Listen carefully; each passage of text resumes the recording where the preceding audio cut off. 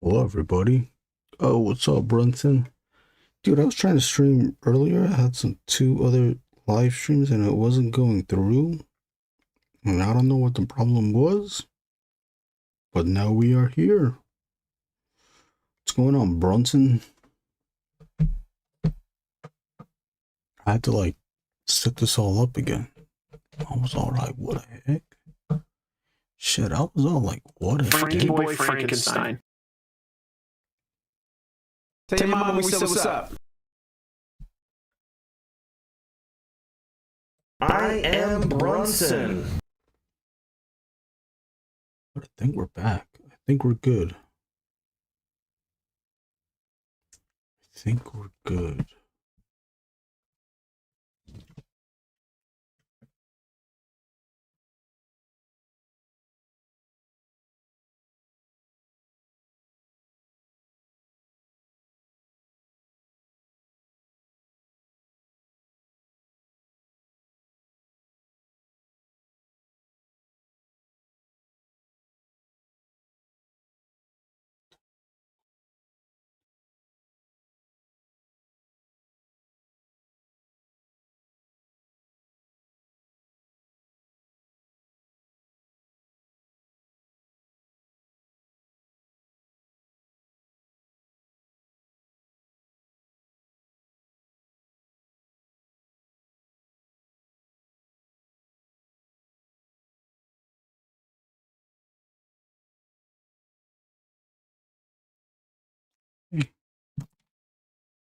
Just wrapped the Thor commission. Oh, nice.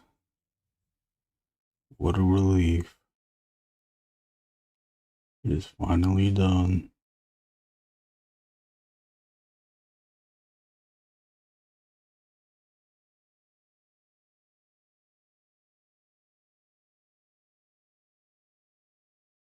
What are you gonna do now?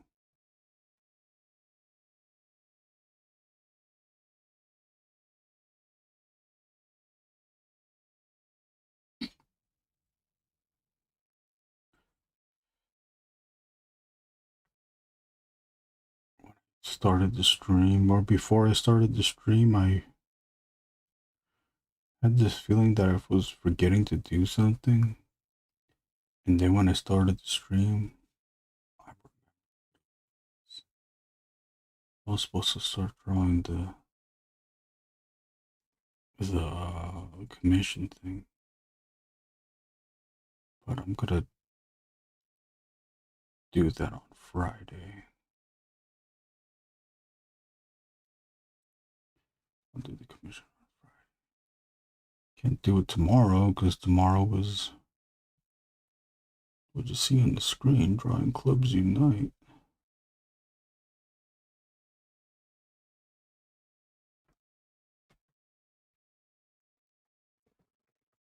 Robocop thumbnails, Robocop thumbnails in the heart of America. Robocop thumbnails.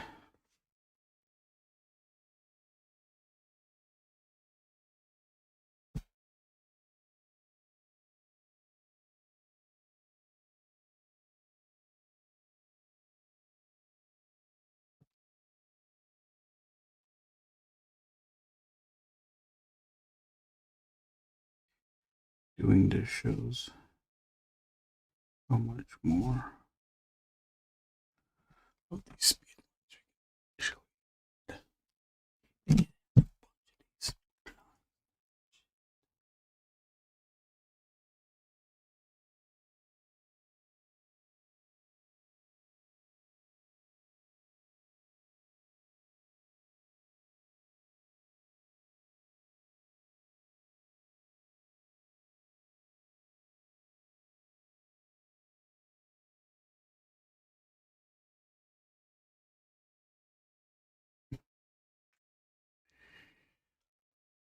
Up thumbnails. This one is pretty much straightforward. I'm gonna use the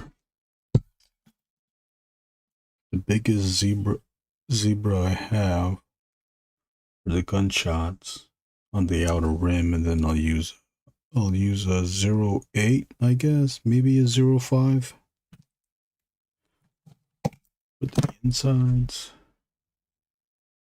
Here's the complete previous panel. I added the black. I added the black because when they're all shut up on the bottom panel, the holes will also be black, which would help define the holes. Right? Thank you.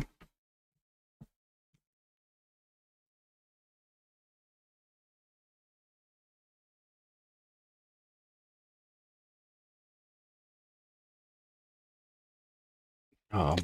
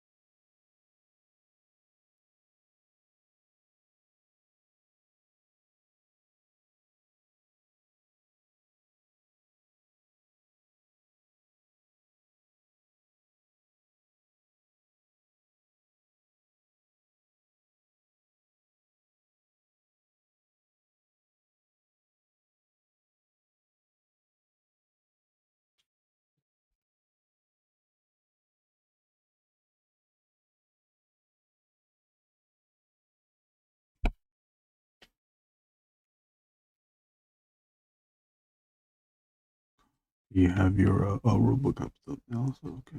Do you have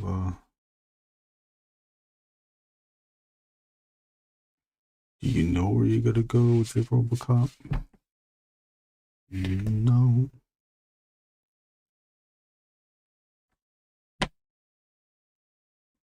We'll be doing a joining Roman Brick Somethings live stream this Sunday, 3:45 EST, which makes me think that the live stream starts at 4 p.m. PST. So let's get into the weekly news. And, I'm going to assume some history on my toy back. Not my toy projects. Speaking of toy projects, Wade, Unparalleled Universe, launched his project yesterday. It's doing fairly well. I believe they're at I think around, I don't know if it's, I don't know.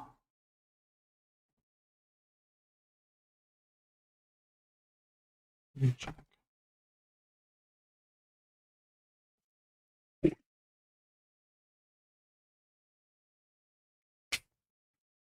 Damn, could you see any of that? Oh, what's up, JG? Oh, what's up, JG? JG, are you in the chat? JG Art World. JG Art World. JG Art World said no one's asking how does she fit in a car any size. Great point.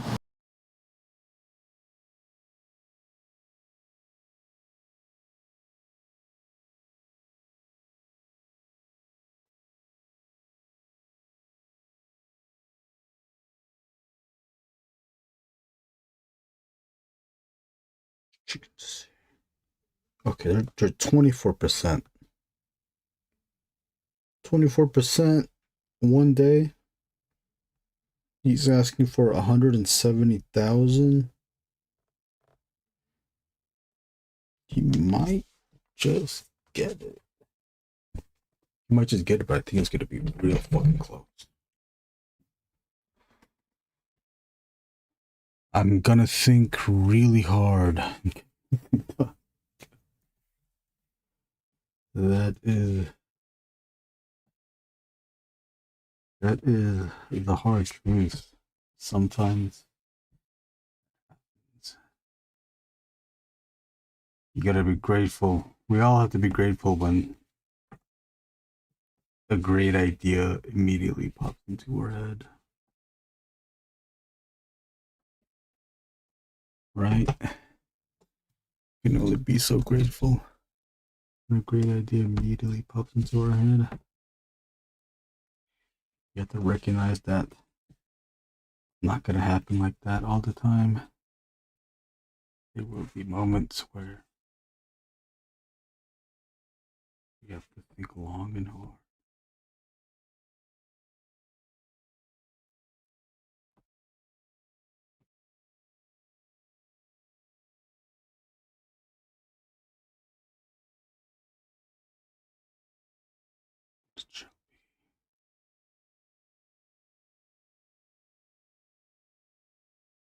But then sometimes that goes out the window because once you figured it out, and it's time to pencil that shit, and you're trying to outdo yourself, and you start drawing the most tedious parts, that is quite the bitch, and then I also start putting it off. The layout's all there, I just don't want to draw it. There's a recent commission that was like that. I get these pencils done. Then I could definitely ink this.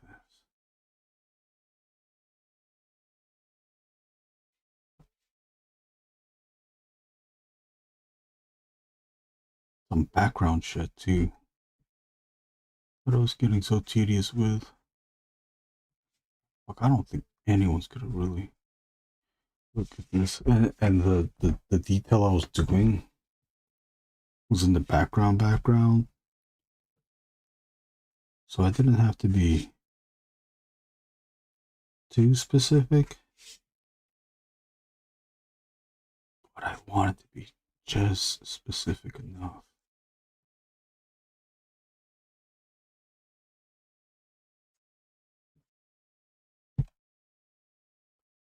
So the viewer knew what it was.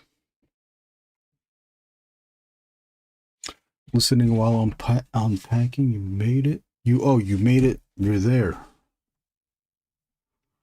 You are there indeed. What's up, Josh Brown? All right. It's Tuesday. Oh no, it's Wednesday. Sorry.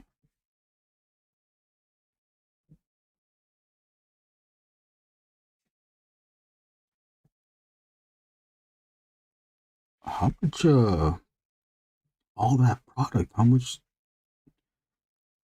luggage do you need for all that product? Viewers, if you don't know, Josh Brown is a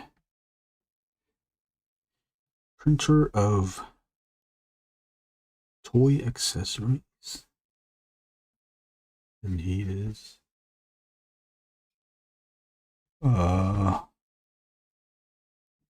he is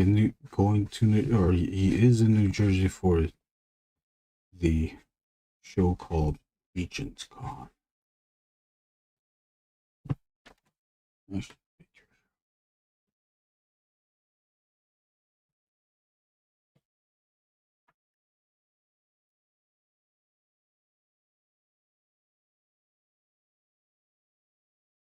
Earlier today, I know of at least one other person that has gotten some AI art. They sent the account a bunch of AI stuff.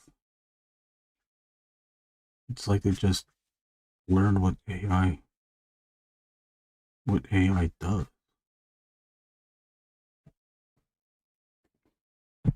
Dude, Bronson, I got like, let me fucking count. I think there's like six videos in one post. They sent it to two accounts too. Two accounts that I take care of. And also, oh, my art account and another account. Sent it to both. I'm like, what the I was all like, what the heck? Watch me not even find it now.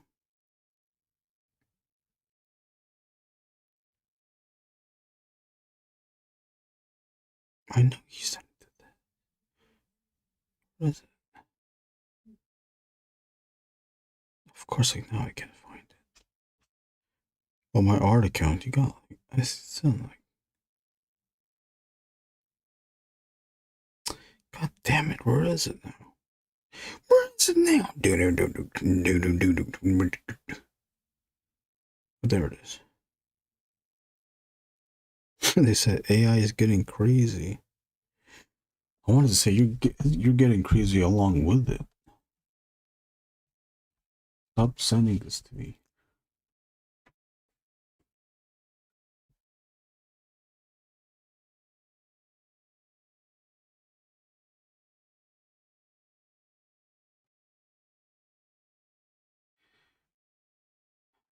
And since this is before your time, there was a time.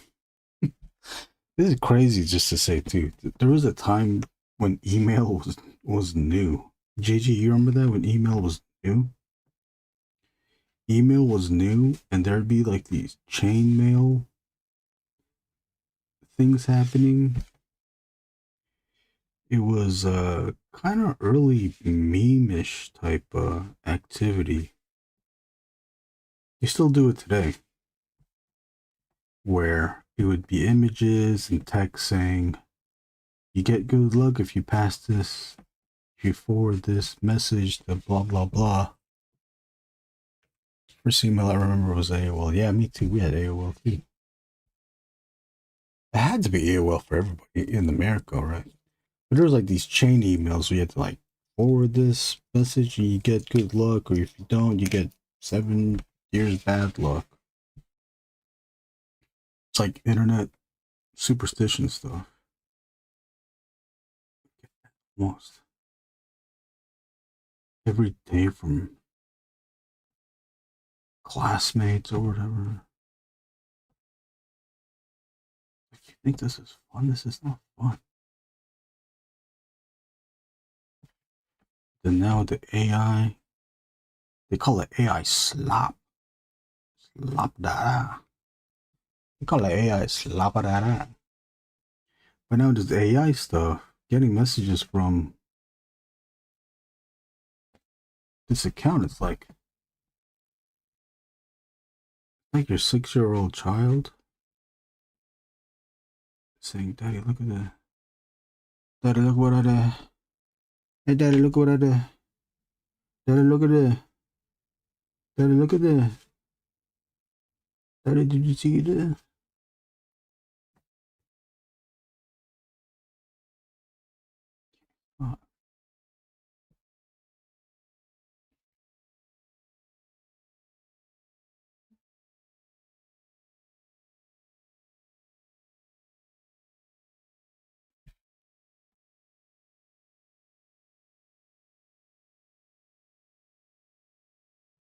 That has never had conversations about the use of AI. I bet that person too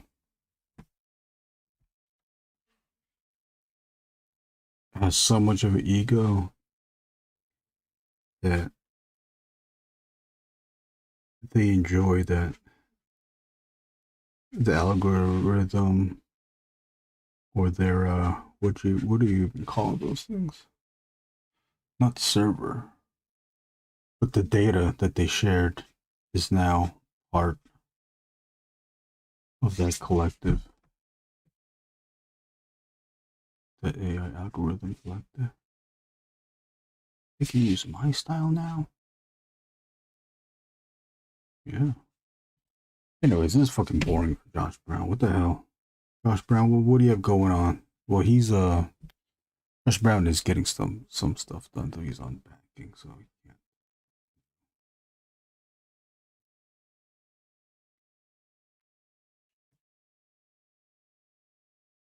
What are you getting into, JG? JG, when are you gonna start making some AI slop for us to watch? We need that JG AI slop.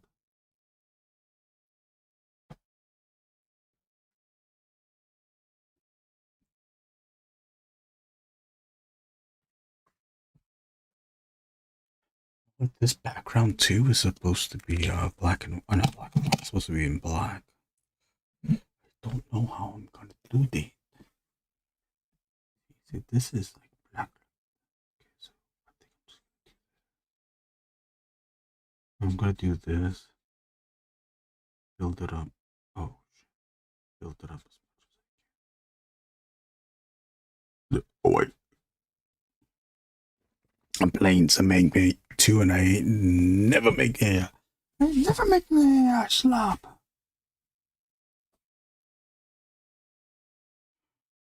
I kinda wish what's his face? What's the guy from Kill Tony? The redhead guy? I never gotta stop. The one that always gets rated by Cracker Barrel 69. User Cracker Barrel 69. Will.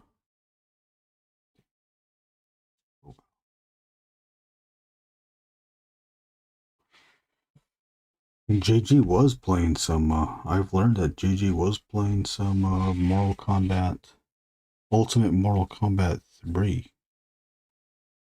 What's the difference between Mortal Kombat 3 and Ultimate Mortal Kombat 3? I forgot.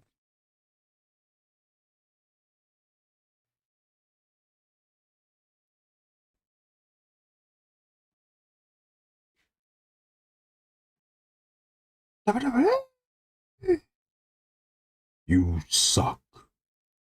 Finish him.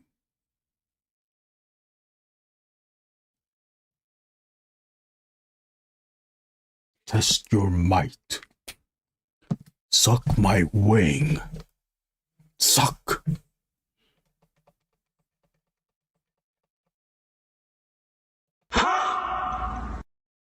I'm not sure exactly, but I think they made a bunch of changes to it. Oh, okay. So it's just like a lot of bunch of stuff.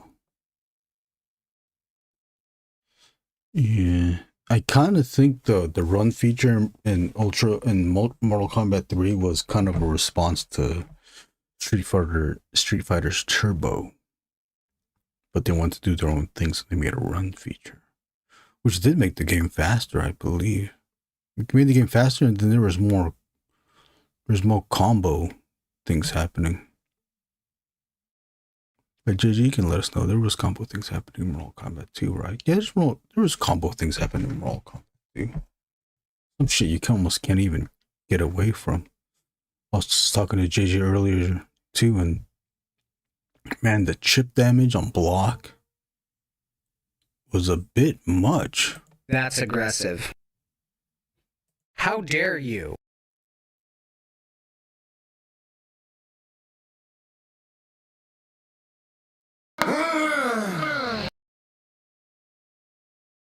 You can't find a Mortal Kombat.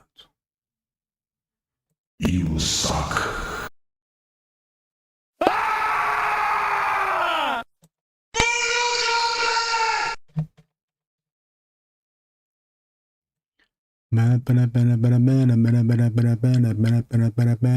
Woo, that's Mortal Kombat.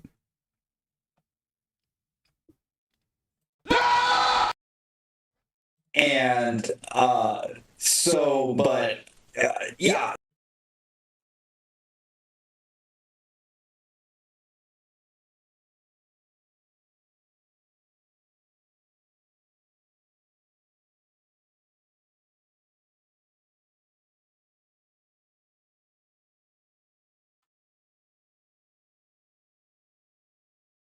It's kind of cool just having this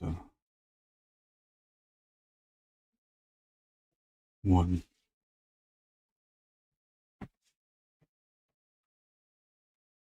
magnet to spin around, one magnet to bind us, and in the darkness.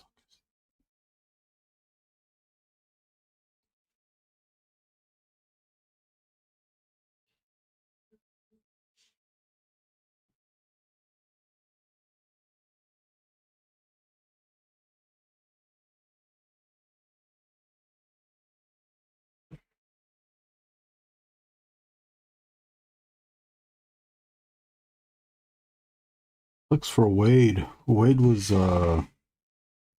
saying that his flight out is from New Jersey back to California. He has to he's gonna sleep over in the airport. God damn, that sucks.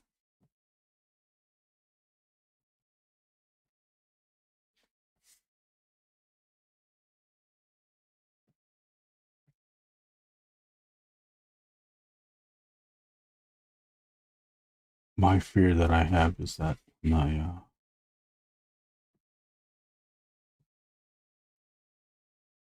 if there is a flight that's... Oh man, I just lost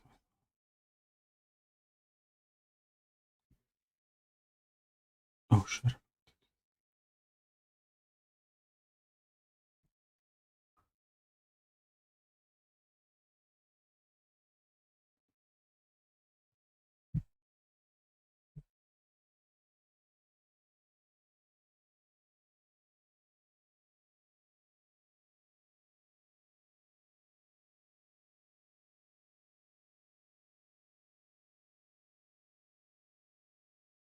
It's happened once though where I slept at an airport because when something happened where I wasn't able to make it to the connecting flight because my initial flight was delayed. I don't know what is what's the other big airport? If I was flying from California to New York, where would the stop be at? Is Chicago has a big airport? I don't know, I forgot.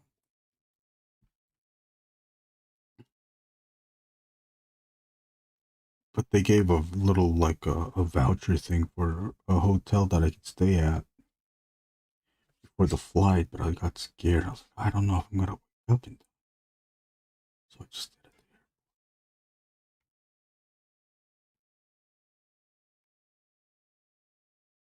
I think some other people do that too.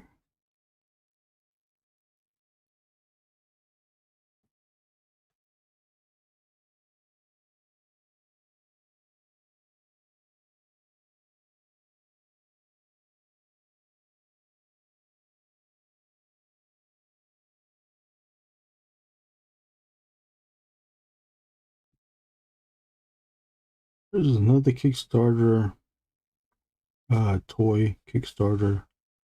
It's not a toy, it's a background. It's like a display of sorts. Diorama. Castle walls. Castle corner and castle walls. I believe they're asking for 82,000, but their items only start at 40. So I picked up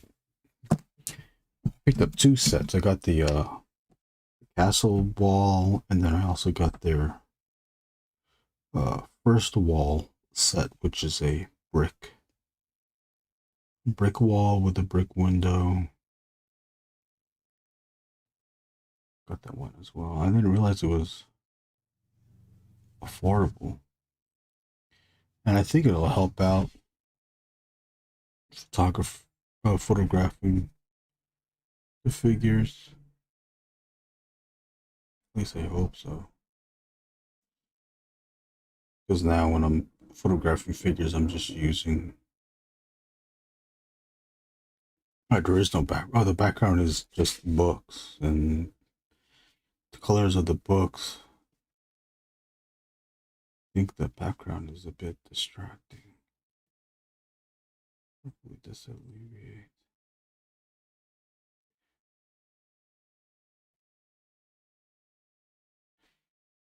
That one is a little bit scary because I think they're about halfway through the campaign, but they haven't gone.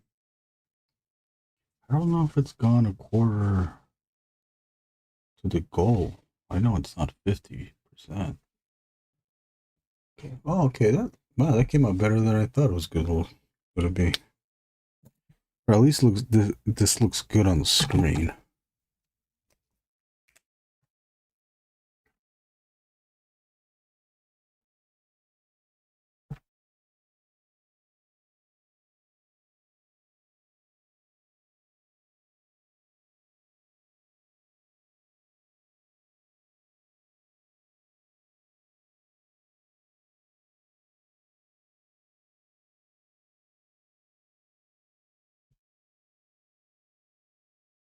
Good, thanks, Brunson.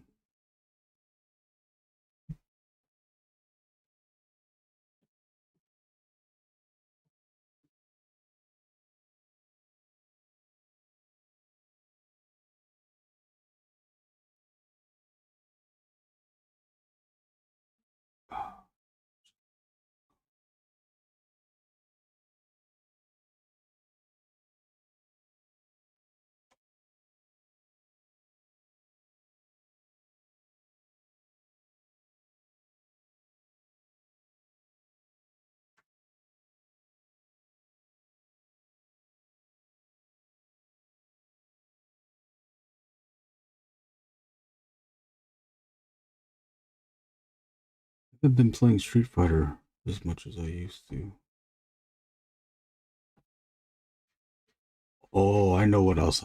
There's another thing that just popped in my head that I remembered I needed to do. I was supposed to needed to text back someone, respond to them. That's what I need to do. I could probably still do it.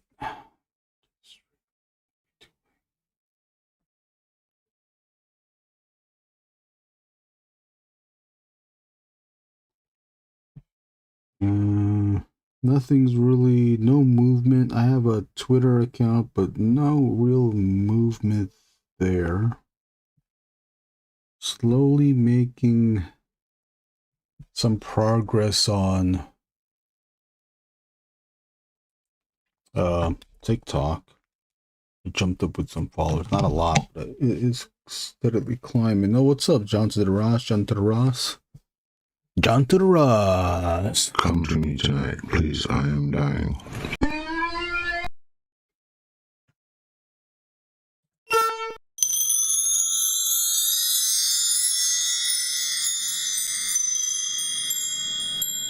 TikTok, you don't stop. Lick it up. Lick it down. Okay, now we're gonna move up to this. This motherfucker. This one seems like a bitch. It's just a lot of lines. It's just a lot of lines. Some say the best lines. You're pretty much just ripping a really big one. Top of the morning, top.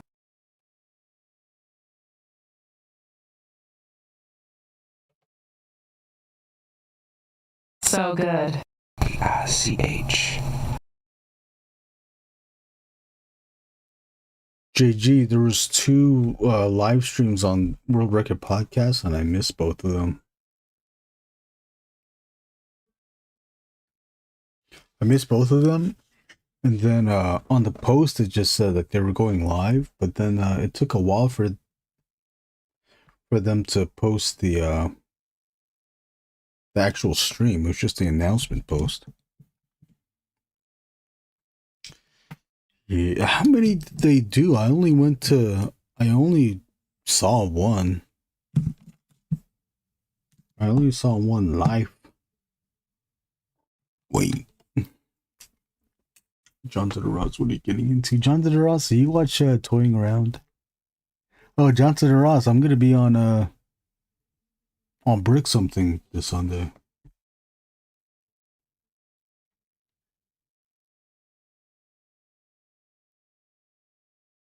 I gotta get ready and get bricked up. It's about to get bricked up. Let's see.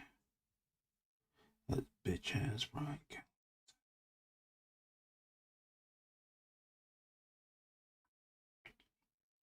Oh, what I'm outlining? I'm outlining the eyeballs. Oh shit, what am I outlining? I'm outlining the eyeballs.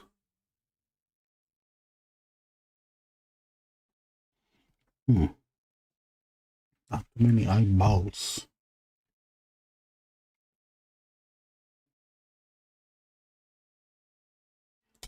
How come these two characters don't have their eyeball blasted out?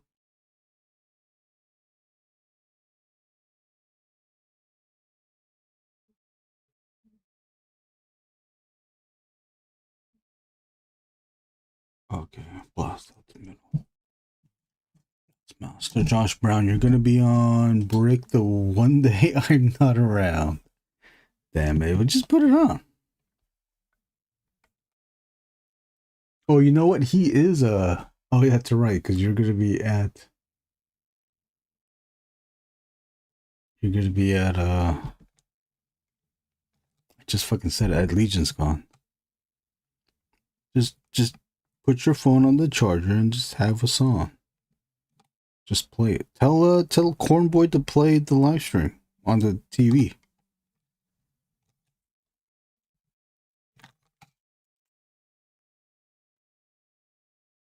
I believe Brick something mentioned going live during the announcement portion of the show panel. Is that G-Con?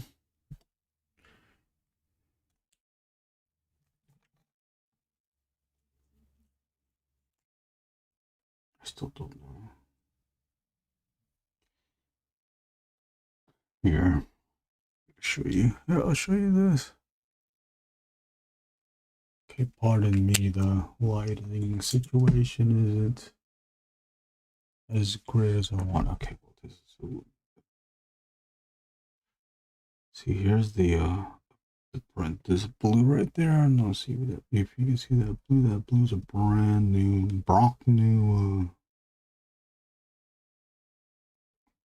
pencil that I just added.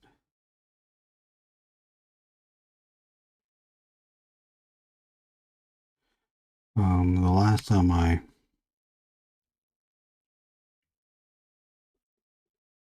used the nib on this page, I used a little bit of the nib and I didn't like it. I was using the Hunt 102, and then I totally realized afterwards that I had the Zebra G-nib.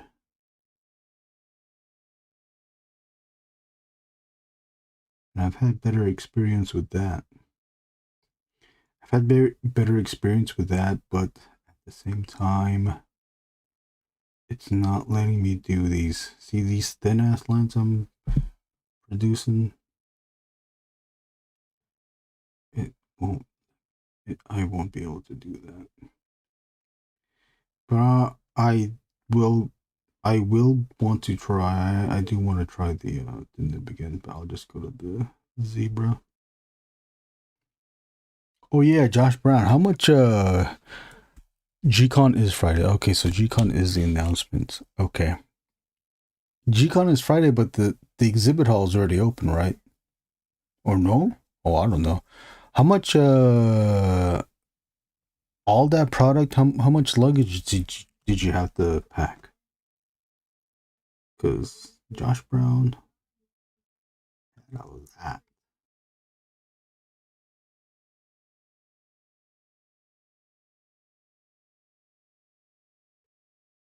See, that thing also worries me. Doing outside out-of-state shows, especially with flying. How much would I be able to bring?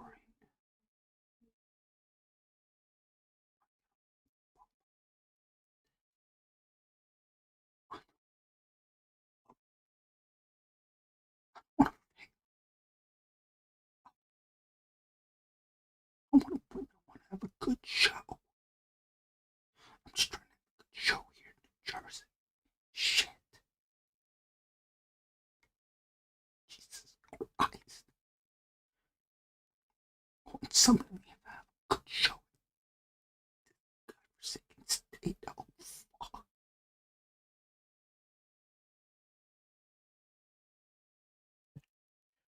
The SUV was pretty dang full of bins. Oh, you drove. You didn't have to fly. I forgot. Full of bins and boxes, one personal bag. Oh, okay. I forgot. For some reason, I thought you were flying. It scared me. I was like, how is he going to fit all this stuff into 2 luggages? Doesn't have to. He has a car, an SUV. This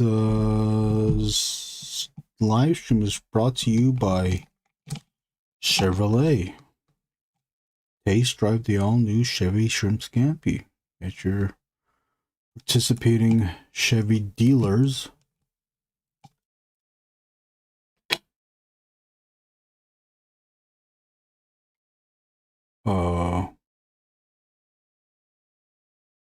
I don't know what to use now.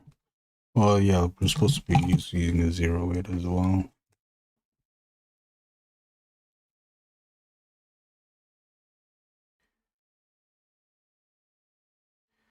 So what are you gonna do? Were you outside? Was your table outside last year too? Wait, I don't want to keep asking you questions. Are you done unpacking? What are you doing now?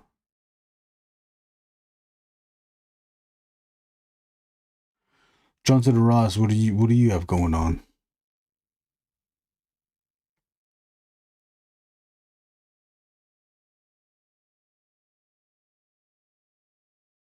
I kind of want to do a call in, so people can call in. But that could be dangerous too, huh? They can get pretty hairy. But that can get real dicey.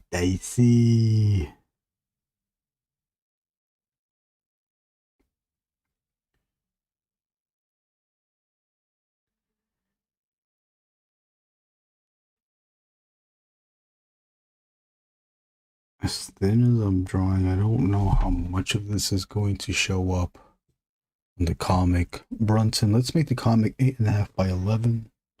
White ass margins on the left and right of the pages.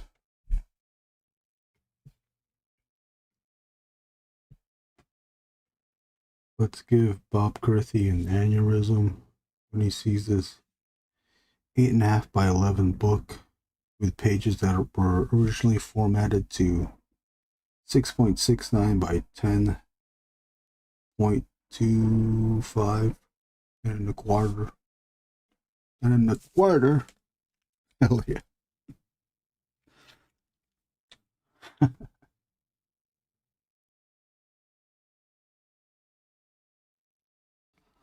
Brunson, do you think that AI stuff was sent out to other accounts as well?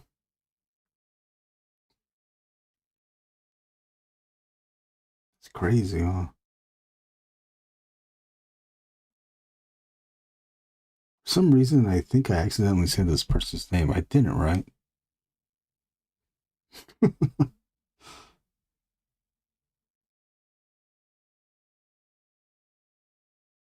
Or is that name just vividly in my head? Did I fucking say his name?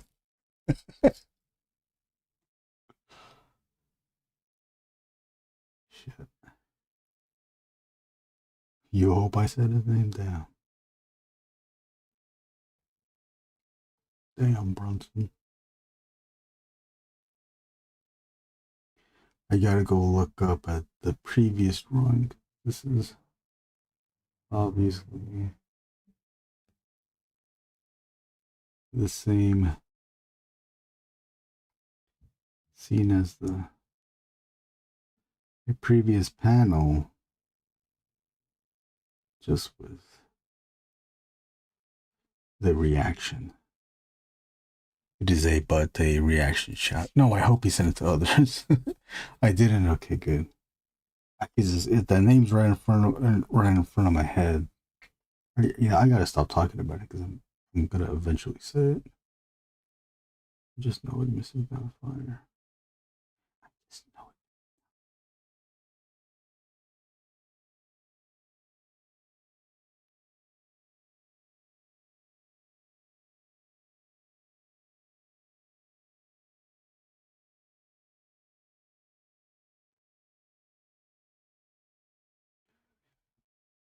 Sure why I started with this face. I would have started with the middle one because the middle character is in the forefront in front of everyone else.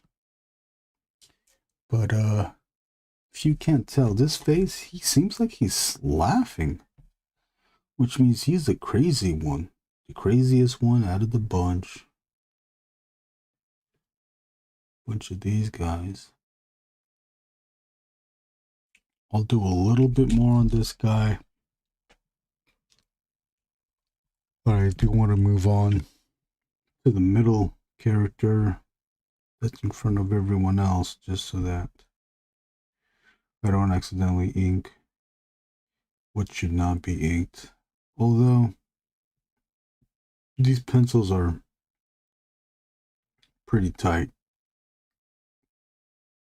and don't conflict with the character's space around them. The thing that also does help is these gunshot holes are so abstract that you can't get them wrong.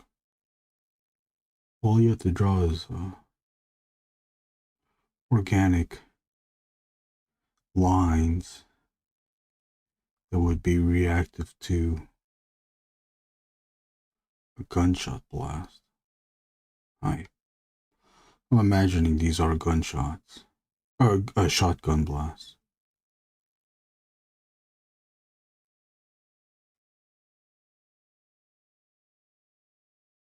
Indeed, I am thinking of Jeff Darrow as I'm drawing this.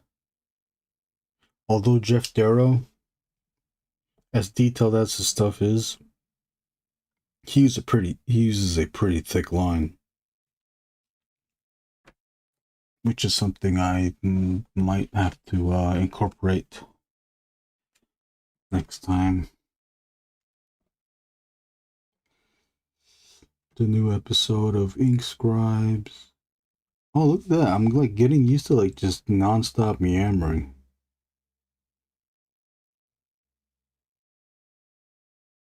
Getting fucking used to non-stop meandering.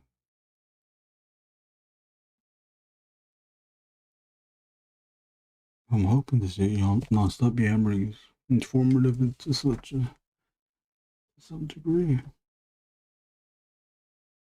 But the latest episode of, this is 03, we gotta go to the 05. The latest episode of Ink Scribes. Speaking of non-stop yammering, Ink Scribes focuses on Sergio Topi. Alright, Josh Brown, take it easy.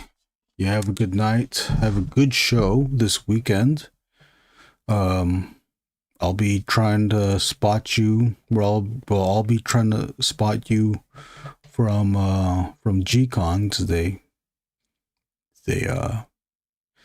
they live stream that. Good night, Josh Brown. Thanks for watching. I might call Josh Brown a friend because of that. I might call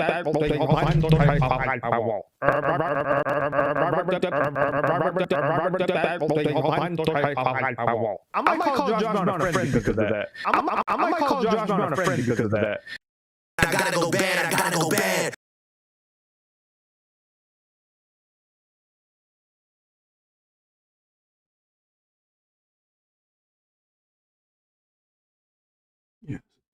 Ink Scribe says focused. Did a video on Sergio Topi. I have a few Sergio Topi books. I want all of it. Cannot at this time afford all of them. My fucking ass wish I could. Shit.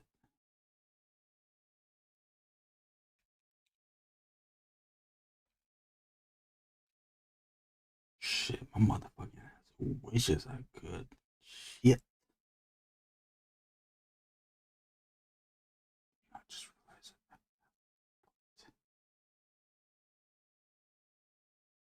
I gotta go thick with the zero.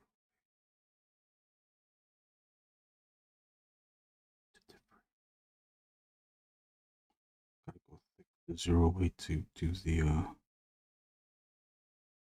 to make the contours thick so that we can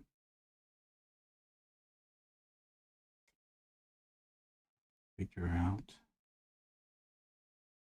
what the fuck. See, I knew. Even my own pencils, I could.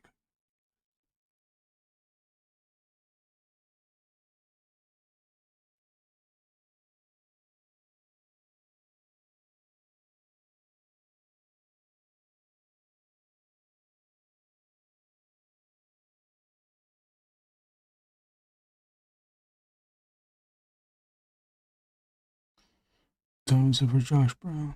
Well, Josh Brown said it's 12 o'clock there. 12 midnight.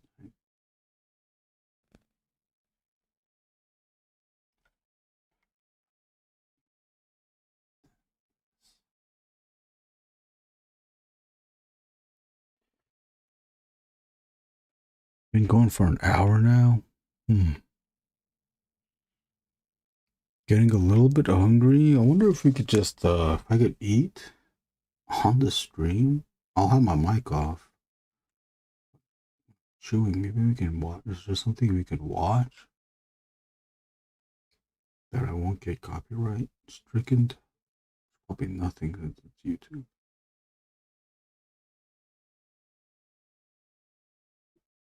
I don't know what this is. Oh, I see.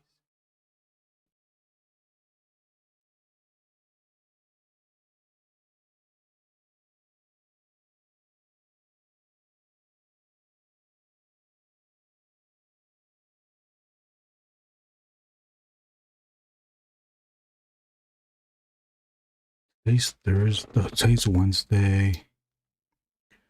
I see. I might get copyright from Rifleman. If Rifleman was 100 years old, then yeah, I think we'd be safe.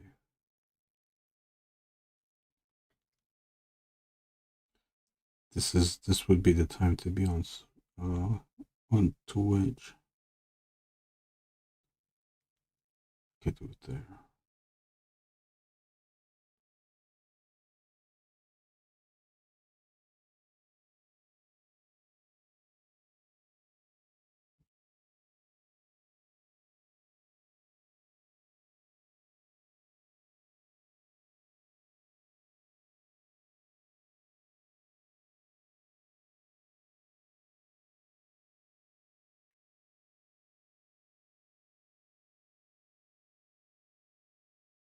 You know, none of these characters are super reactive to getting blasted. This one is lightly, he's looking at his own eyeball.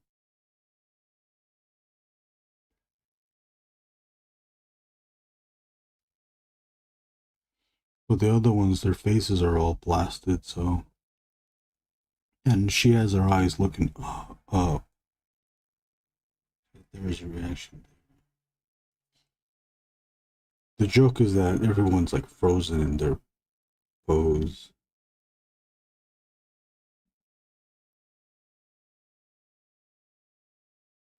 That they couldn't even move.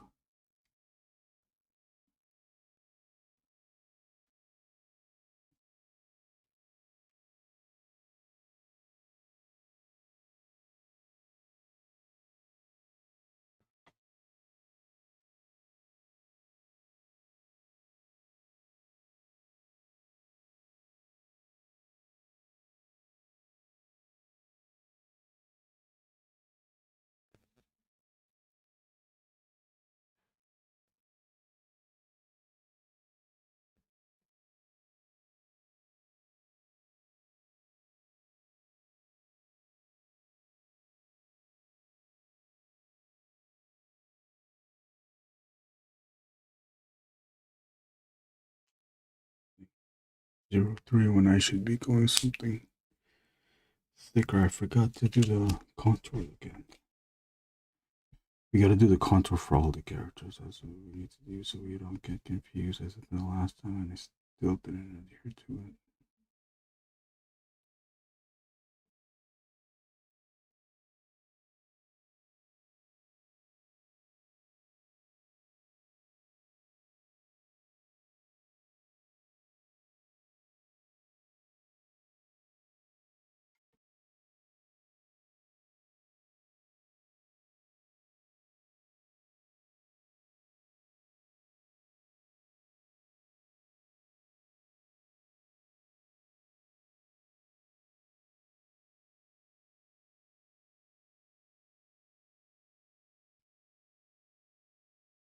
Someone draw like this.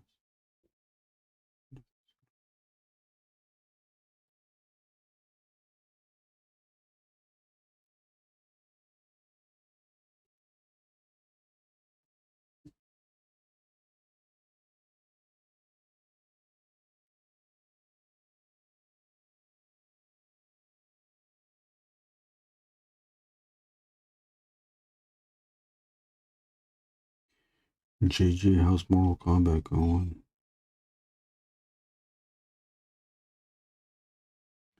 See the call thing too would my idea for the call thing is that since it's a call and your face isn't shown, then your face doesn't have to be shown. And since it's a call, you're not compelled to stay on. But I bet there's people that aren't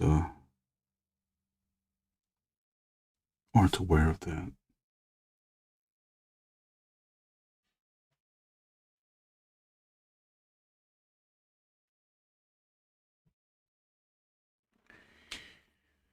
Win a match, lose a match. Yeah.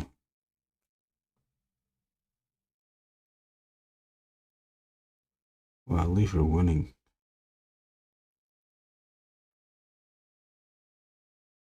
What happens now, and it doesn't happen all the time, is I'll win the first match and then I'm out. And then they figured me out.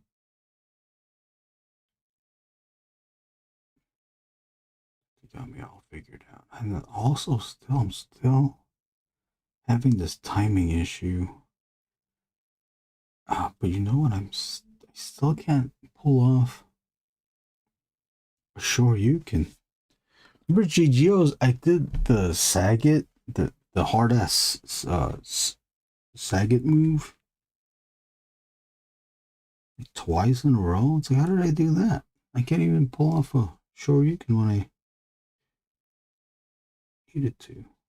I gotta practice it again. If I can't do a sure you can, then I shouldn't be playing people online. It's like guaranteed loss.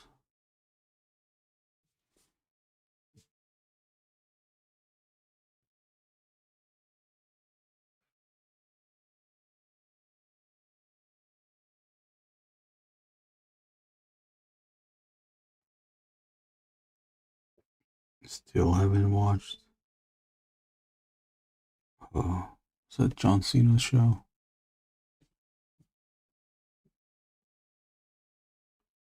Only watched the one episode.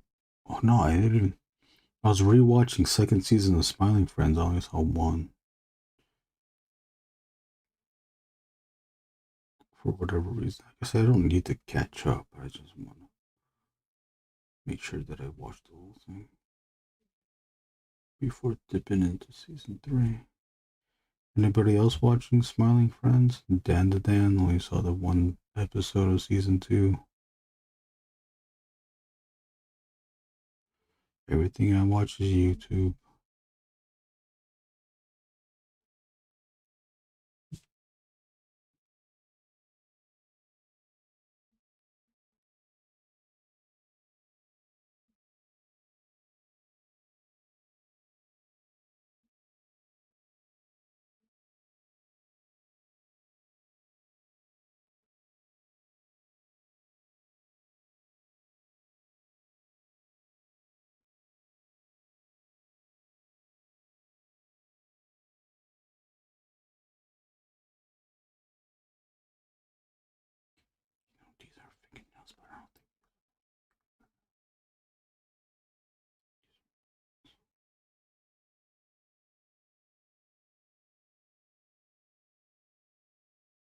These are knuckles that are gonna be the top.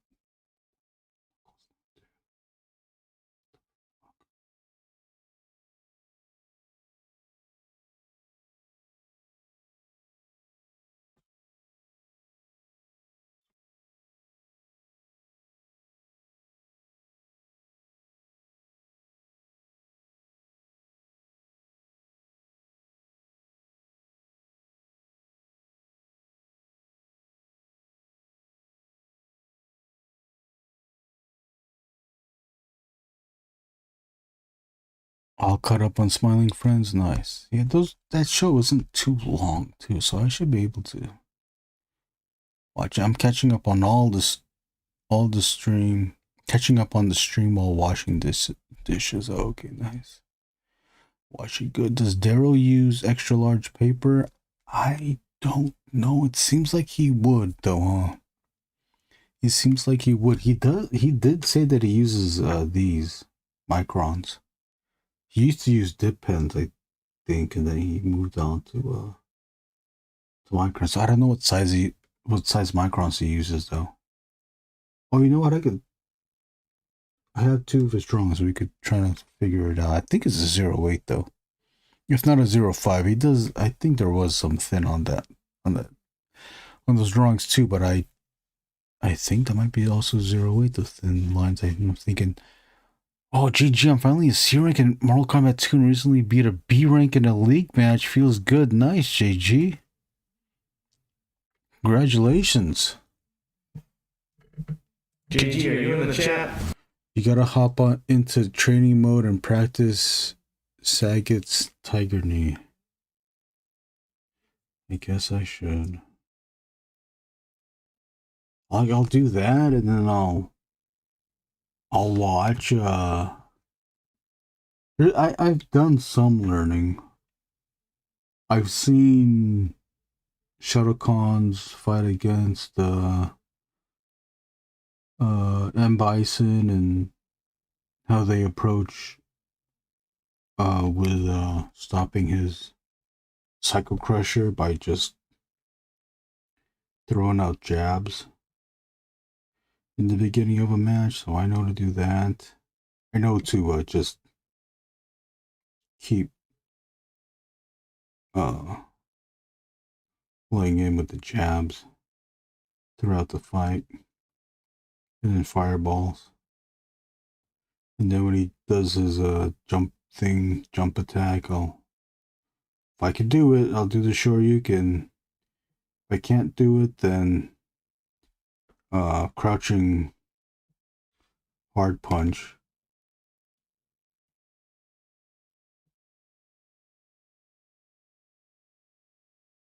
Oh, fucking hell, I was supposed to do the contour.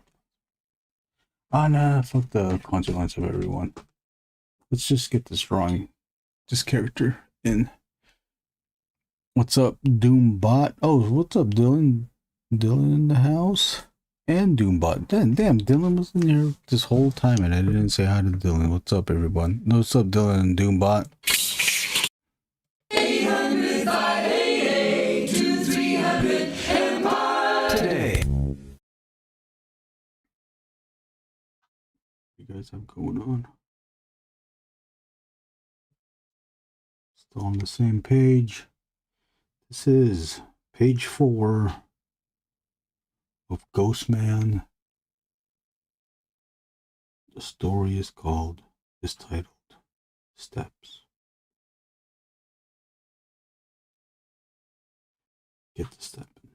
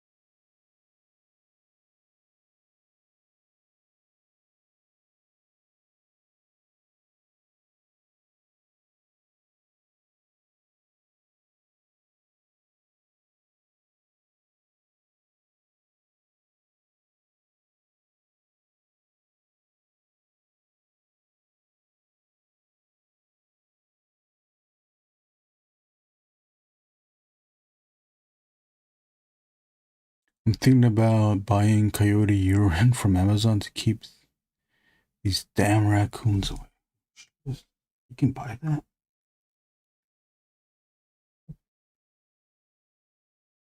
You can drink that? What the fuck? You got a bunch of coyotes on Brunson? What do they do? Do they get into the trash and stuff?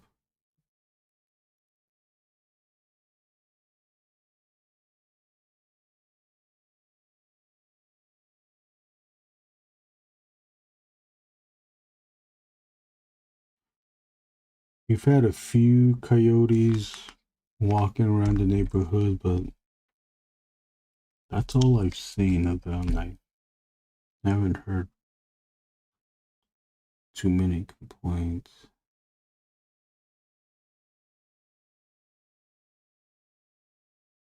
Well, I guess when people see the coyote, that's when they make the report.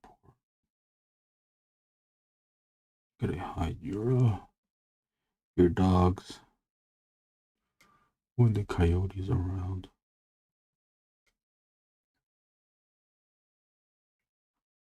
Don't want them to get caught.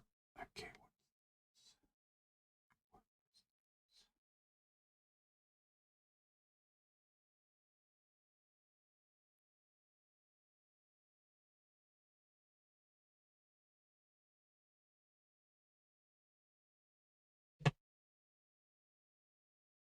I help on my friends every night. Oh, you gotta get like nails. I'm just kidding.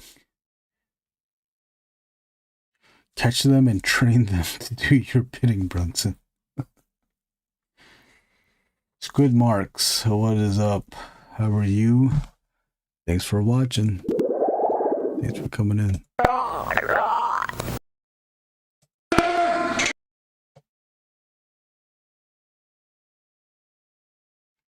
What is the sound that coyotes don't like? Maybe you can play that.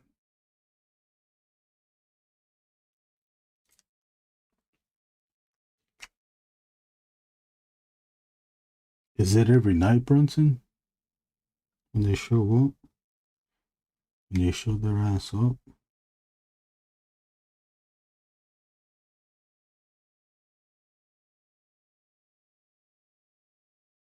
Still on this page, Squid Marks.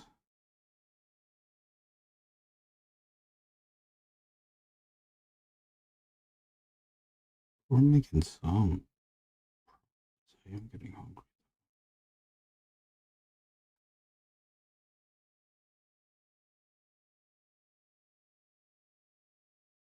I'm getting hungry, and I do want to play some Street Fighter because JG is playing Mortal Kombat. Whatever anybody's doing something, I want to do this. I want to do it too.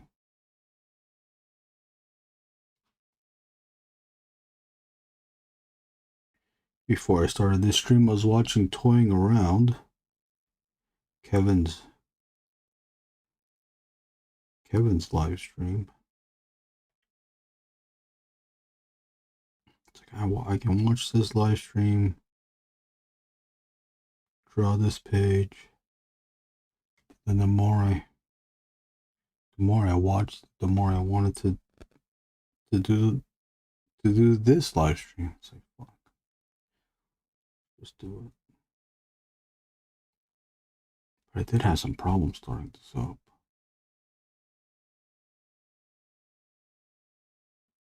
But I think we're good now.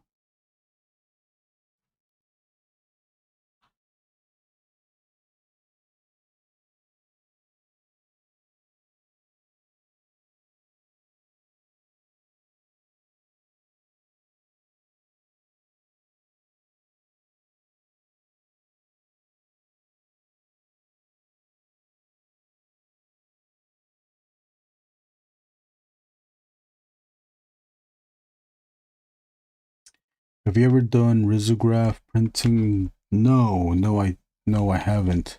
I feel like your color palettes are pretty conducive to Rizzo. Oh, you think so? I heard that it's expensive to do though. There is a I I believe there's a print house here in Long Beach. I live right next to Long Beach. And I believe that they do have a Rizzo printer. I'll have to ask them what their rates are, or check their website. So,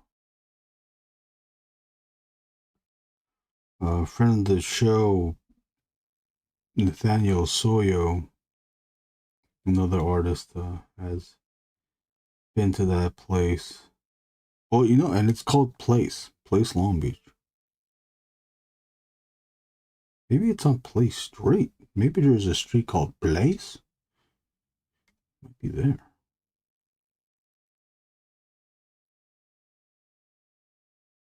Have you done Rizzo print? Squid marks? Mark you? I only have a few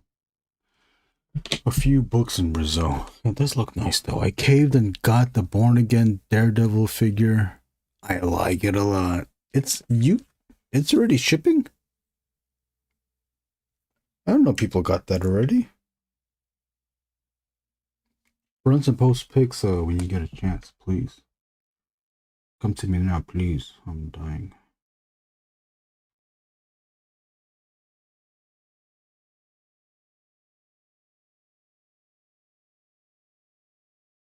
I didn't know it was out. That shit, out. Anybody else get that? Born Again Daredevil? Anybody have thoughts about the black Daredevil suit? The Disney thing? I just saw it, okay. And that was it.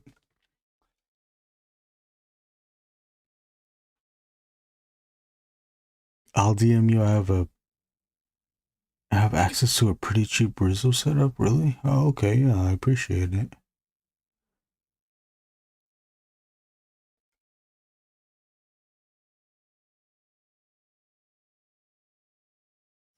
Doombot, what's the last figure you bought?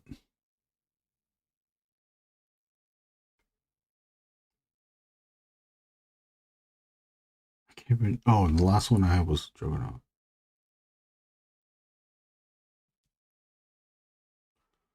I like Juggernaut now because now it moves properly in the diaphragm. God, I was so scared moving that thing. When I was moving it before I hit it with the silicone, WD-40 silicone, I felt like I was twisting the plastic. Twisting the stem, the ball joint. The stem of the ball joint off.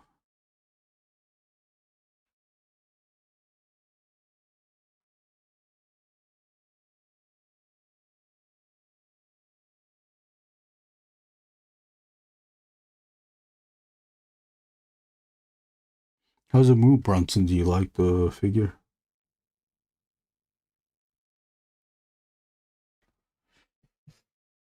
Squid marks, yeah, I've done a bunch. Oh, okay. I recently posted on the Long Beach Discords a fake CMYK Rizzo print of a hammerhead shark.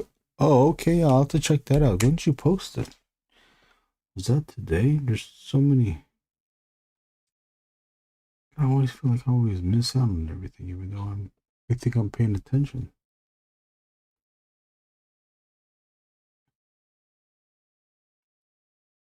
I have that Discord open most of the day.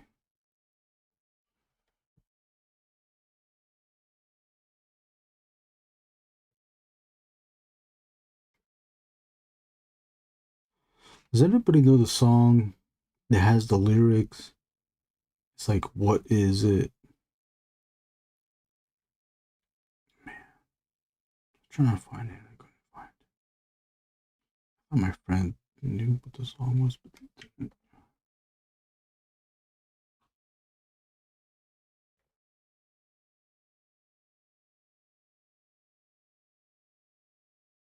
What is it, man? I think it was like, we care a lot. Faith No More. Is that what it is? I gotta write that down. One ouch. Thanks.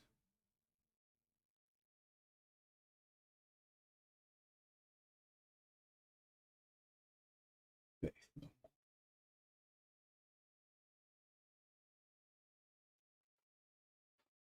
I forgot why I was thinking of what is it, or why I was even thinking of that song.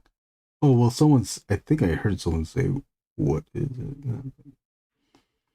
I'm doing the song in my head, and I was trying to find the song, and I'm like, one day. Thank you, JG. Thank you, JG. Thank you, Brunson. Thank you, JG. This is awesome. What's up, Stealth Boy?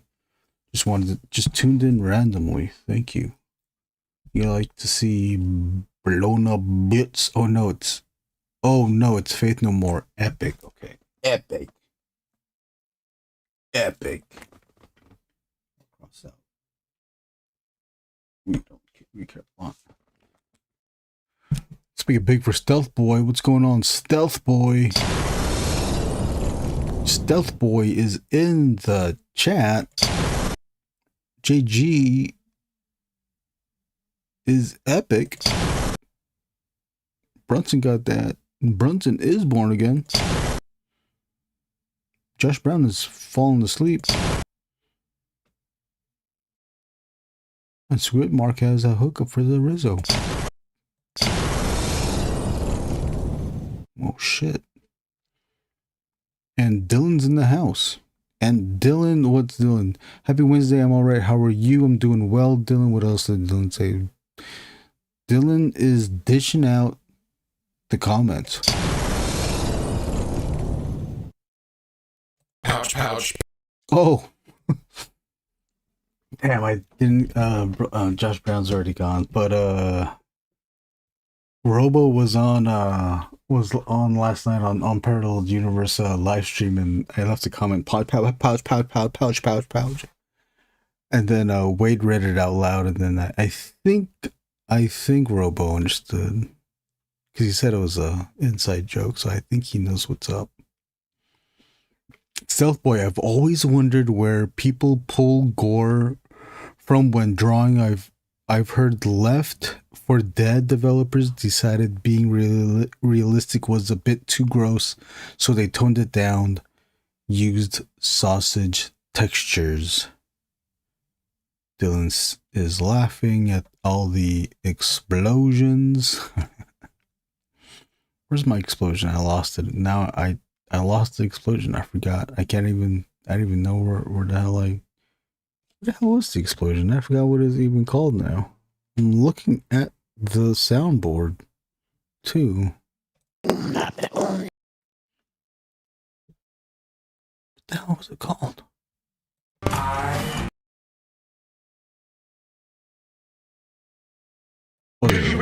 Oh, that's not the one. Anyways, let's go back to the comments. When I say pull gore, I mean what they're basing it off of, not actually looking up gore pics. Yeah, I can't look at straight up real life gore stuff. What I do, I'll look up like Halloween decorations, and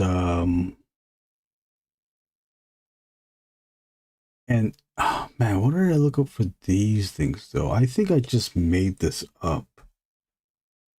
I just made up what I think meat looks like when it's blown up with a shotgun.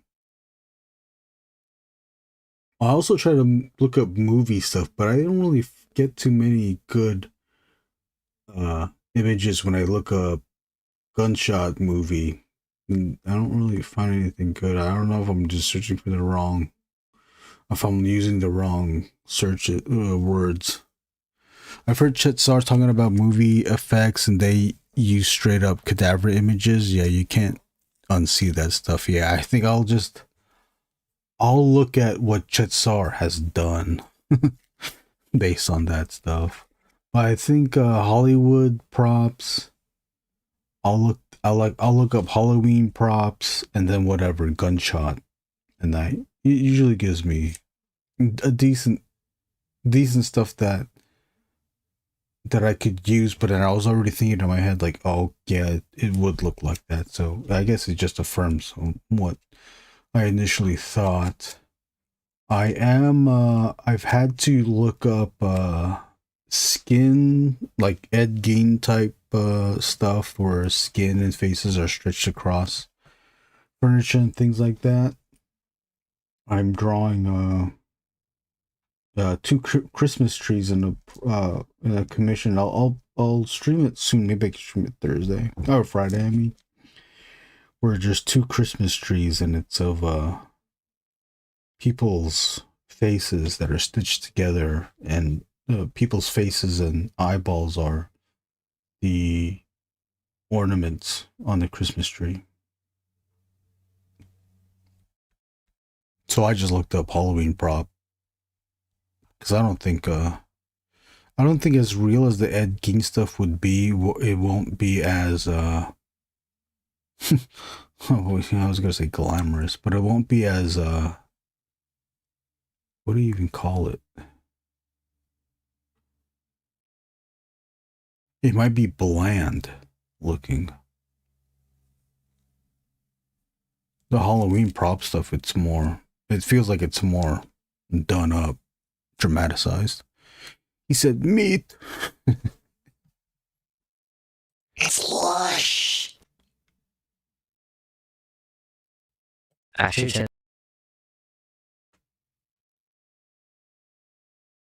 Where the hell is the fucking explosion? Where did I just lose it? It's at the bottom too of the soundboard. Complete tone. I've heard. Where do we go? He said me. Okay, Stealth Boy. I've heard that the developers of Mortal Kombat, more recent games, develop PTSD from using too many real gore images and videos. Oh, see, Mortal Kombat is a good one too. I used a little bit of that. I don't know if I use it for this. I think I use it. Oh, I think I use it, Brunson. I use it for the title page. I looked at Mortal Kombat. Mortal Kombat.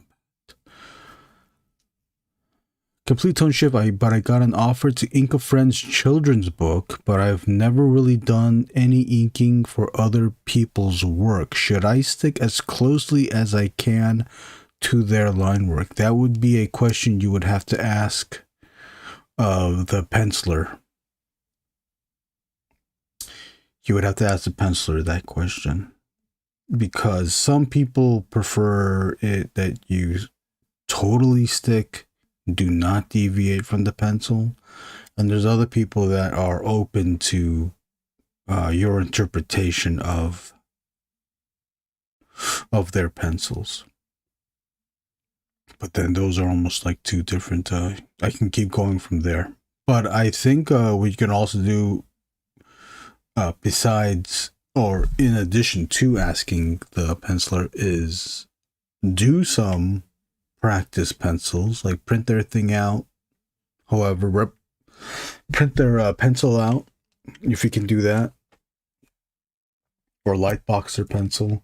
And then do various ink styles on top of it. One where you're totally adhering to the pencils, and another one where you have more interpretation of the pencils, and then also show that to the penciler and show them like, hey, can I do this? Which one do you prefer?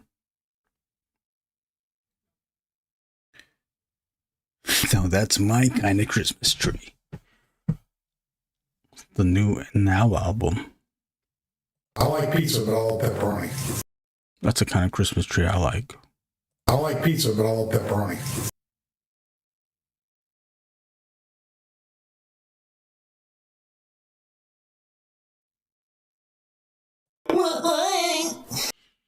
Halloween gore, smart idea. Yeah, that's sad stuff. What's that? Oh, the PSC thing, yeah. Stealth Boy, is that Bigfoot? Where's Bigfoot? It's all digital, so I can try a bunch of interpretations. Also, the penciler is my friend. I think he just wants to see what I'll do. I'll try to doing the variations like you suggested. Yeah.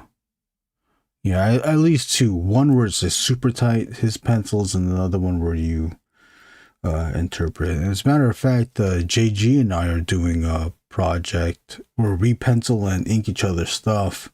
The challenge is now is inking someone else's work and then doing the interpretation along with it. What I do is that I will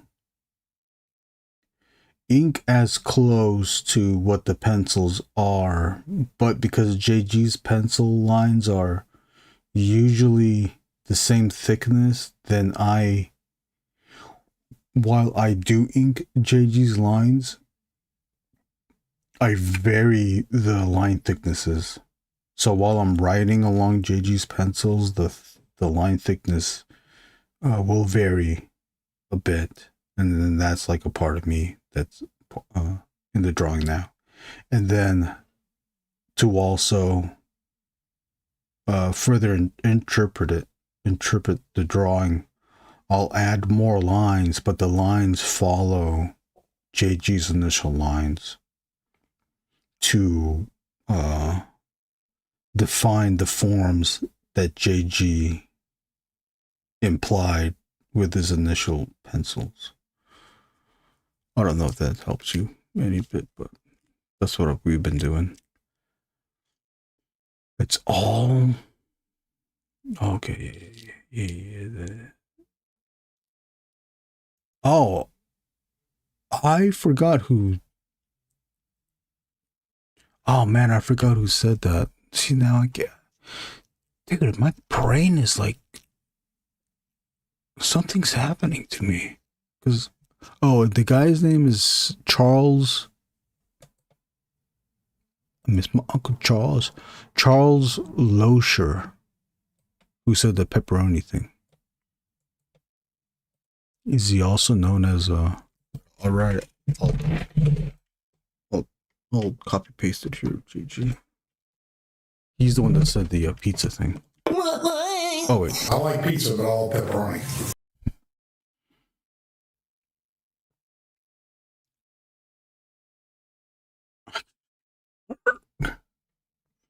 I want to add the black so we could see it more so we can actually see the holes. I think adding the black is gonna help out this drawing. A World War robot thing, no less.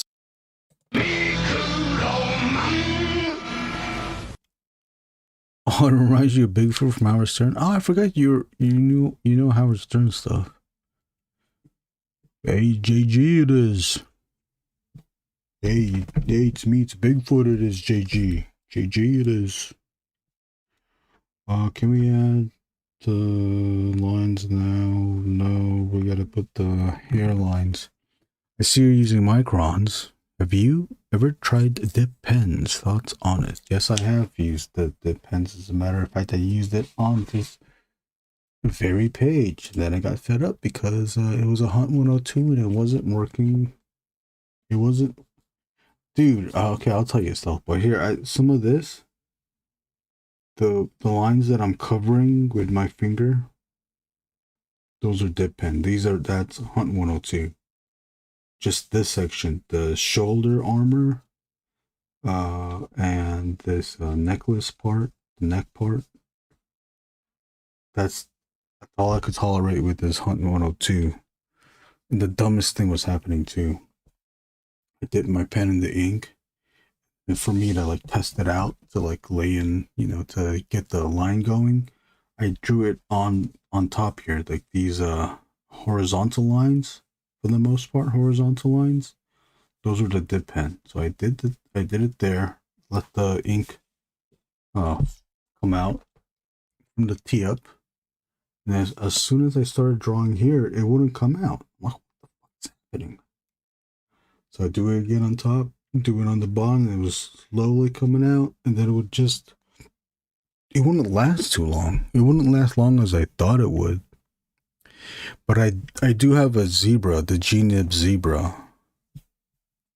Here, I'll show you I'll show the other viewers here's the Hunt 102. There's the Hunt 102. This is the one that's giving me trouble. And I heated it too. I took out all the wax and everything. Here's the Hunt one. Here's the G-Nib. I'll use this next time. The only thing I don't like about this, these nib pens, that it doesn't go as thin as I can with the microns.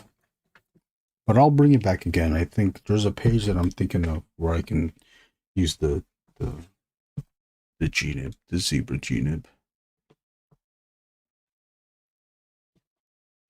I like it. It's just I like the nibs. It's just a hassle. I do like the line. I do like that you can erase the pencil, and that ink is set in and it's not going away. I also like how it feels when you're touching it with the finger. That raised feel that you can only get from the physical page. What do you think about it, Stealth Boy? Do you like nibs? I like girls, it is. Well, Howard, I'm gonna get any money. Didn't he keep asking Howard for money? And then didn't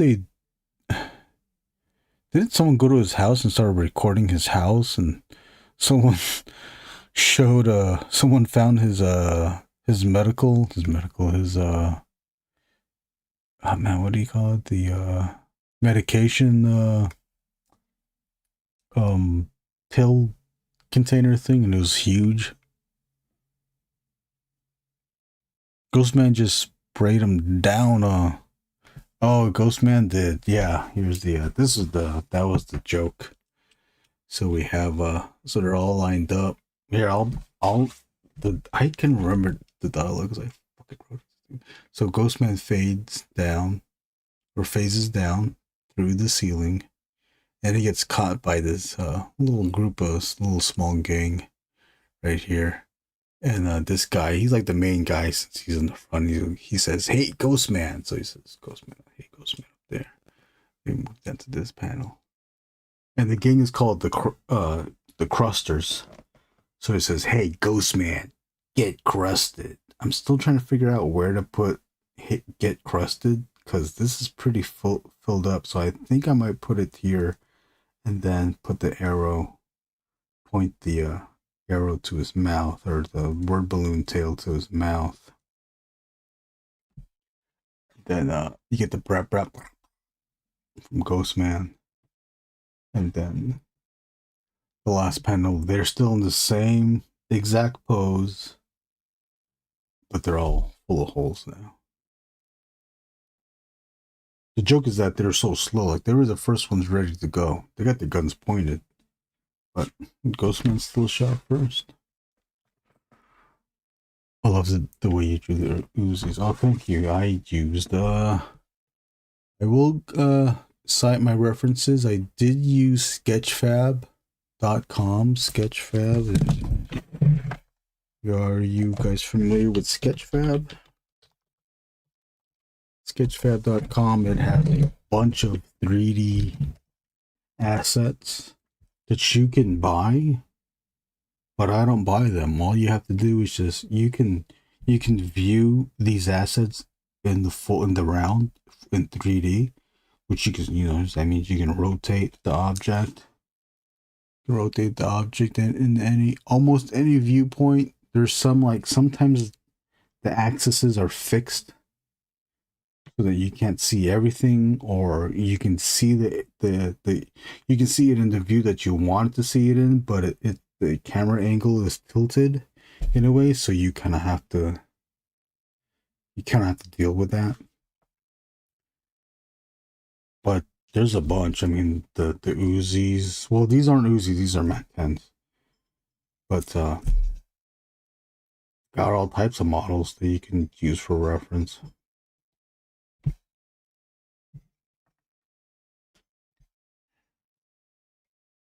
If you want to, one tip, it might be considered cheating, but also know that other artists do this too. A lot of manga artists do this too. You can screenshot the reference and then just trace it. So you can like screenshot the angle that whatever your object needs to be, screenshot that and then trace it. Now the thing could be, this goes along with the inking, is when you do trace it, you can't just leave it as a tracing. You gotta render out the shadows, the lights and darks, and then do it with the line that you usually draw your line in.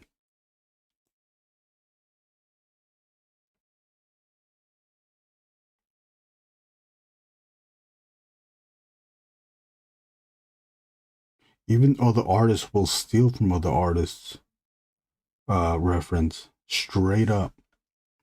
Katsuhiro Otomo, he did these wonderful landscape buildings, backgrounds and stuff. I think he was doing Spider-Man.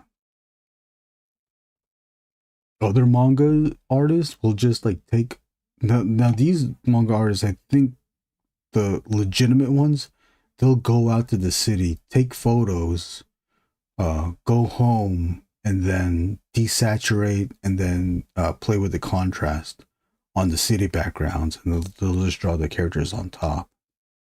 They've done that too, to expedite the drawing process. But even still, like, that might be considered cheating, but when they're drawing their characters in those city backgrounds, those characters still have to follow their perspective. They can't just draw whatever character in whatever pose. The character has to still be in the perspective. And sometimes these artists make it blatant enough that to let you know, to let the reader know that it is indeed a photograph that's been highly contrasted. It just looks too real. It looks too photographic. So then that almost becomes part of their style.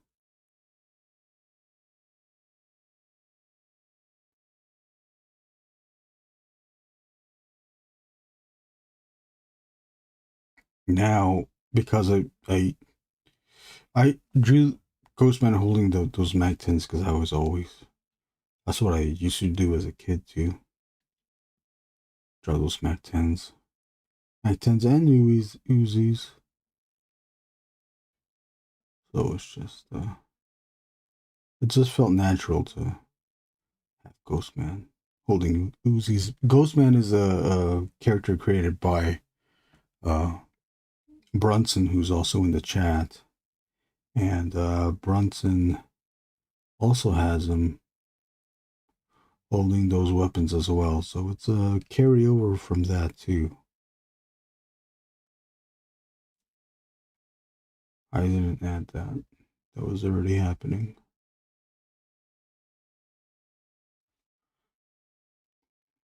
Some of you might not know, some of you may know.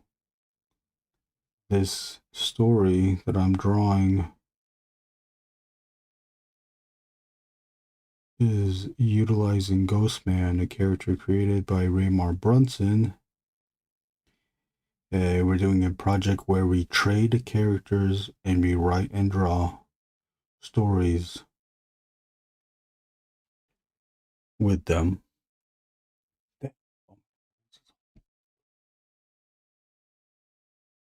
Each story is going to be 20 pages each. We plan to do a crowdfund for these. The book will be published as a flip book. So you read one story, you read Brunson's Angriest Warrior story, and once you're done, you flip the book over, upside down, turn it around, and now you have a Ghostman story to hopefully enjoy as well.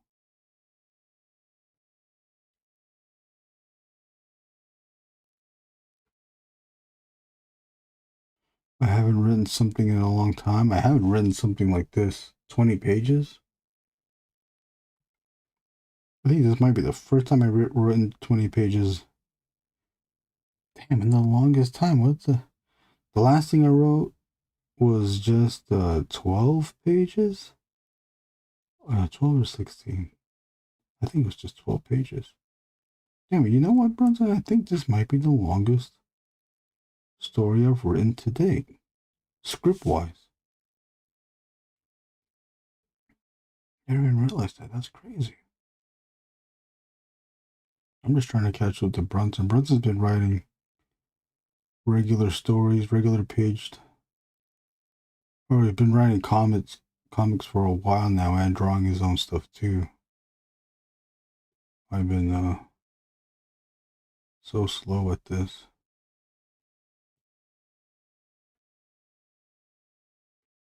Okay, I don't know what I'm supposed to be using. Help. This might be too many holes, but whatever. You can still read it. As long as there's a semblance of, there's part of the face there, you can still tell that this was a person.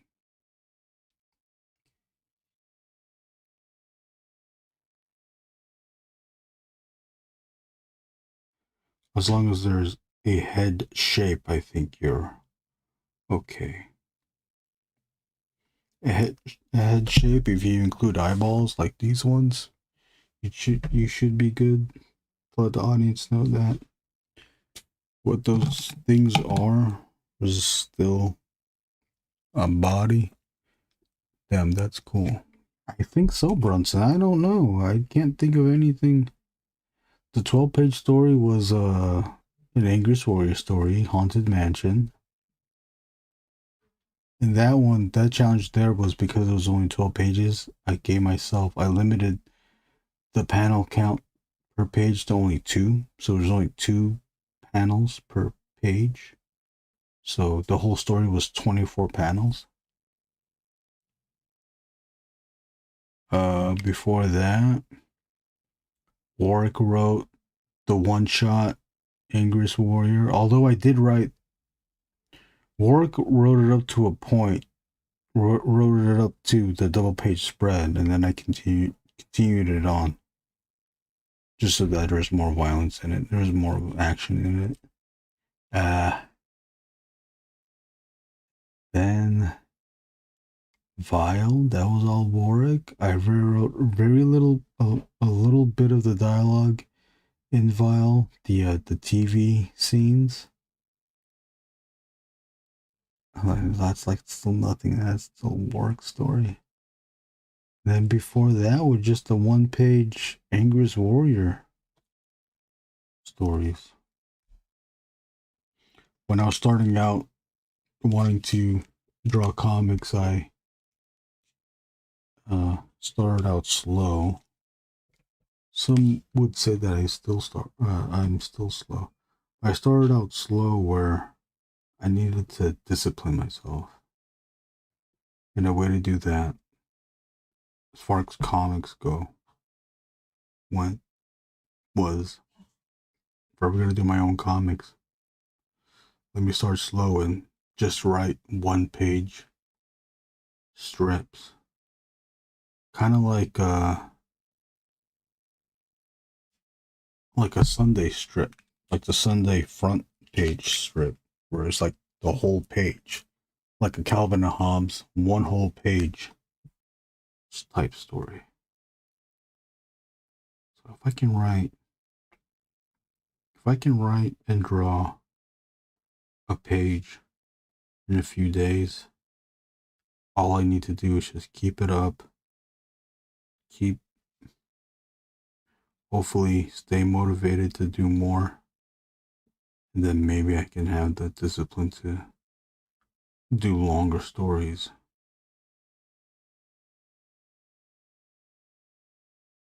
But I was lazy enough. Warrick can want to write stuff. Okay, Warrick can write stuff. Let me just draw it. That's my character. Angriest Warrior is. As long as I draw it, then we should be good. But Warrick and I were like still learning how to do this, learning how to work with each other. So there's like some points where I would elongate Warrick's stuff. There's a crazy thing. I don't even know why I even did it. I was just so hung up with silent stories. Warrick for the one shot. The story had dialogue throughout the pages. For whatever reason, I made it into a silent story. But what I did do though is because Warrick's ended it at a cliffhanger of sorts, I chose to extend it with the battle scene, with the action scene, where Angriest Warrior is fighting all these a gang of people who want to kill him.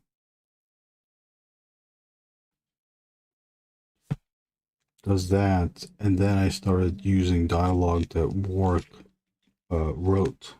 So I was able to appropriate his dialogue. And it also includes some of my dialogue as well. Okay, let's get into the comments because I know I had some comments that I didn't get to fucking read. Sketchfab is goated to save my ass when drawing mechs. Oh, my bad. Also, did you see what I said about the nibs? No, I don't think I love nibs. I was using the wrong kind of paper when I first tried. I think we all did that too. Yeah, you know what? I did that too. I remember, you just reminded me as a kid, I had a nib and at one point I was using it upside down because I really didn't know how to use it. I was trying to figure out like, what's like the proper way of using it. I eventually saw the way it's supposed to be used, but even still, like I was having problems of getting that ink out. Once I got the right paper, it was smooth as butter. Couldn't get it to dig in if I wanted. Oh, nice. You don't suffer the thing where the paper gets too wet and then you start the nib starts collecting paper fiber. You have to wipe out the fiber. I love the way you drew the okay, my bad. I be careful about tracing. A big mangaka that's been around for decades got caught just straight up tracing without changing them. Oh, I did see that. Ripped from magazines, it was finally caught. Hisashi Iguchi. Yeah, I did find out. I did hear about that. Yeah, I just stick to Sketchfab. Sketchfab is just for objects. Faces, no, I'm not. Faces, I figure out all that stuff. I still use reference, but I'm not chasing the faces though. I'm just using the expressions and proportions of the faces. Ghost man, what's up, Aztec? Yeah, and manga artists use a lot of assets on different programs to speed up drawings. Oh yeah, Clip Studio has that mannequin that you can pose up to anything. But although that mannequin, there's different mannequins as well. The proportions are only up to a certain point. You can get buff guys and buff people, but even still, like, you can't. You have to use the pose as the pose. You got to put on your own musculature on top. Even if it's like a buff guy or skinny person, it shows you, it gives you enough, but you got to finish it still. Clip Studio has a bunch of background stuff people can download for free to trace over. Yeah, so you still have to do the trace over. Unless, could you, with the background models, with the background stuff, could you raise the contrast and just use that?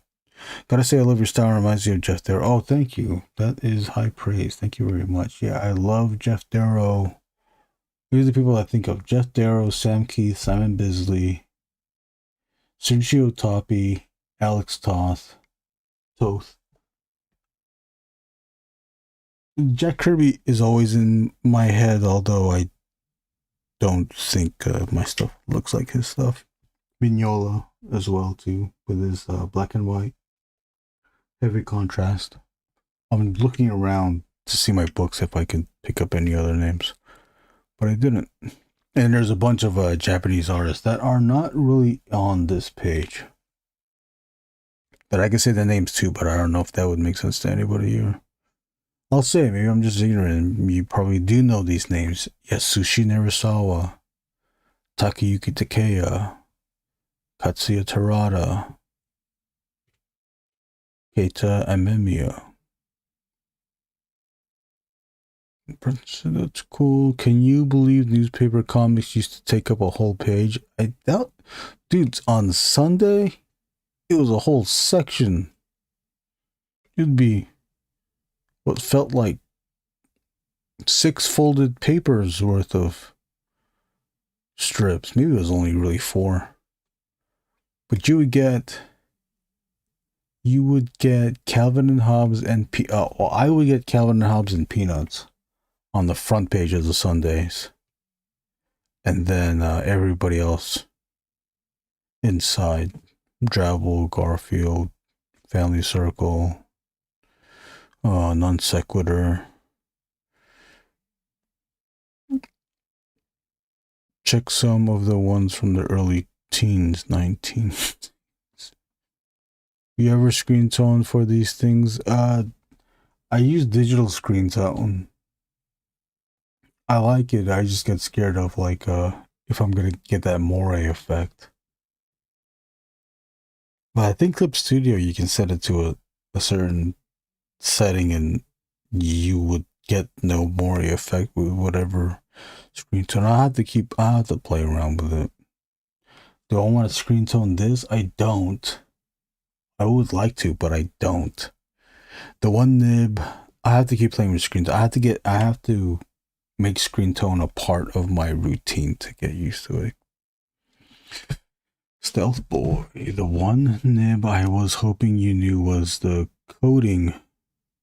Oh, the one nib thing. It might be why ink isn't sticking for too long. Do you wipe the nibs with hot water, isopropyl? No, I don't. I just wipe it with is this alcohol? I use my tongue. No, I don't. I'm just kidding. I don't use the alcohol, but I think I should. You can't tell. Oh wait, did I clean this though? Be so embarrassed if this isn't cleaned. I did clean this, didn't I? Yeah, see, this is pretty clean. Well, let me turn this on. Put a light on. Well, I used a torch or a lighter. So the dark stuff, that's not ink. That's just me being overzealous with the lighter.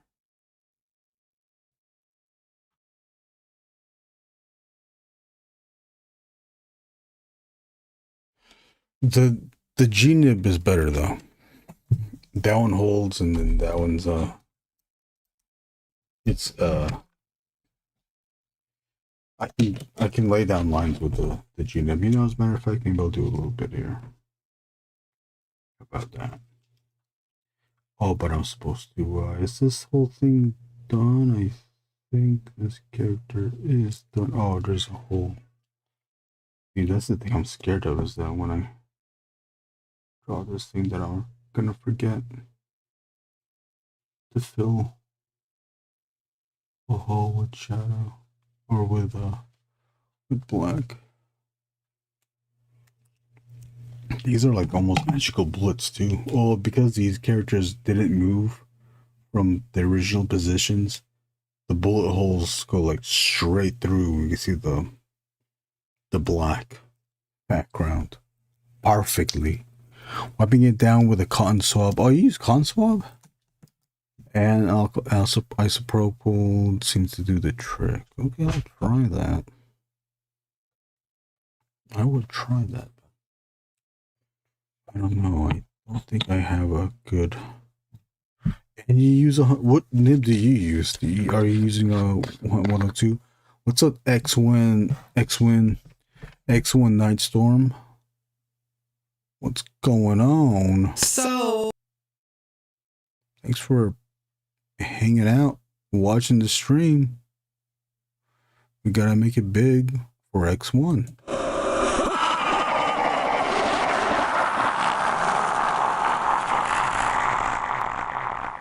Okay, so I dip some ink. I gotta get again. Of course, and behind the desk. So I'll have to use this.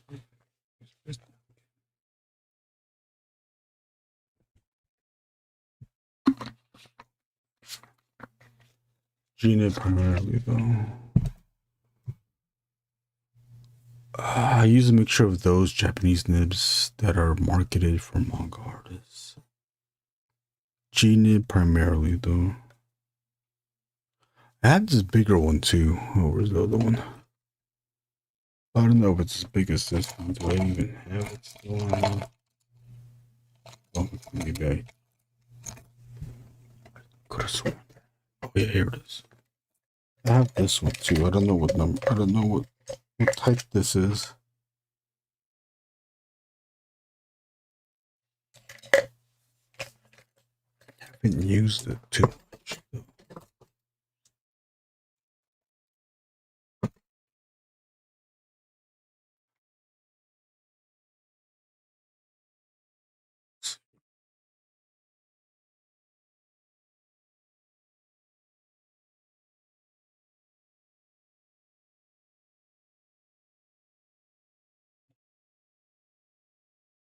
Just does it already. When I was using the football too, it wasn't doing it for me.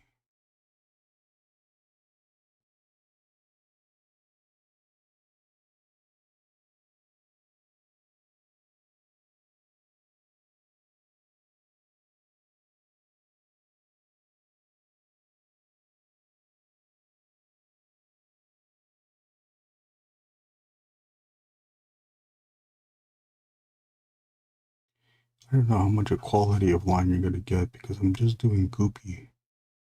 I'm just doing goopy parts. Okay, here's some thick. We know what we can do the contours thick, right? So, oh, we need to thicken the inside.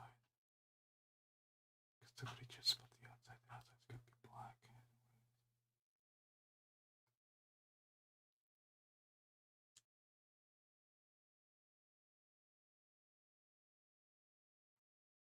Oh, look at that! I'm drawing the same section that I did in the from the previous battle. Huh. Is that serendipity? I don't know. I think that's just coincidence. So is the paper you're inking on really transparent or is the penciling really faint? The penciling is really faint. I printed... Oh, I missed some other comments. I really enjoy using the Pilot fountain pen for ink sketches, but not really confident in something supposed to look clean. Yeah, I get that. Fountain pens can get really pricey, but the flexible nibs are awesome. Yes, they are.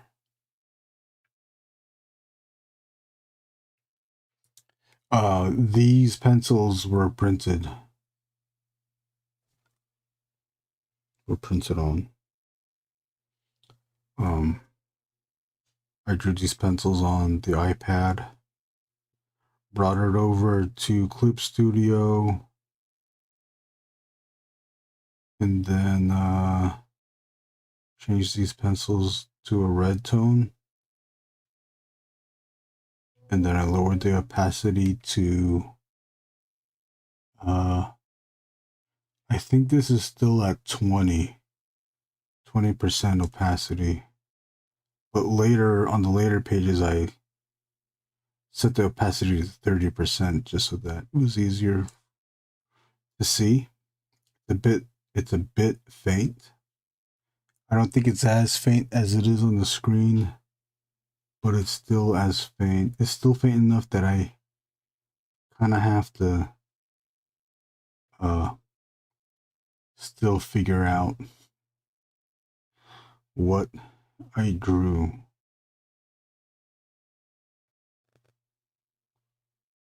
As dumb as that sounds, like I drew this thing and I still don't know what I drew. At least this one, I can look up and see the reference. Or see the previous panel, so I can just use that as reference.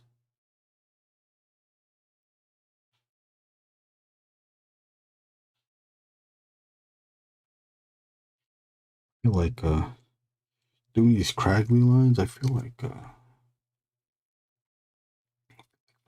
these craggly lines. Although I don't know what Frank Miller used. Do you know, Brunson? What does he draw with? I'll see, I'm finding things that.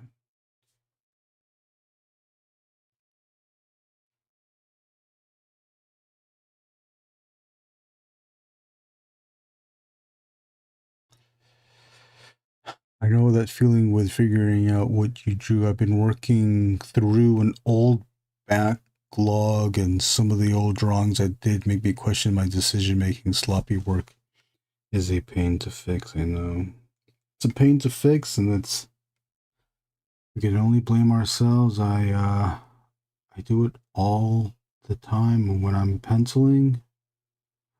When I'm penciling, I always think I can fix this in the inks because it's my own drawing. I should know what my drawing is.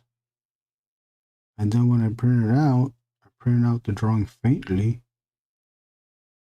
and I forget what the intention was for those lines. So I try to keep the lines as specific as they need to be. Some areas I still will be loose because I don't.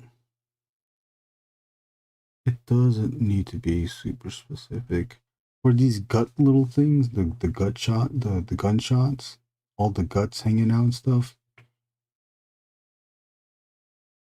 I didn't need to be specific. I put it there, like I put this line like this, the line like this, and I put this line like this, but I don't have to totally adhere to it. Here's me making it up right now.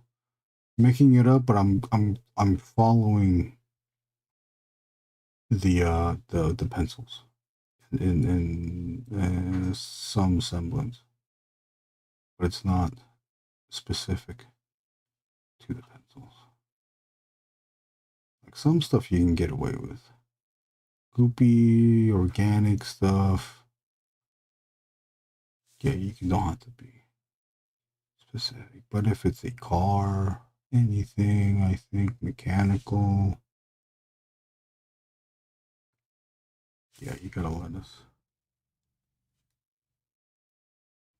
You gotta let us know. See what happened there? Or did you see that? Oh, you didn't? Okay, it wasn't drawing, but then I drew on the other side to kind of let it out, and it worked.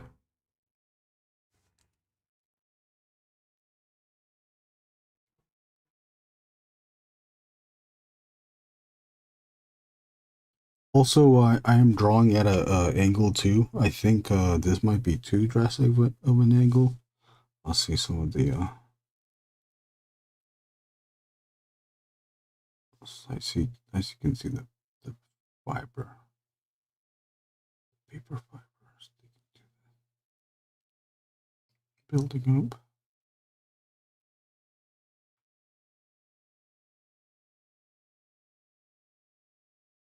But this is at an incline.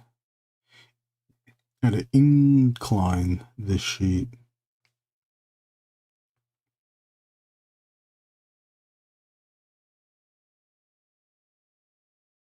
So I don't know if I don't know how much gravity I'm fighting, if I'm fighting at all with gravity.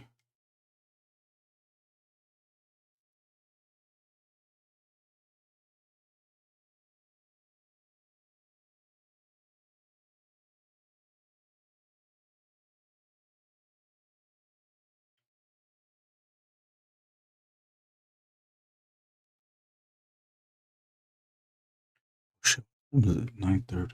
What time is it? 2 hours. Okay. I didn't realize I've been on that long.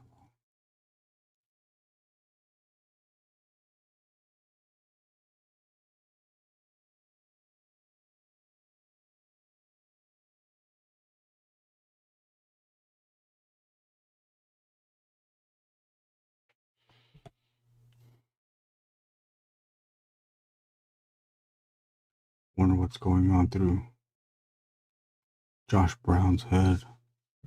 Josh Brown was watching earlier. He's currently in New Jersey for a action figure convention. He's one of the vendors.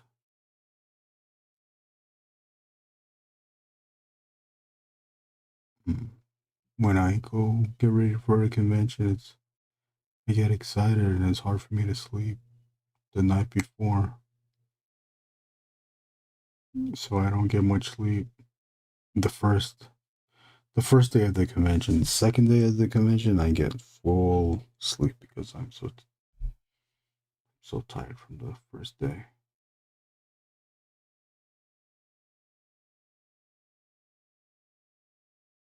It happens all the time too. WonderCon, first day of WonderCon, I couldn't sleep because I was too excited. Second day, dead tired. Spent a full day interacting with people. I think that would happen to me forgetting the intention. I think he uses brushes. Oh, he does. Damn.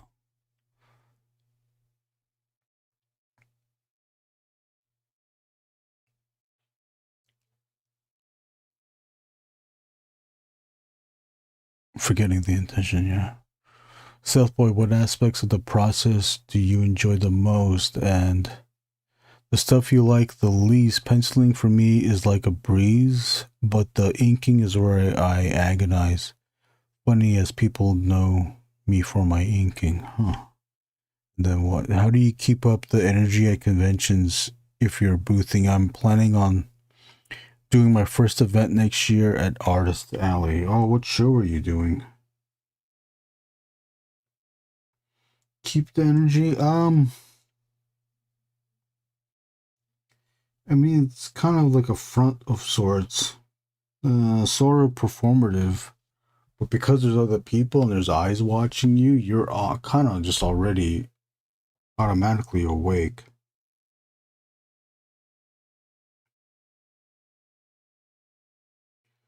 As far as the process goes, it's just not.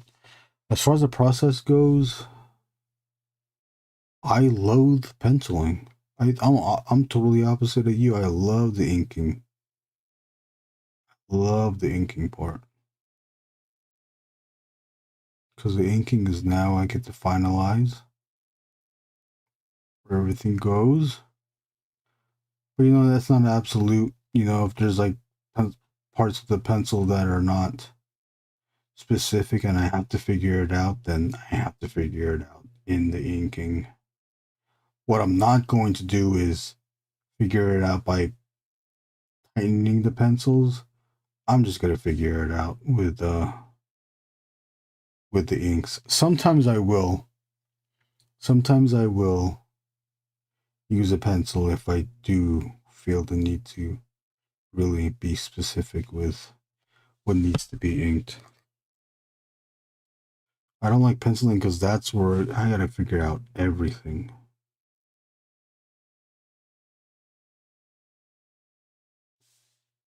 After figuring out the layout is kind of okay. Sometimes it's rough when the idea doesn't totally pop in.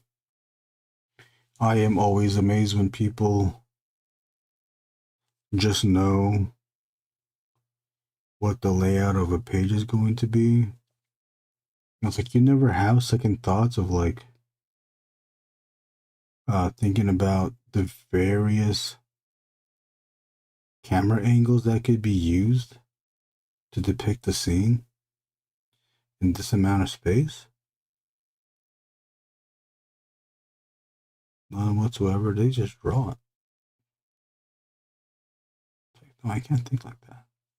sometimes camera angles pop into my head. It's like, okay, I should draw it like this. There's other scenes, even in my own writing. Like for this one, there's some pages where I was drawing just the blandest layout. And I was like, okay, not like this. I can't do it like this.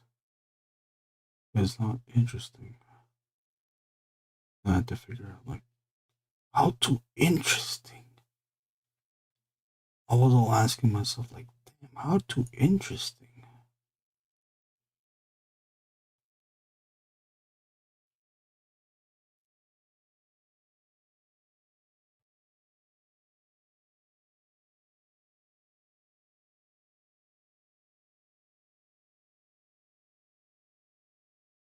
Some stuff with the inking too, it's like I almost kind of care. These thumbs are pretty stubby. I'm not gonna fix it. If you look at a lot of people, like especially Frank Miller, sometimes his anatomy is just off. And because he doesn't fix it and he's fine with it, it makes me think that I can be okay with the imperfections on here too. And then kind of, maybe it's just an excuse, but then I kind of leave it to where the things that are being drawn also act as a symbol of what they are. Like a hyper stylized face, a Bruce Timm face. It's a face because it has eyes and a nose and a mouth. It's not realistic proportions. Bruce Timm style with the curved, with the arm is like one side of the arm is straight and the other side of the arm is curved. Our arms don't do that. But his style exaggerates the human body in proportions where it makes sense where one side is straight and one side is curved. Because that's balance. I can draw the stubby thumb. People can call out the stubby thumb. But the thumb is where it needs to be.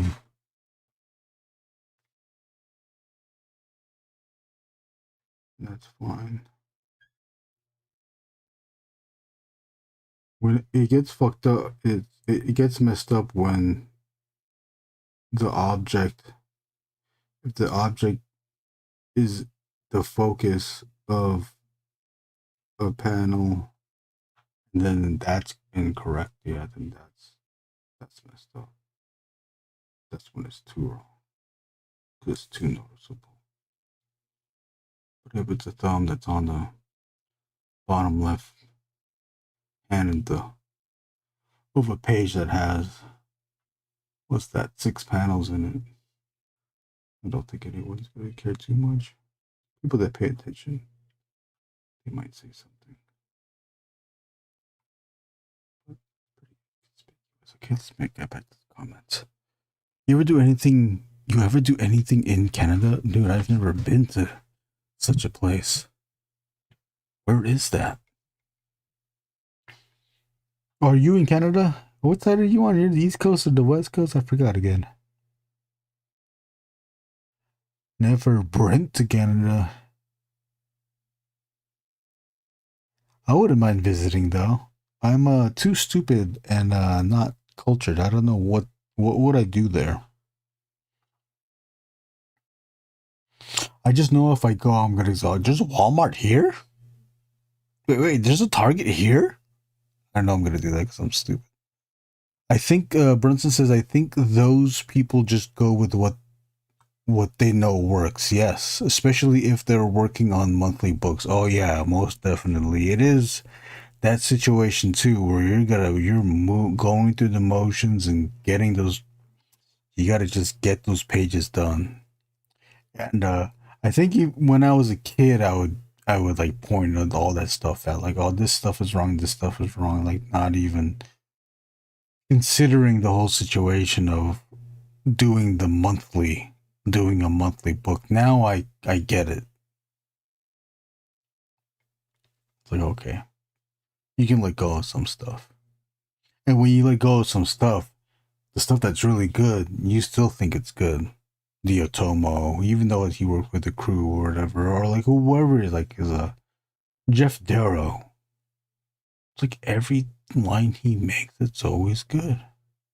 But he works at his own pace though. Who's a monthly person that's always on point?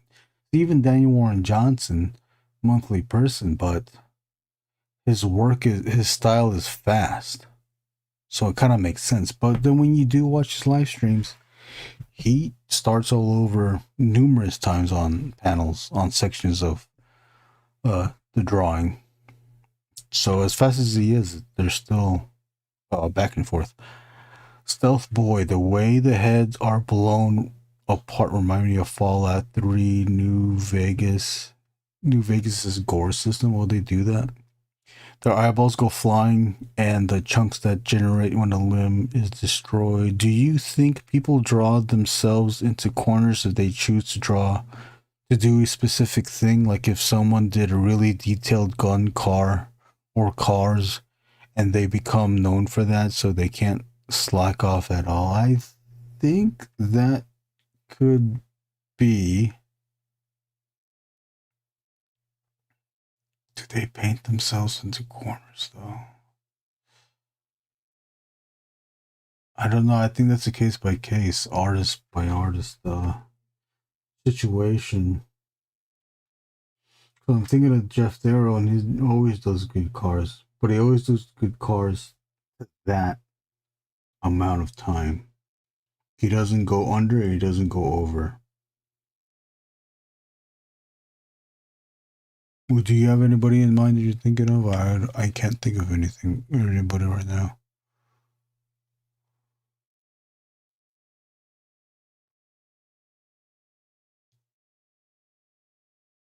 The eyeball thing I got from Simon Bisley.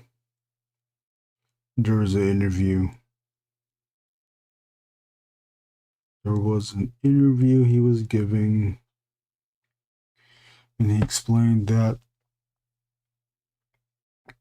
he made sure to always draw eyeballs flying out. I thought that was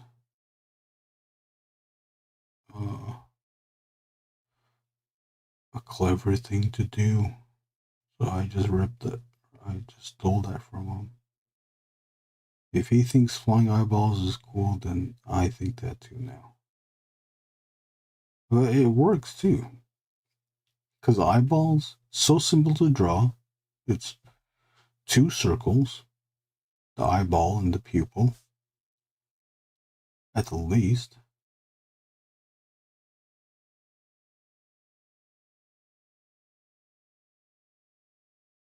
It's organic, so you don't have to draw perfect circles either.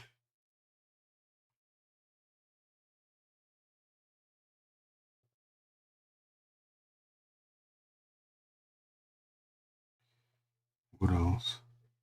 And if you put the eyeballs flying off near a face, then you know it's supposed to be that person's eyeballs that flew out of that head.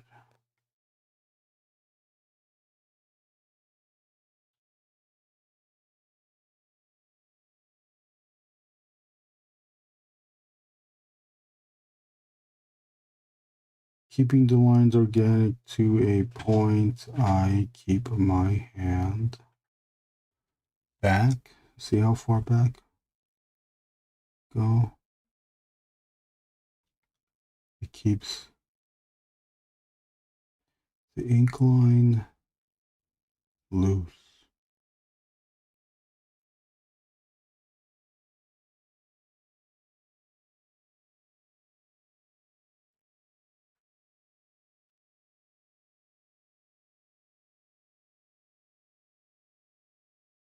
Keeps the ink line loose, the style is loose.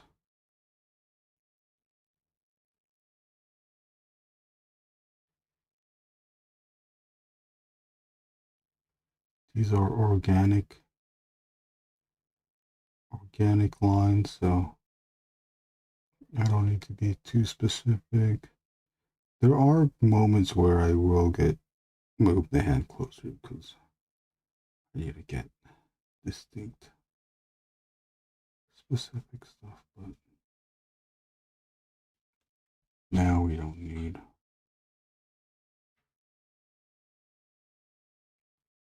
We don't need to get super specific.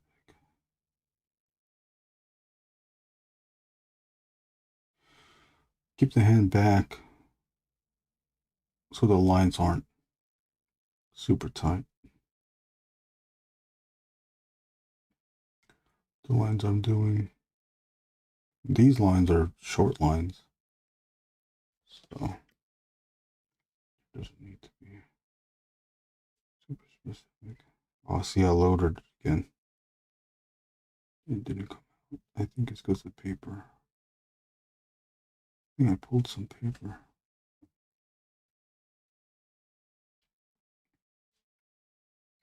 Also pulled the hand back so we can get thin lines.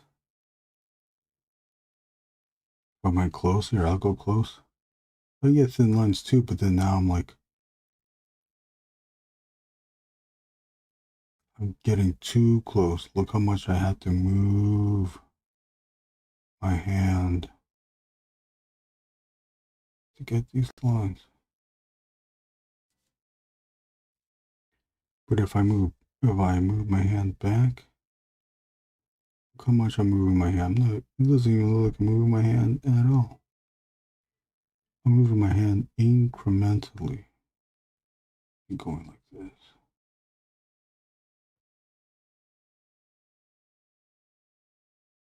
I'm moving more. This one I only have to do it this much, but I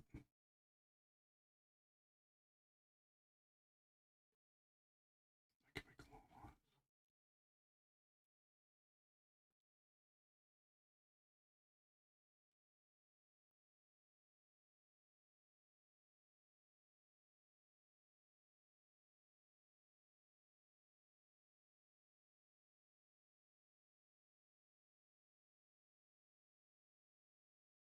This also helps with, I went a little bit closer.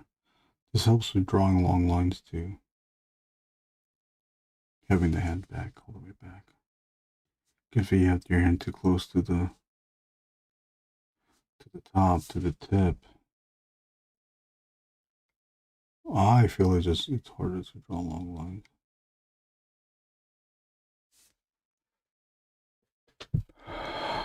Okay, he's known for that specifically. The artist gonna. Do you think people draw themselves? Okay.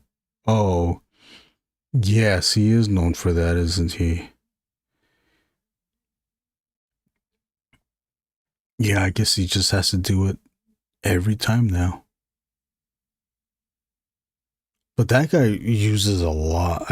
Those cards are too perfect. Those have to be referenced. So he has that. But I guess he has a steady enough hand that he can do it. And it's part of his routine, so he can. I don't think he's bogged down by it. Doombot, the Mezco Hulk promo pics, I did indeed, Brunson, and I did indeed. He has airsoft guns, and I think he uses car models too. Oh yeah, see, so I think there's a little bit of tracing in that. The guns are too perfect. The guns and the cars are too perfect. There's gotta be some tracing, but the way he traces with such a precise line that is still I am still okay with that. Some people tracing, they don't do a good job of tracing. You can tell too. I think people can tell. good tracing versus bad tracing. But even still, he does that, and then he'll put the screen tone on top. He knows how to render shadows and light. You can't trace shadows and light. You can trace the shape of shadow and light, but you can't. It's hard to. You are not feathering. You're not tracing hatch lines, or however he's doing it. I forgot what his style is really like. What do y'all think? Pre-ordered it. I pre-ordered it almost instantly. I think it looks great. Nice comic style. Fuck, bro. Doombot, buy me one. Shit. Hold on. It's not an Erwin Papa streamer for not deviating. I'll do it on my phone or I'll do it online. What are we gonna do? No. I think he just references them from life. They're perfect at matching the perspective of the characters. I think tracing actually makes it more difficult to see. But if he's using models and cars, oh, I see what you're saying. But he's still, I guess, it's too fucking perfect though. You know, but I wouldn't know. I would have to watch him do it. It does look good. I thought that thing was going to be 175 too, but it's only 150. That Hulk. Where do we go? Where do we go?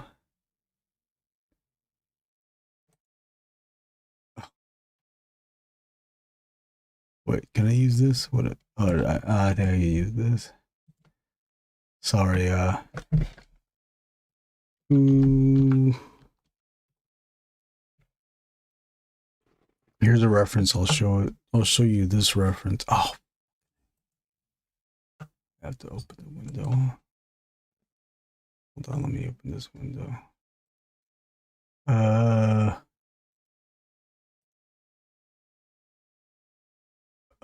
Browser too.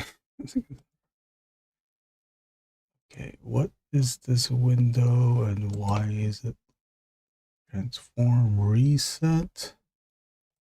Let me reset this. Oh, that's why, because I didn't want to show the dirty tabs. And then we'll fit the screen. One of the characters, he's there's a gun pointing to this person's head, and I wanted to make them cry. That's a reference I'm using.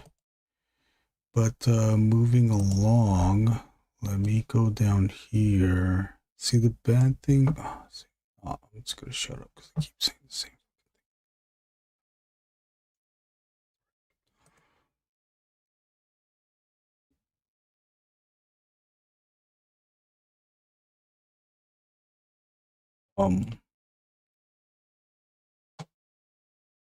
I just want to make sure you can see that. Oh, it's 140. I thought it was 150. What was the down? Oh, shit. 35. I read up on it. He would use magazines and use his own replicas. He's just known for his mech drawings too, so I think he's just a draftsman or a good technical artist. God damn, I'm so jealous of people that can do such a thing.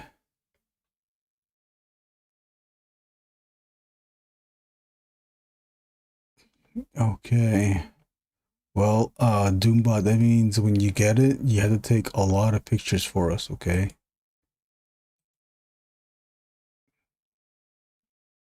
It does look good though. 100. Okay, well check this out. 140, that Apocalypse 12-inch was 120. The Apocalypse does not have soft goods. It is big though. And I think that's it. It has some accessories as well. This Hulk is, what size is this Hulk though? It's 112, yes, we know, but what, approximately 19 centimeters tall. I don't know what that is. And Who uses the metric system here? Can you tell us? Oh, I'm gonna look it up. Centimeters. What did it say? 19. 7.48 inches. So it's 7.5 inches tall, which is a good size for Hulk, especially a Hulk that looks like this. It's more of a very classic looking Hulk, and we'll see all the art. Couldn't help myself. Stealth Boy is jealous too. It's something I'd like to learn, but probably be agony. I know I know I don't have the patience for it. I would try, and then I would just get exhausted. Doombot, do you have any other Mescos? Fantastic Four, Turtles. Do I have? Oh, I only have the Conan Mesco, the first one too. So I only has the single elbows. There's a Hulk giving applause to Thor's legs. He saw Thor's legs and he started to clap to applause and to give some applause. I am curious to see the shoulder thing. It looks like a ball with a ring.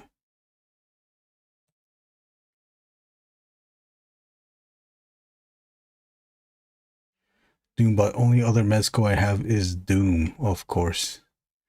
Of course. That was a pretty good one too, wasn't it, Doom? Doombot. The reason I was mentioning artists drawing themselves into a corner is because I'm the one drawing realistic guns for clients, and it makes me wish I wasn't too OCD about accuracy. Oh, I see. You know, I don't know what to say to that.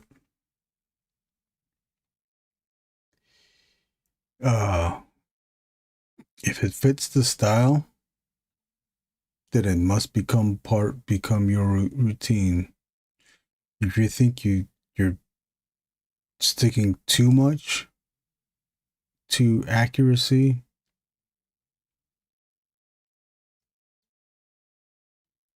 I don't know if that's OCD. Then I guess you just can't help it. But hey, if your guns look real, then your guns look real.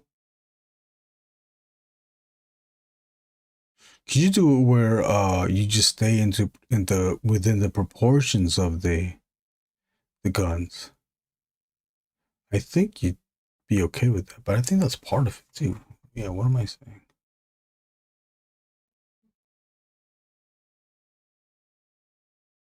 What is the ab thing though? Like, what is it? Oh, is it 2 ball joints in the abs too, or what?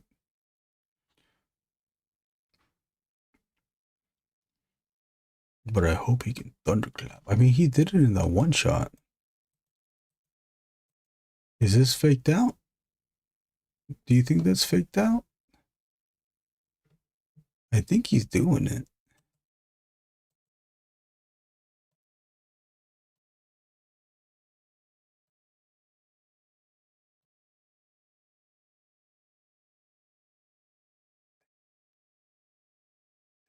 Those heads. Oh, there's even a more classicer head.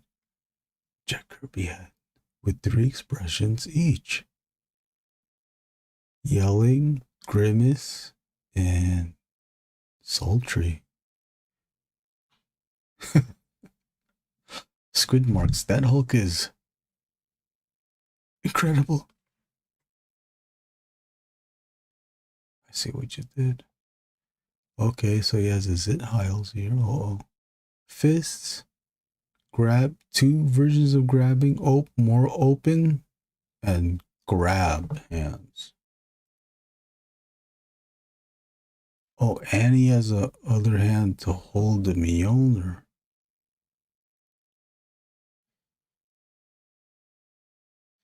And a 60s light and a bar. And broken street. 6 pieces of concrete slide in and out. Oh, wow. Yeah, a bunch of stuff. It seems like it's a good purchase, Doombot. I don't know if I can do this. It looks segmented. Yeah, figures do that because they need articulation.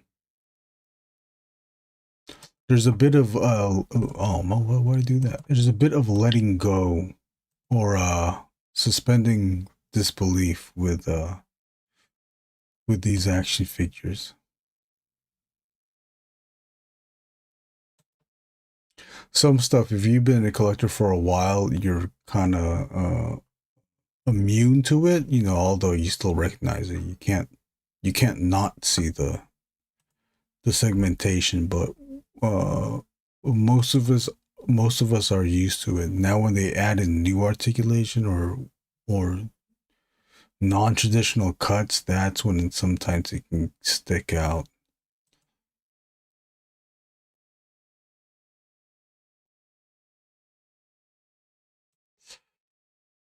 Oh, it has ball joint like that. Let me see the wrist again. Oh, it's doing that thing. Yeah. The wrist is like a universal thing.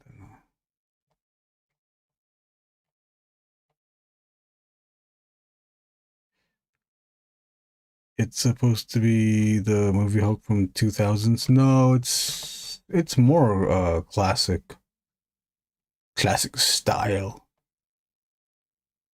60s, 70s Hulk.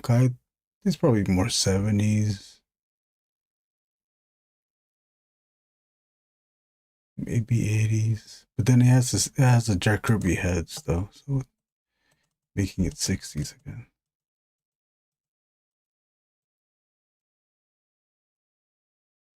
But yeah, I could see it's more ripped than thick-skinned, like the old 60s Hulk. But he has the Jack Kirby-ish heads. And this is the more. Who is this? Buscema-ish heads. It's definitely gotten better unless you're Todd. He makes them janky cuts. The Todd has janky cuts and small head, long body. I keep going back and forth with the small head, long body because anime also does that too, where it's small head, long body. But because of the style that McFarlane is in, it doesn't feel like it fits. But then the new McFarlane stuff looks better. There's that one Wonder Woman, and I thought it looked pretty good. Not gonna buy it though. Oh, it's chill. The Leica figures from Coraline have seam lines going through the eyes to allow the characters to express more openly with their eyebrows and mouths at the same time. Oh yeah, I've seen that. But didn't they erase that in the movie though? I thought they erased those lines. Okay, now that we're here, let's just check these sites real quick. All right. Let's just check these out real quick. Anybody getting the Scrag 3-pack? I'm not. Oh, what the hell? Super 7 Godzilla Day 2025, Shin Godzilla, Mecha Godzilla. Oh, they're doing the Shin Godzilla Super 7. Yeah, I don't need that.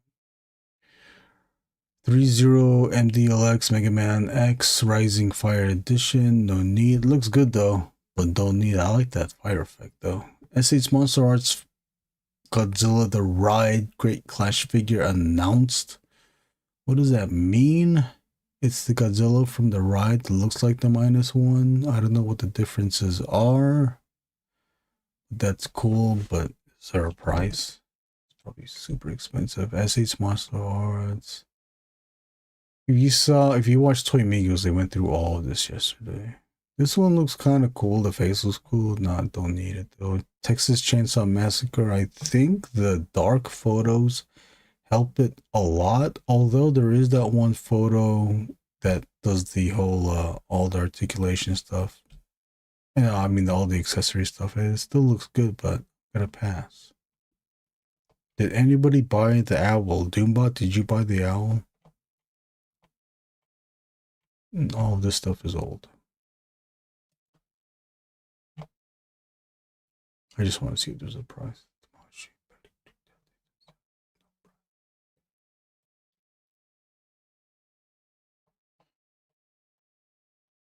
Transformers, what have we got? Transformers Ages of Prime's Quick Strike in the hand. Oh, Quick Strike. Okay. Transformers Collaborative. Stranger Things Frequency. Intrax. Look, what the heck? What vehicle is this? The dorsal plates are different from -1. Yeah, I noticed that too. They're bigger, right? Are they bigger? I'm not in the figure world, but the new Vegas Ranger has that same McFarlane look. Small head, long body, just looks awkward. Also, they based it off of spin-off 76, which looks too slender. I don't like the McFarlanes. The only McFarlane I have is Lobo because it came with the bike and it was I think it was a good price. I forgot how much I paid for it. $50 maybe? 40? I don't know, I forgot. Skipping all of these. You see that lag? Okay, that's it. I think everything else is old. I want to see the strangest things, even though I'm not gonna buy it. Okay. Wait, is my thing big or small? So I'm showing I'm reviewing this from my smaller screen. Okay, this is from some movie or the video, some vehicle from the show, but I don't know what the vehicle is. And it has nothing new. All it has is just the title for the new movie. Nothing's happening. I kind of want the female soldier, but I'm not gonna get it.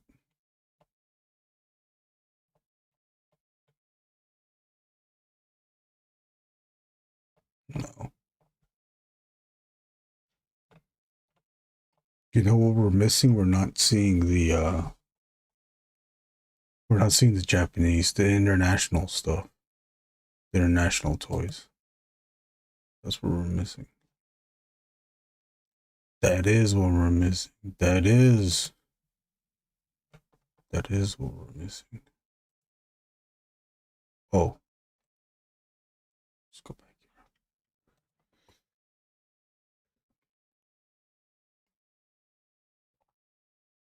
Also, did you back Wade's Kickstarter Cowboy and Army Artist? I don't know, I can't. I don't have money.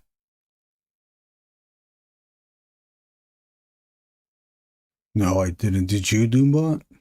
I want to, though.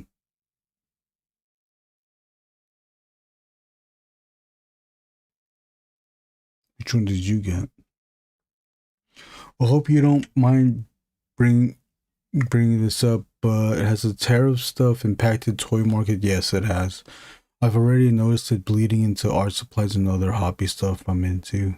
Yeah, it has. I haven't suffered from it yet. They've some of the companies have done this thing where they just ship it to their warehouse here and then they cover it. They cover the shipping. So now I just pay for regular US shipping.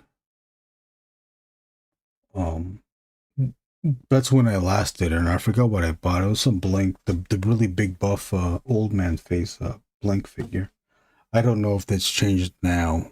So, and I did pre-order some stuff, more blank figure things. So I don't know how much difference there's going to be, but I did hear stories, Doombot and I, yeah, probably Brunson too. I've heard stories where, oh, it's Wade talked about it. It happened to Wade, the guy that Doombot just brought up. But he ordered a figure, and it's at their, it's at a facility, but they won't ship it unless he pays the tariff fee. And the thing that sucks is that some of these people that have done that, they can't return it. See, I dipped it. They can't return because it's past the point of return, so it's in there. That storage thing forever.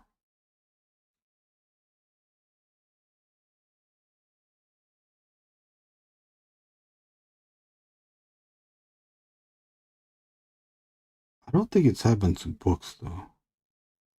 Damn, it's happened to art supplies. I haven't gotten the. I have not ordered any outside international art supplies though. That sucks. What did you get? What did you order? What is this? What the hell?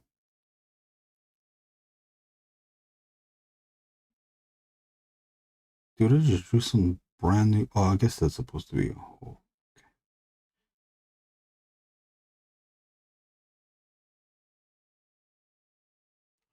Okay. How long we've been on? It's 3 hours. It's 2 hours and 51 minutes. I think I'll just move. I'll just finish this character off. Basic the pencils. No, not too much rendering. Okay, we'll add. Here's rendering. Okay. Maybe I'll fill these in. Okay. Black, and then we'll fill the surrounding areas black as well.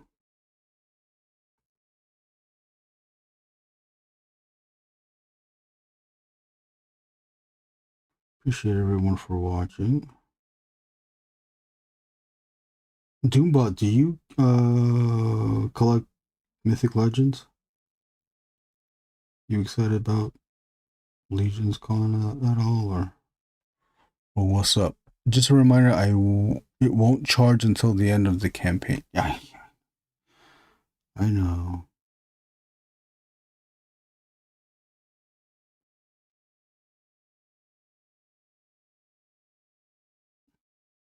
I just don't want to do it where I back it, he gets the funds, and then I won't be able to afford it, so I have to back out.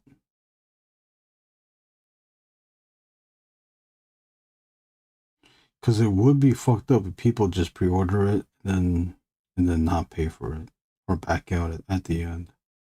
So now he's stuck with.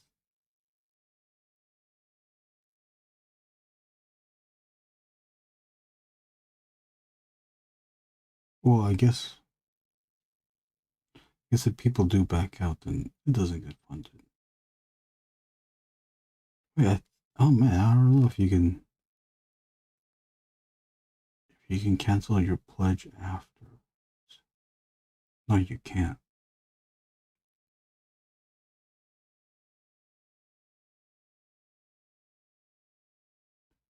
Oh, you know what? That also probably means that he's not doing late pledges.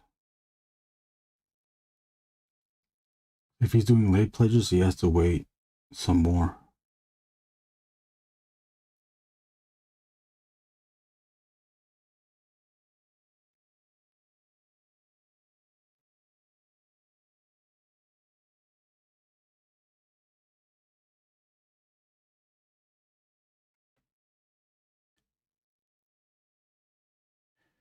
I was at my local stationery store and they mentioned the Japanese fountain pen inks.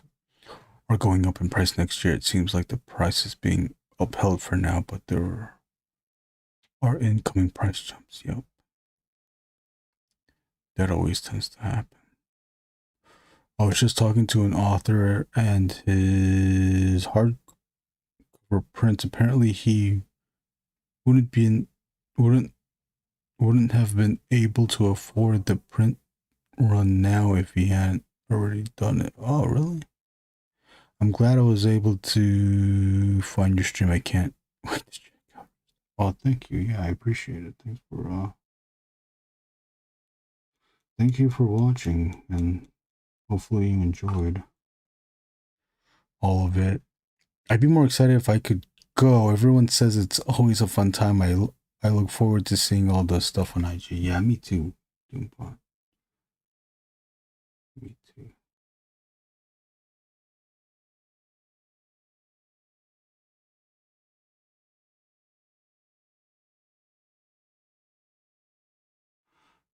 Me too. Oh, come on. Oh, come on.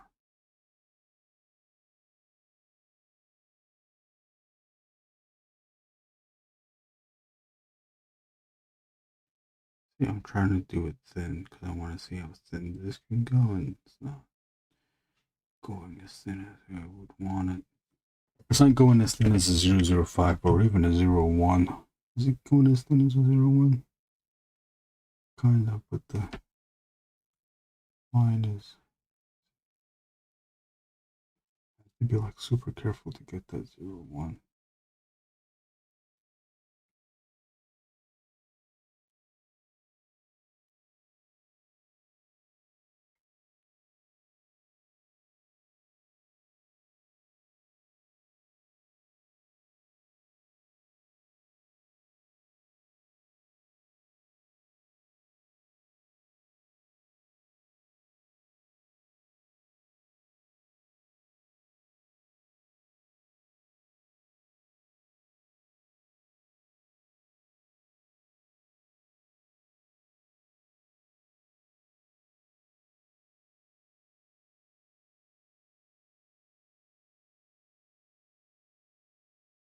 Sorry, I'm concentrating on this.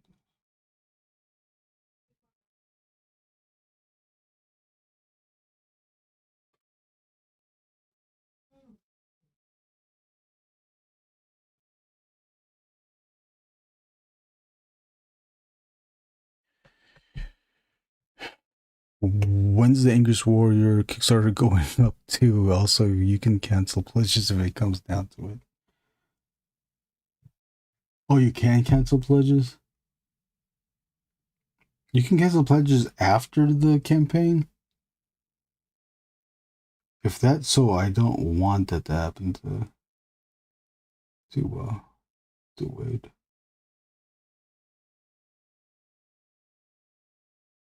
Does he go? I don't remember what he did last year, 2 years ago for his first campaign. Did he go to other people's streams to promote? I think everybody knows though. The toy community on YouTube at least is big but small enough that everyone kind of knows what everyone is doing. Like if a YouTuber such as Wade is doing a Kickstarter, yeah, everybody knows he's doing a Kickstarter. Everybody in the toy community knows that he's doing a Kickstarter.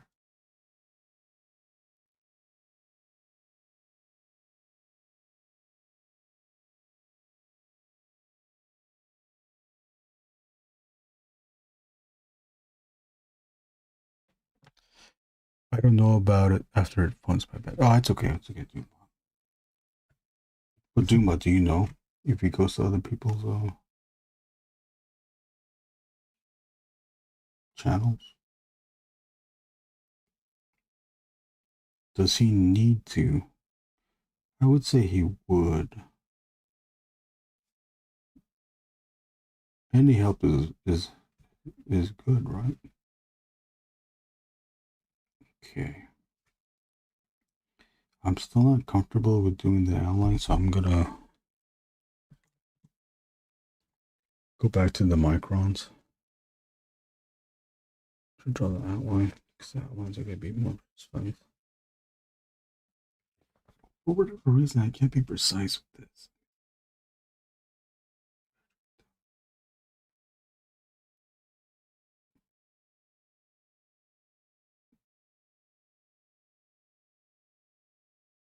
Let's see.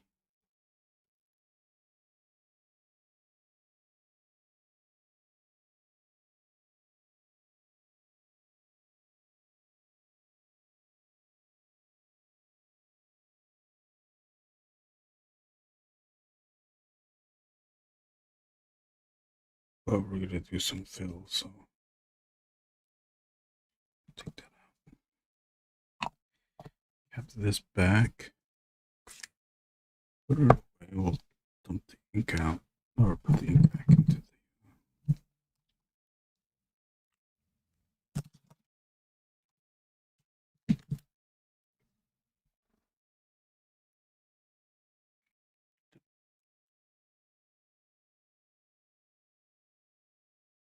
He's supposed to be doing the gauntlet after Legion's Con. Not sure who's first though. Oh, okay.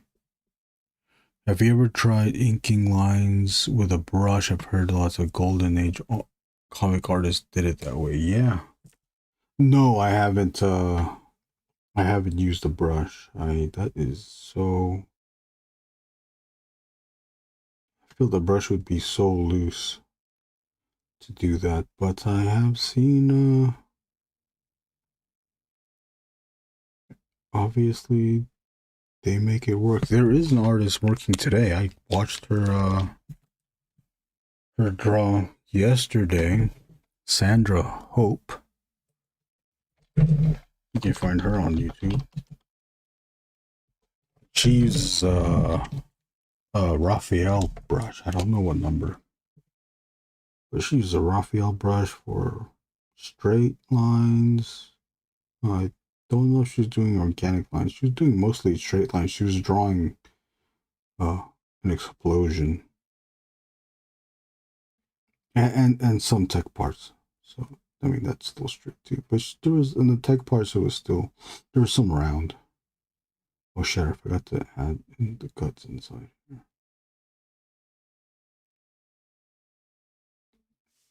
I don't know who else is using a brush today. If you want more nib work, you can look at Dennis Rodier, Rodier. He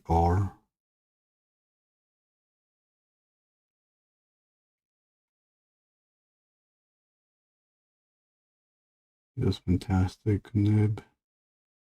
Man, I forgot the other guy's name.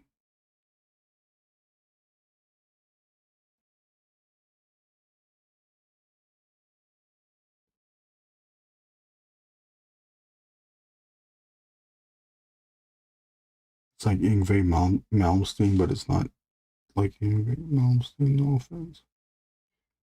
Or, sorry if I was ignorant.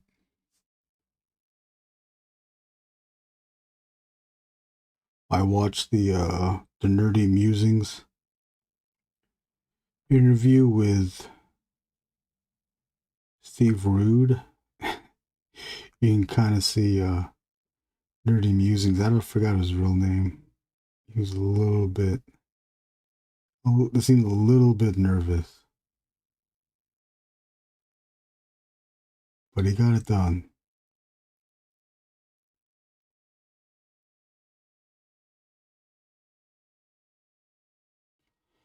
Apparently Steve Rude is looking for a colorist.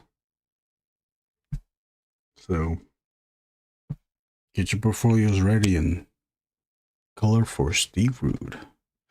Is that marker as dark as the pen you were using? The pen I was using? Which pen? Oh, the dip pen?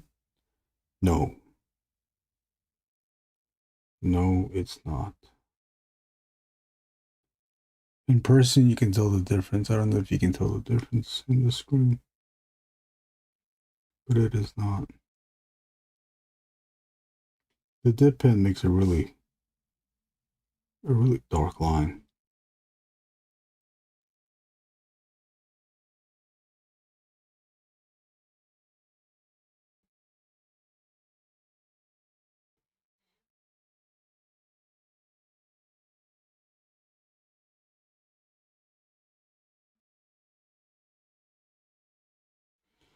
Doombot, I did back high school creations.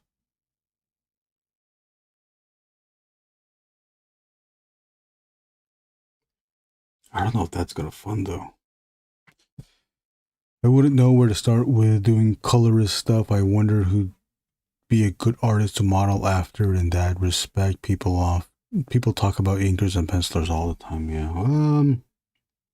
Who are the big colorists of today? Modern colorists: Dave Stewart, Mike Spicer. Who colors good? Brunson. Brunson would know.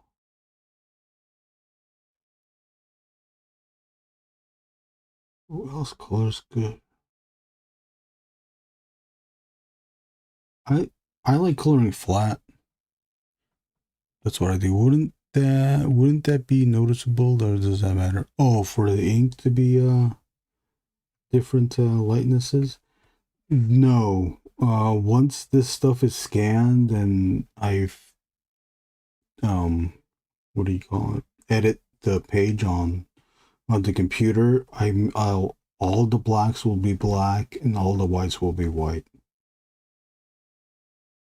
In person, it would make a difference. It would be noticeable, but that's just part of the inks that are being used. Doombot, there's these books called artist editions. I don't know if you're familiar with artist editions. They're huge books. This page that I'm drawing on is 11 by 17. It gets shrunk down to the standard comic size. You know, when it's shrunk down, it looks more detailed because it's smaller. But these 11 by 17 artist editions, they're printed at 11 by 17. I just said 11 by 17, but they're printed 1-to-1. And they scan the pages in its rawest form. So the light of this felt pen that I'm using still shows up light on those pages, and those books are printed in such a way for the purpose of seeing the art 1-to-1. Like it would be like almost having a book of the original art because they're printed 1-to-1. And you know, you're going to show the pencils, you're going to show the different darknesses of the ink, and that's just part of it, part of the process. It's almost like getting a print of a painting, but when you see the actual painting, you could see the texture of the paint and all of that. It's very different. The original is very different from the produced thing. Now there's people, collectors and artists themselves that have their own opinions. What do you call it? Not opinions, but tastes, where sometimes artists, they want it totally dark black, and they will make sure every part of the ink that's on the page is uniformly black. I don't care. I think if I was younger, I would care. But then now, knowing what these pens do and how they work, I don't care. It can be inconsistent. I just have to know that when I'm editing the pages on the computer, that I make all the the ink lines as dark as they can be for print.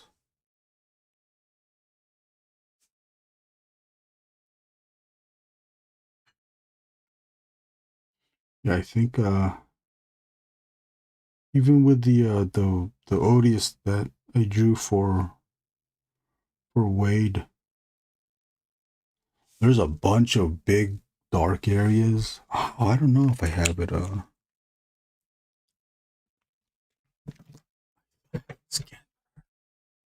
What's all?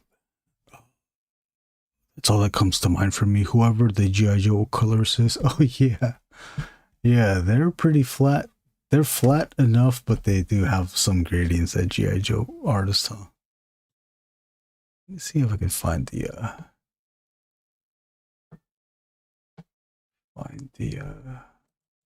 way the odious drawing the soldier.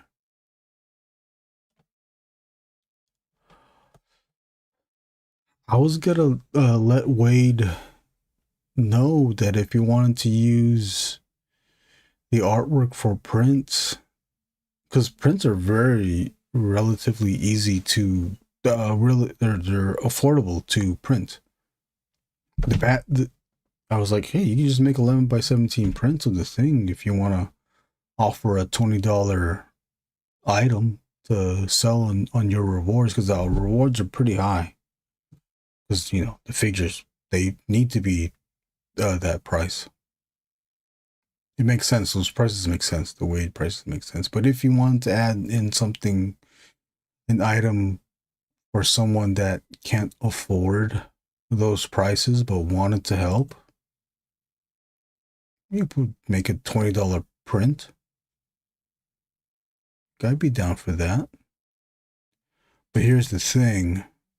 Shipping that print is a whole different thing, because now he has to figure out how to send it, how to send the print. He has to figure out what kind of envelope, besides the packaging, the shipping packaging that he has for the toys. So I was like, oh, okay.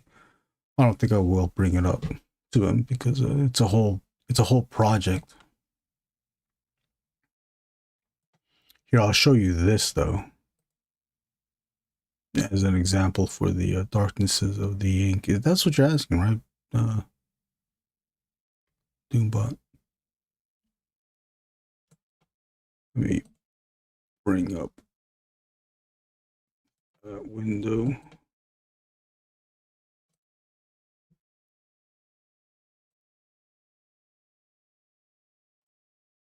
Wait. It's not bringing it up.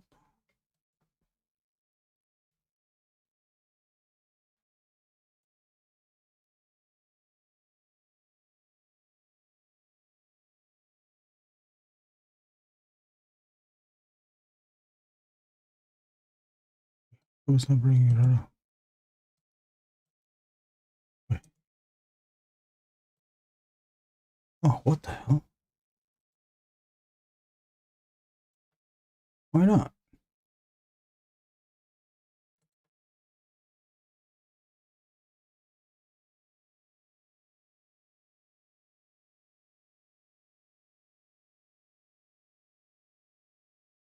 Why won't it show it? Okay, the only thing I can think of doing is if I just show the whole window.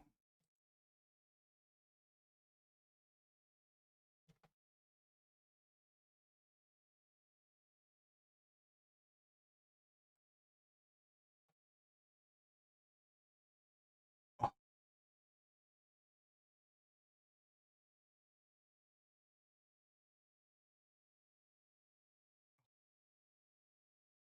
Wait, what the hell?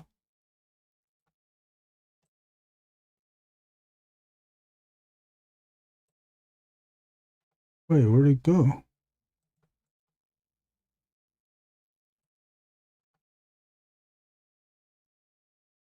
Oh.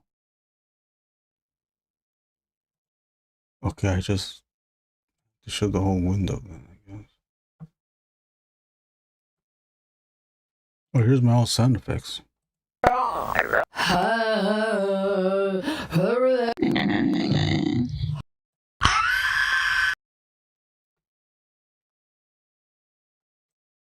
Look at that. Look how light that is.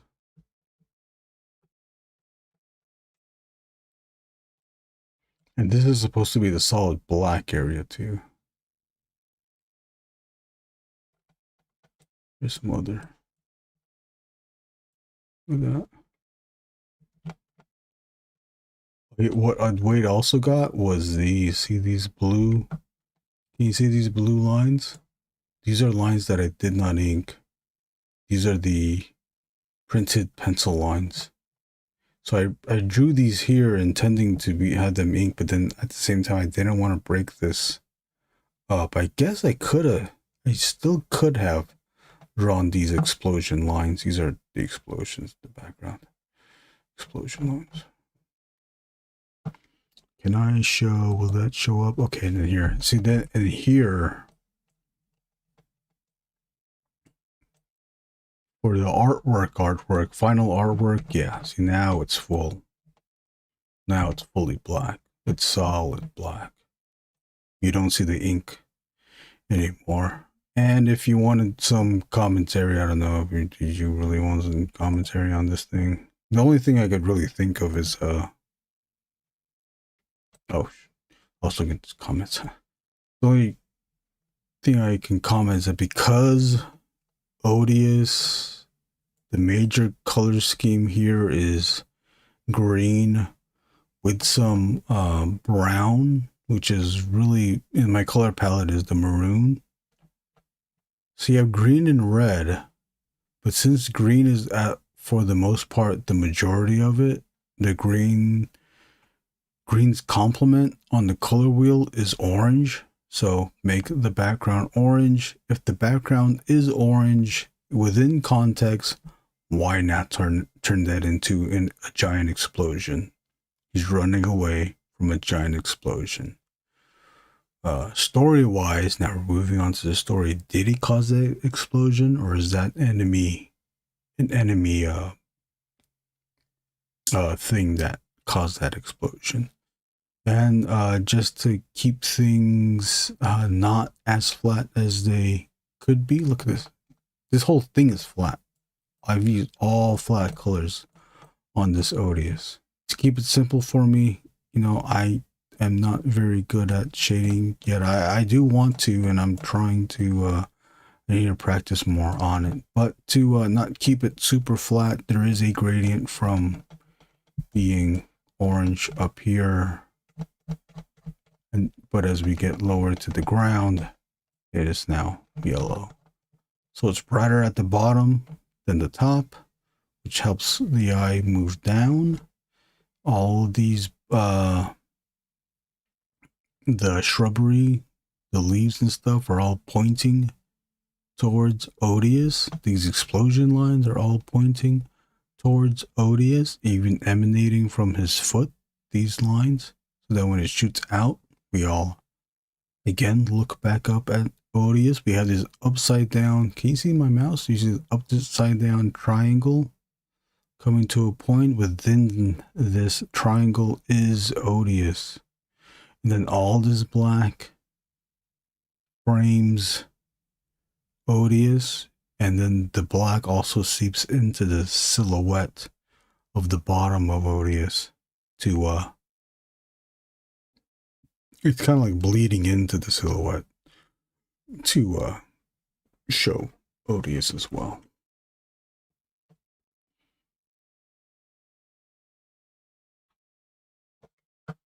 There's your commentary. I guess we could end it there, right?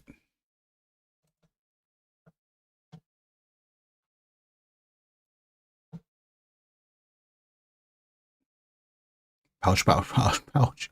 Pouch, pouch, pouch, pouch, pouch, pouch, pouch, pouch, pouch, pouch, pouch, pouch, pouch, pouch, pouch, pouch, pouch, pouch, pouch, pouch, buckle, buckle, buckle, buckle, buckle, buckle, buckle, buckle, buckle. Posted Daredevil, and you can check. Oh, okay, yeah, cool. I'll check it out. Do you want? Are we showing it here? Thanks for showing us. Yeah, no problem. Sometimes I want to die. Hey. Dude, you have to stop telling people you have a micro dick. So what if I did like this? Look at this. Look at this. Look at this. My gosh.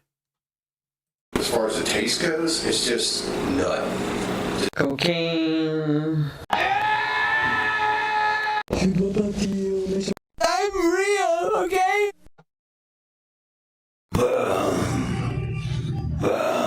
Hey, what's up, guys? Fucking thing sucks! I don't know what that means! Do it live! Alright, we'll do it live! Mwah. Ciao, baby. Let's show off the Daredevil. Doesn't matter. It don't matter. Amrio looks dope. Always dope to see your work. Thank you, dude, buddy. I appreciate it. I appreciate you, bro. You do, but I appreciate. Oh shit! I can't show you my secrets.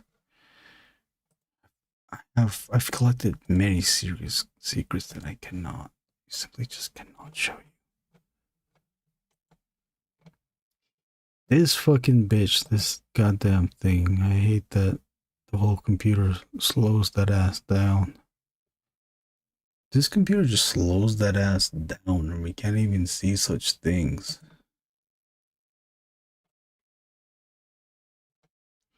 Well, we can check this out. We're gonna lead up to Brunson's.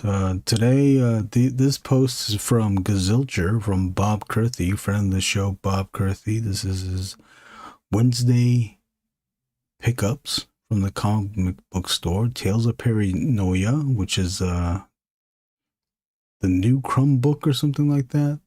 Cruel Universe, I don't know that one. And Planet Death from Bad Idea. Well, who's doing that book? I don't know. I can't tell.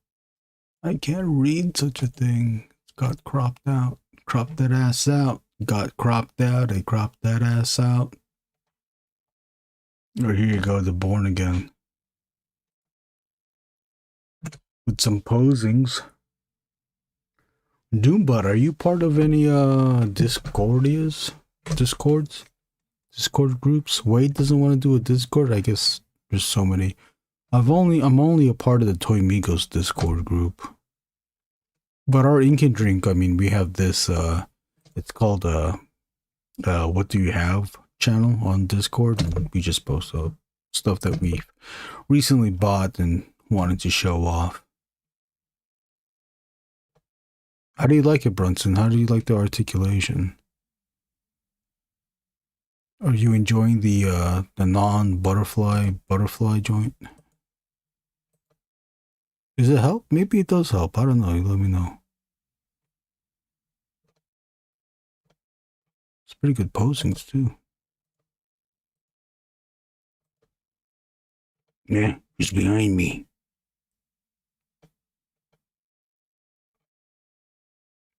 It is I, the man without fear. They're devils.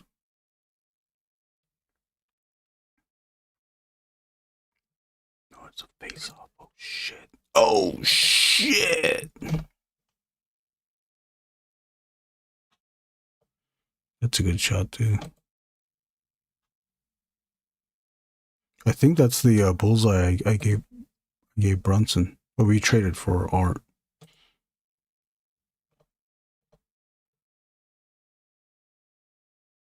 Oh, that's cool. How'd you get it to stick there?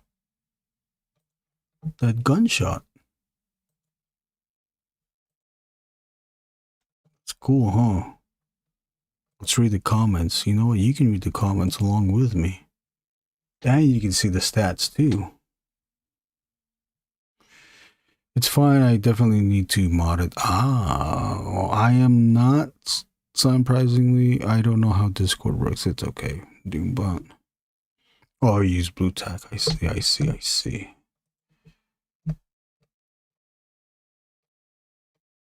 Here's all the other stuff that people have posted.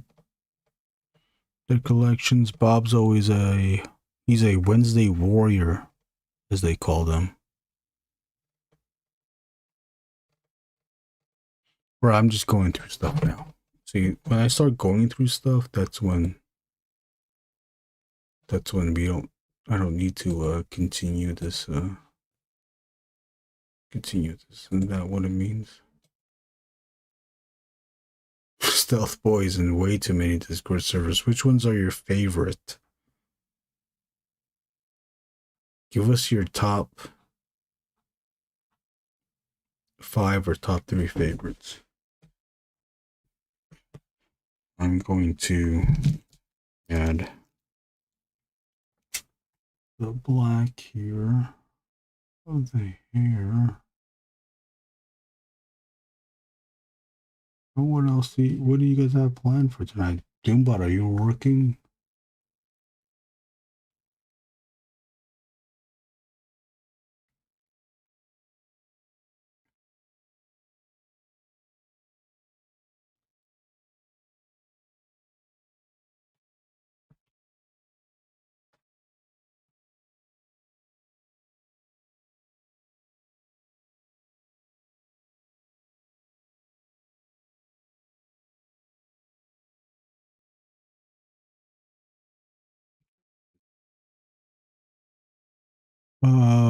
Yeah, personal friend servers. Oh, okay. I don't actually like big public servers that much. After being on the platform since 2015, they eventually descend into drama inevitably. Yes, I can attest to that. I think Brunson and I can attest to such things.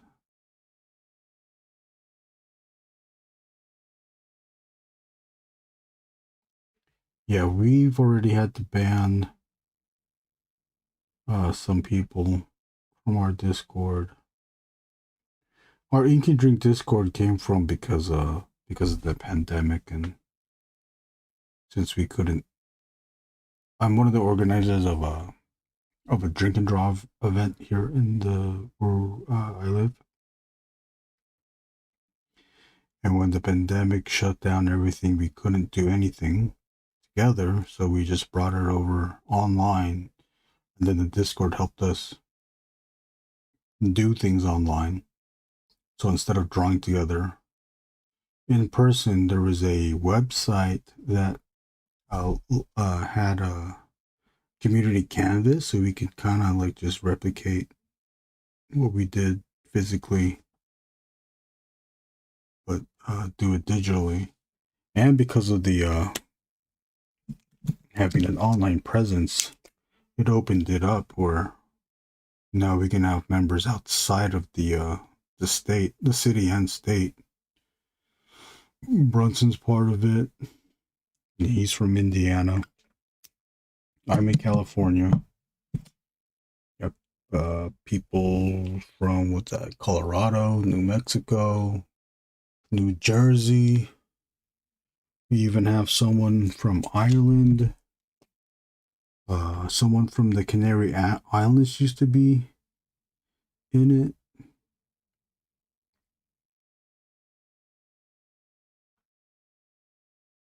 People of different backgrounds too, as far as art goes. Some are professional, some have become professional. Talking to people that are just starting out in their art journey, and maybe even our career. So it's been fun. I really like the holes. Do you like these holes as much as I do? I'm enjoying these holes. I love hole. Do you guys love hole? Not the band, like the actual hole.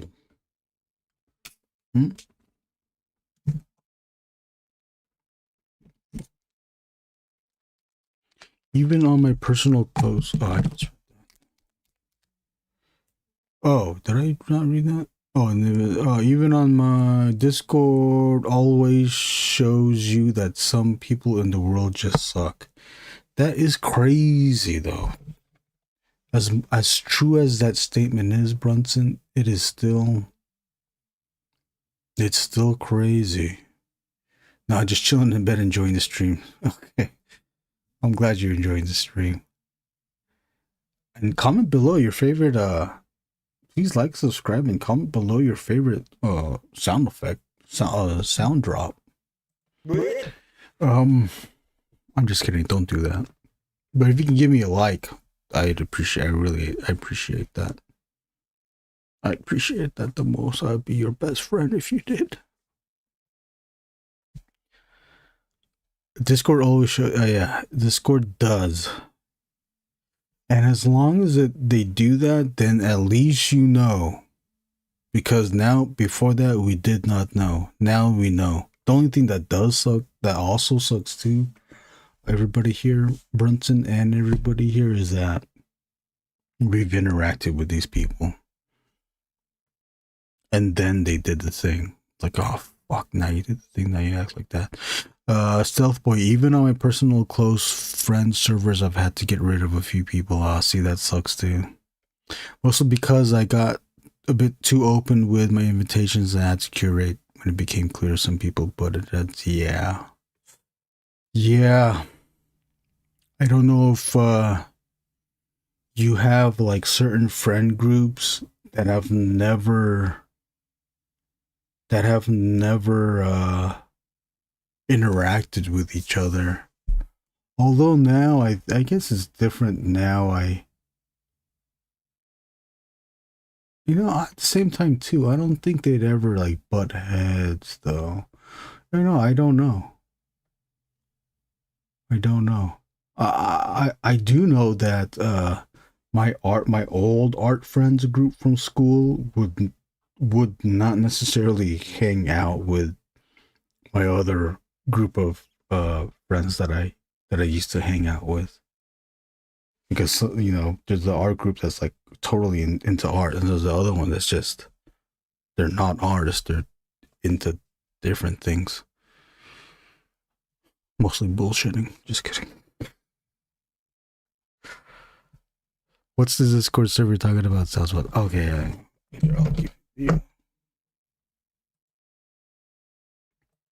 Guess I did it to myself, Brunson, but I must give out the invite. Brunson's gonna get mad at me for sending his invite out. Wait, is this the right one? Yeah.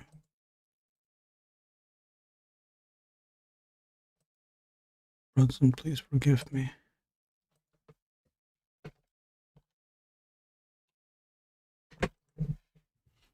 It's a big group. Not everybody participates in this Ink and Drink. I think we're almost close to 400. I don't know if we're that close anymore. Some people have left. But there's really only, I don't know, Brunson, what, like 20, 25 people that really interact on a daily basis. JG is prominent. Brunson's prominent. Who else was in here? Bob Gazilcher, some of you may know that you've seen in these chats, is prominent.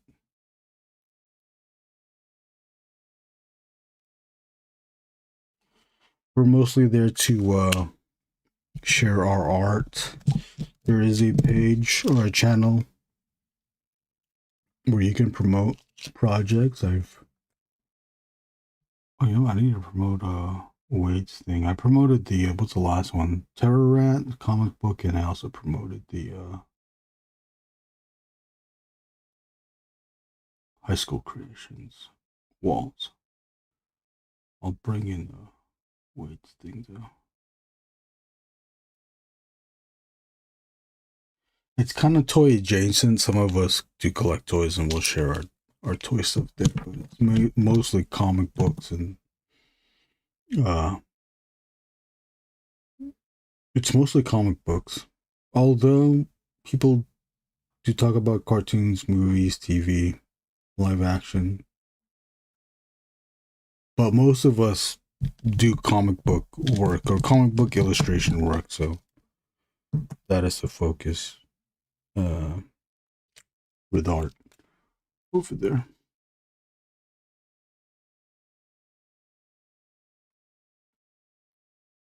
We do have rules now. It's the main rules. Don't be racist. Don't be a bigot.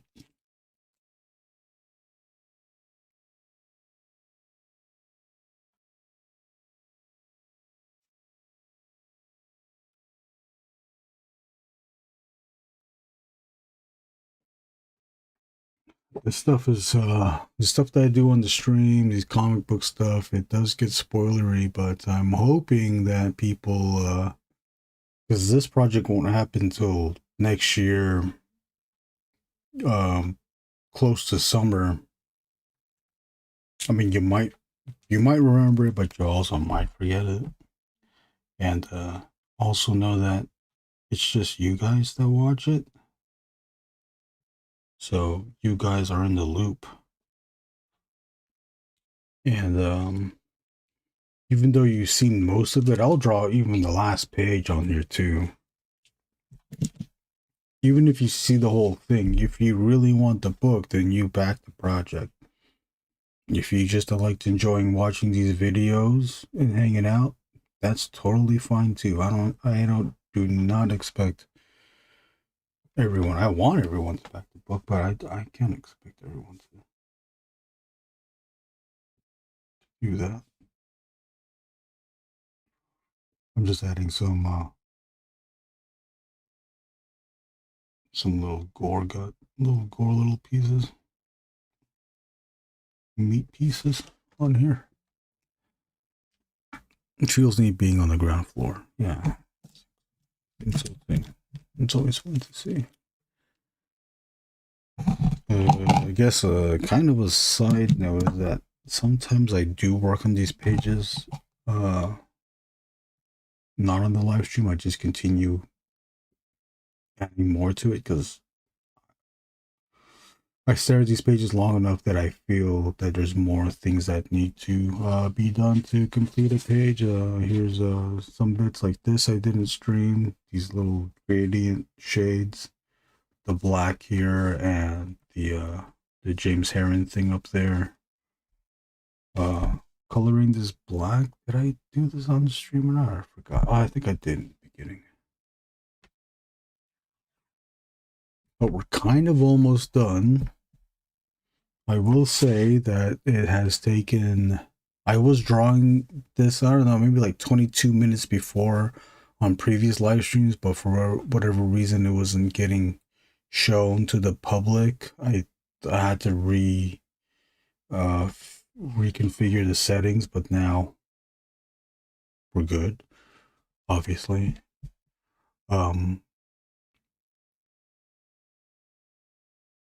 We're at 3 minutes and 37 minutes, and what did we get done? We got this done, and we got this done, or this done.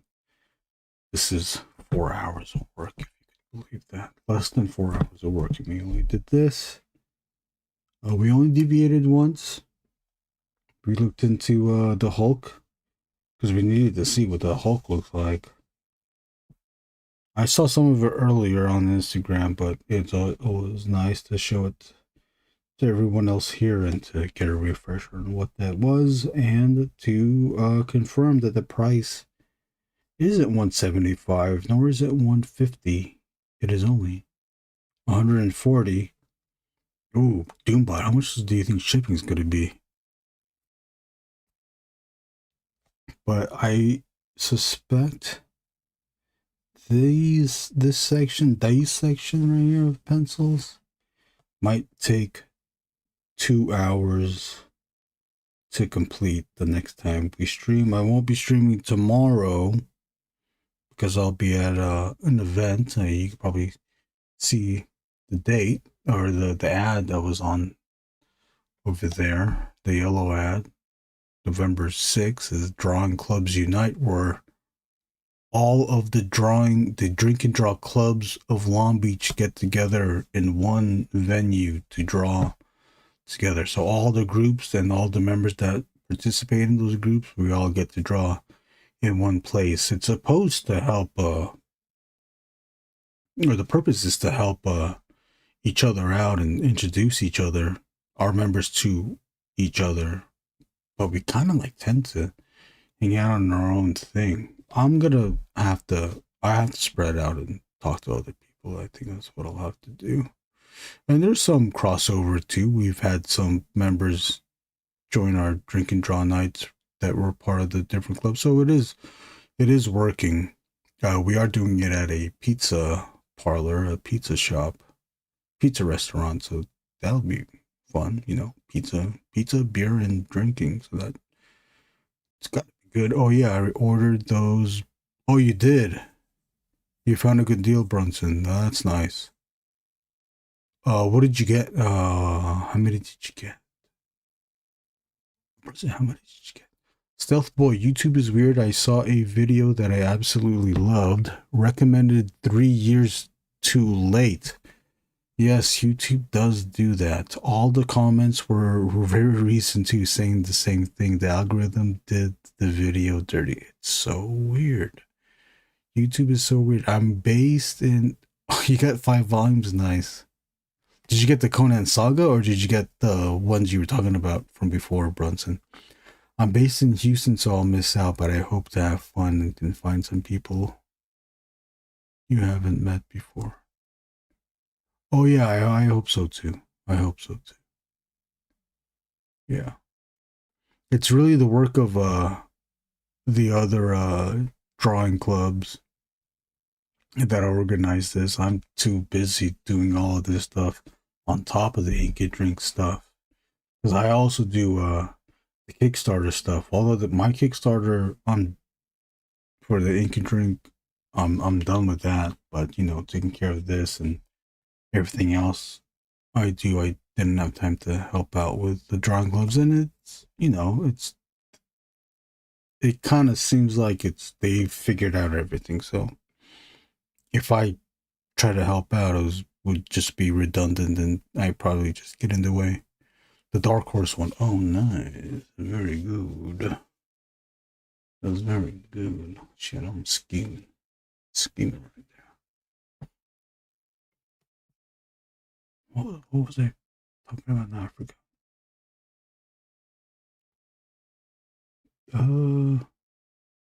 What is that? No, I'm gonna eat this.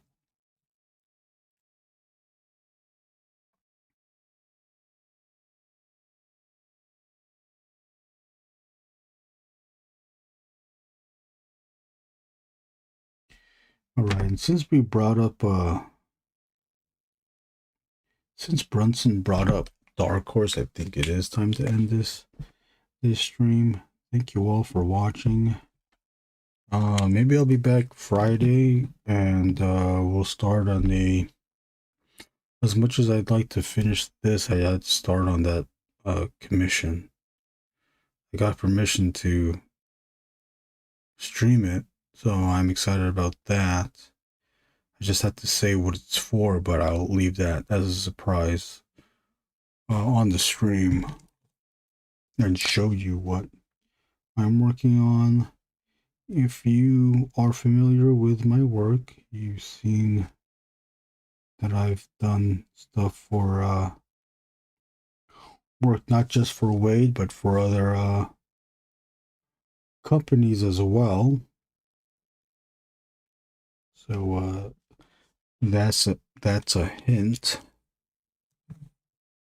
on the project, on the drawing that I'm going to do on Friday.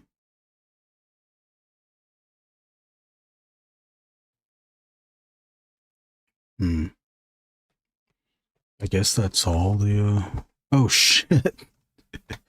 See you tomorrow? I think so, Bob. I'm gonna try to get a ride there. Times is at 6 to 9. 69 6 to 9? 6 to 9. Do we have to Bob, are we setting up anything? Mike said he's bringing paper.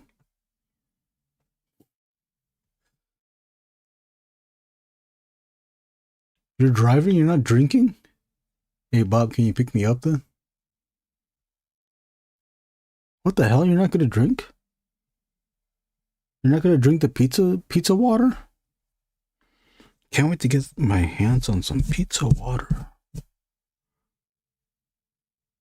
You picked up his cards from the printer? What do you mean you picked up his cards from the printer? Why did you pick them up? See, now we're just getting into see, this is the perfect time to do the phone call because Bob could have called in. You have a beer and a half and drive. Oh, okay. Hey Bob, can you pick me up then? Please, I'll pay for your gas money. Oh shit, did I pay for your gas money? Wait, what did you pick me up for last time? Oh, I forgot to pay you for the gas money for thing. For last time when you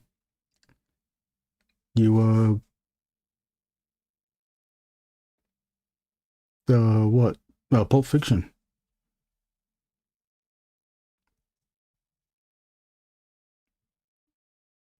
Oh, okay, cool. Yeah, Bob, just let me know what time do you think you're gonna stop? You're gonna be at my house. Do you need my address again? I'll type my address in the comments, and then everyone here in the comments can Google map me.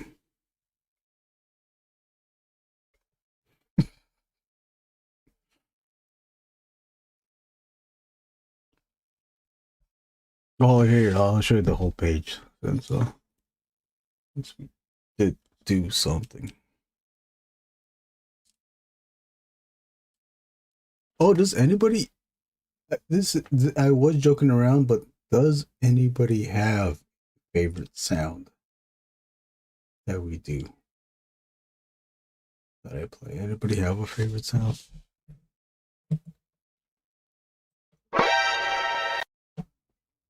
It's the house with all the encompassing, like, yeah, that's the one. We have a trough. Not a trough, the trough with the water thing. The boom sound effect you played when I joined the stream was fun. Oh, I don't even remember what that one. Mine is I like that. Which I like that though. This one, oh, I like that. Look at that. I found that Garth Brooks one. Or is it the Brent one? I like that. Actually, I like to touch.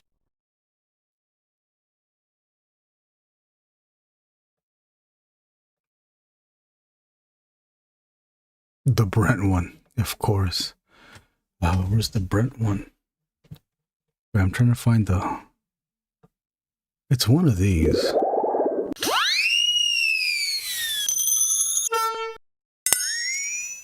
I like these ones. Smooth as a baby's bottom. I don't know what I labeled. Oh, I did. That's why I can't find it, because it's all called Brent. Brent, I like tea. Did you like that soundbite I sent you?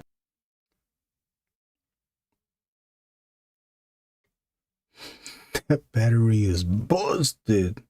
What battery? Battery I have an ass. I like that. I like that. These are Brunsons. I like that. Akira. I like that. I like that. I like that. I like that. I like that. I like that. I like that. I like that. I like that. I like that. I like that. I like that. I like that. So do you lean your board against your shelf? I've been looking for a good surface to ink off of. Yeah, this is at an incline. This is the dude. I think this is from the 90s. Oh no, is it the 90s? I think this desk is from the. This is the 90s ass desk.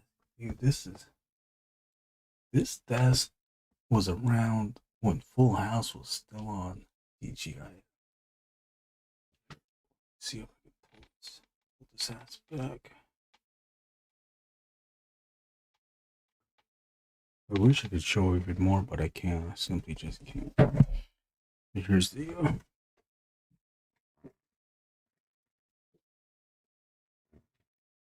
I gotta make sure I have nothing private.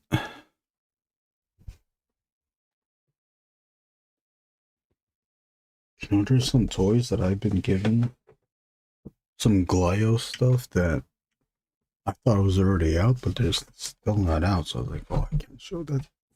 Okay, here's the incline. There's the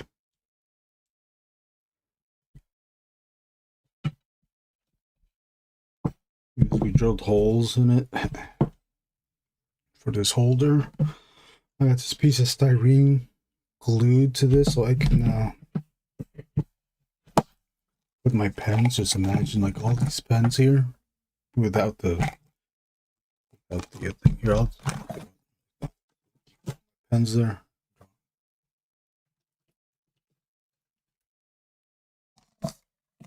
That's the desk, and then when I usually have this up because then I put my iPad here and I'll draw on my iPad. But if I'm not, or if I'm eating, I'll just move to the side and then have my plate here. But if I totally need this out of the way,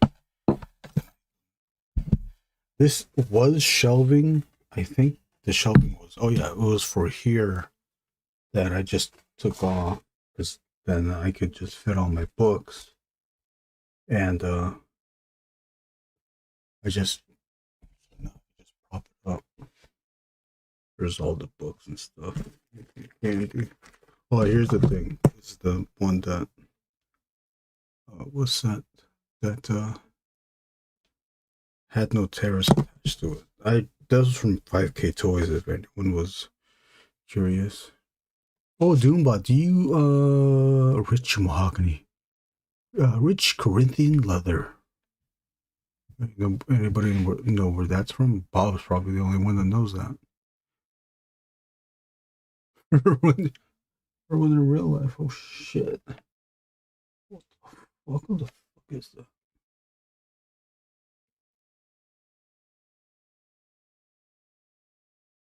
Yeah, this is a 2020 solution.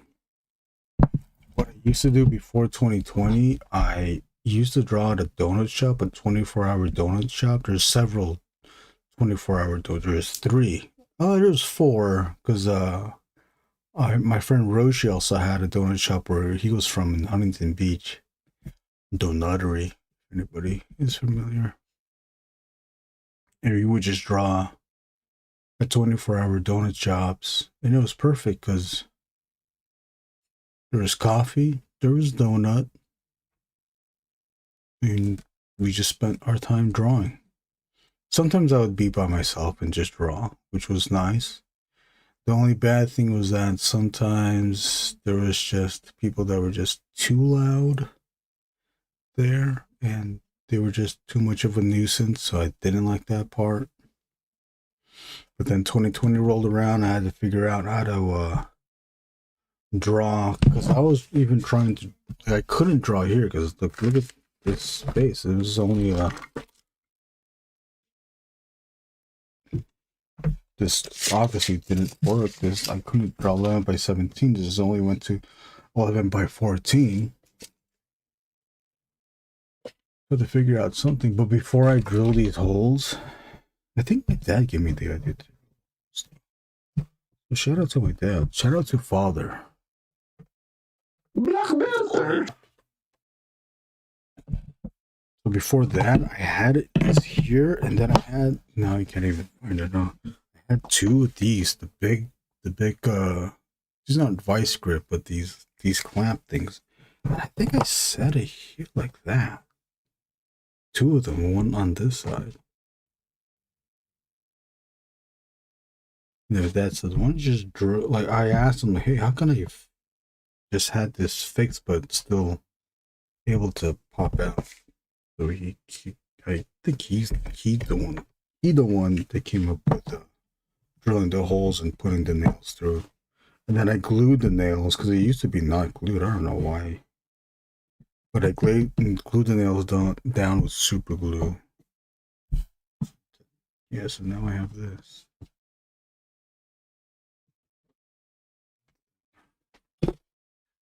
And then what I used to do, I used to keep it this. But look how limited this becomes now. this becomes limited. My elbow pad here has no space. First of all, the elbow pad. The elbow pad here has space, but no other space to rest things. What I figured out, and this is kind of recent too, I think last month, I put this at an angle. Okay, I put this at an angle. Now I have more space here. I'm able to fully put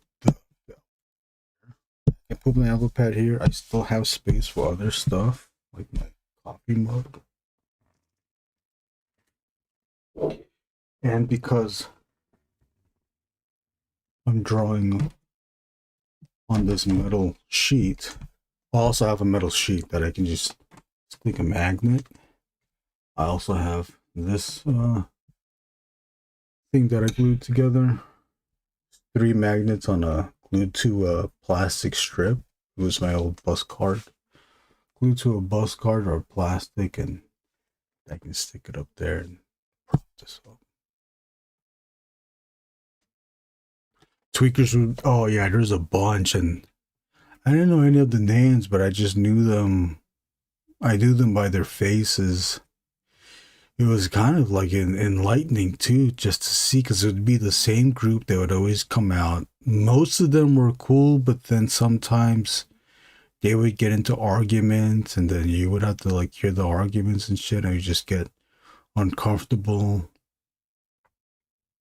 Because now you're wary of them and what they're gonna do. They mostly didn't mess around, but there was one guy that was just, he would, Bob, you is the only one here that would know it, but Bob, taking notes, Stealth Boy, okay, Meaden makes some good artboards nowadays, but perhaps too big for your space. Oh, yeah, see.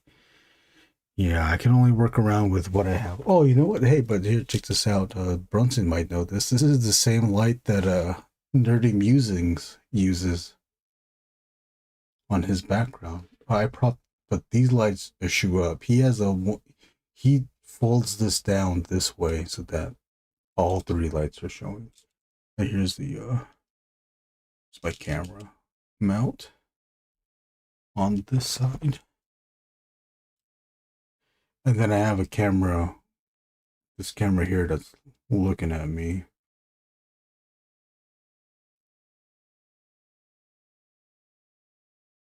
But I kind of want the camera to go here because there's a green screen, or I color, what do you call it? Took out the background of this camera because it's very embarrassing. You don't want to see it. I'll show you a little peek though. What this looks like. Look at all this shit. That's it.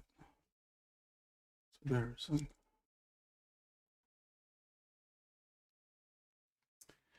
Is that a red grass light? I don't know what this is.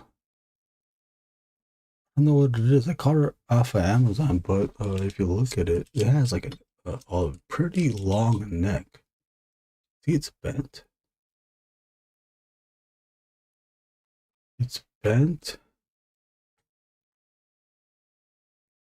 So you can get really high.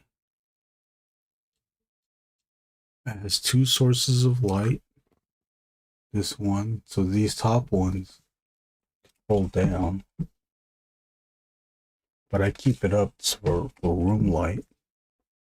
It's a room light. It's dim enough that it's not super bright. I like it dim. And then I turn this on if I'm using the desk.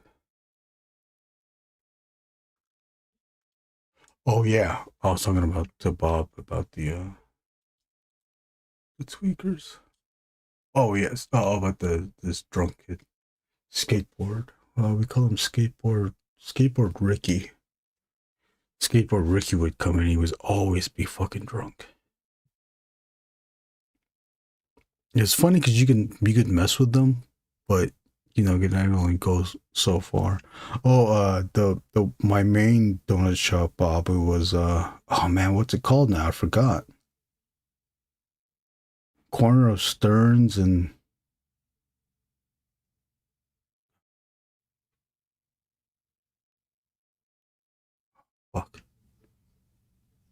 No, man, I fucking totally forgot what it is now. That's Thursday, Atherton. Man, I haven't been to this donut shop. There's Donuttery, but that's in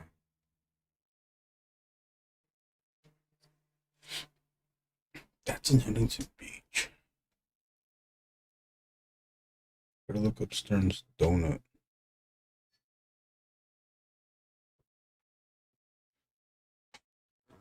Across from Taco Bell I worked at Stearns and Palo Verde. Yeah, that one. What's that place called? You worked at Taco Bell? There's Taco Bell at one corner, and the other corner had Del Taco. The other corner now has the gas station. I don't know if the gas station was still there, 76. And the other corner was the donut shop. Simone's Donuts. Man, how could I forget that? I was so good with them that I would just pay for the first coffee, and then every other coffee was just the refills were free. With the bakers at night, but when the owners came in, I had to pay the $1 for a refill, or 50 cents or whatever, I forgot, for the refill. But coffee's dangerous too, because you make you go pee pee. So you had to go pee pee. But I was good enough with them that they let me use their restroom. If I didn't, there was a back alley that I had to go pee pee. How long ago was this? Oh, this before is at the latest 2019. Up into what? March 20th. Oh, March 2020. I would be doing donut shops. But then it got to a point where I couldn't take it anymore, so I stopped going to Simone's, and I went to like Norwalk Cerritos at a 24-hour donut shop, which didn't have as much, it didn't have regular homeless people. Well, at least homeless people didn't, or any of the tweaker people didn't go to that donut shop. So towards the end, it was that. Sometimes I would pop into Simone's because it's so convenient, because it's so close. It was so close to me.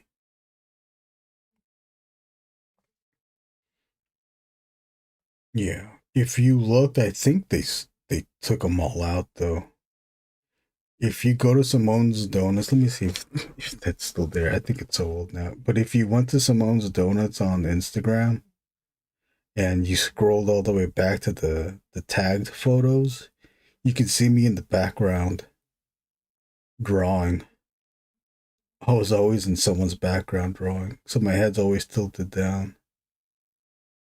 But I don't think it's there anymore. Let me see. But it's a family-owned donut shop. Husband and wife. Their kids work there. They had 2 daughters that were working there. The son, who's the older one, runs their donut shop. Oh, they took it out. The son who runs the donut shop runs a donut shop in Huntington. Oh man, what's the beach on, like straight up on Huntington? Runs that one there.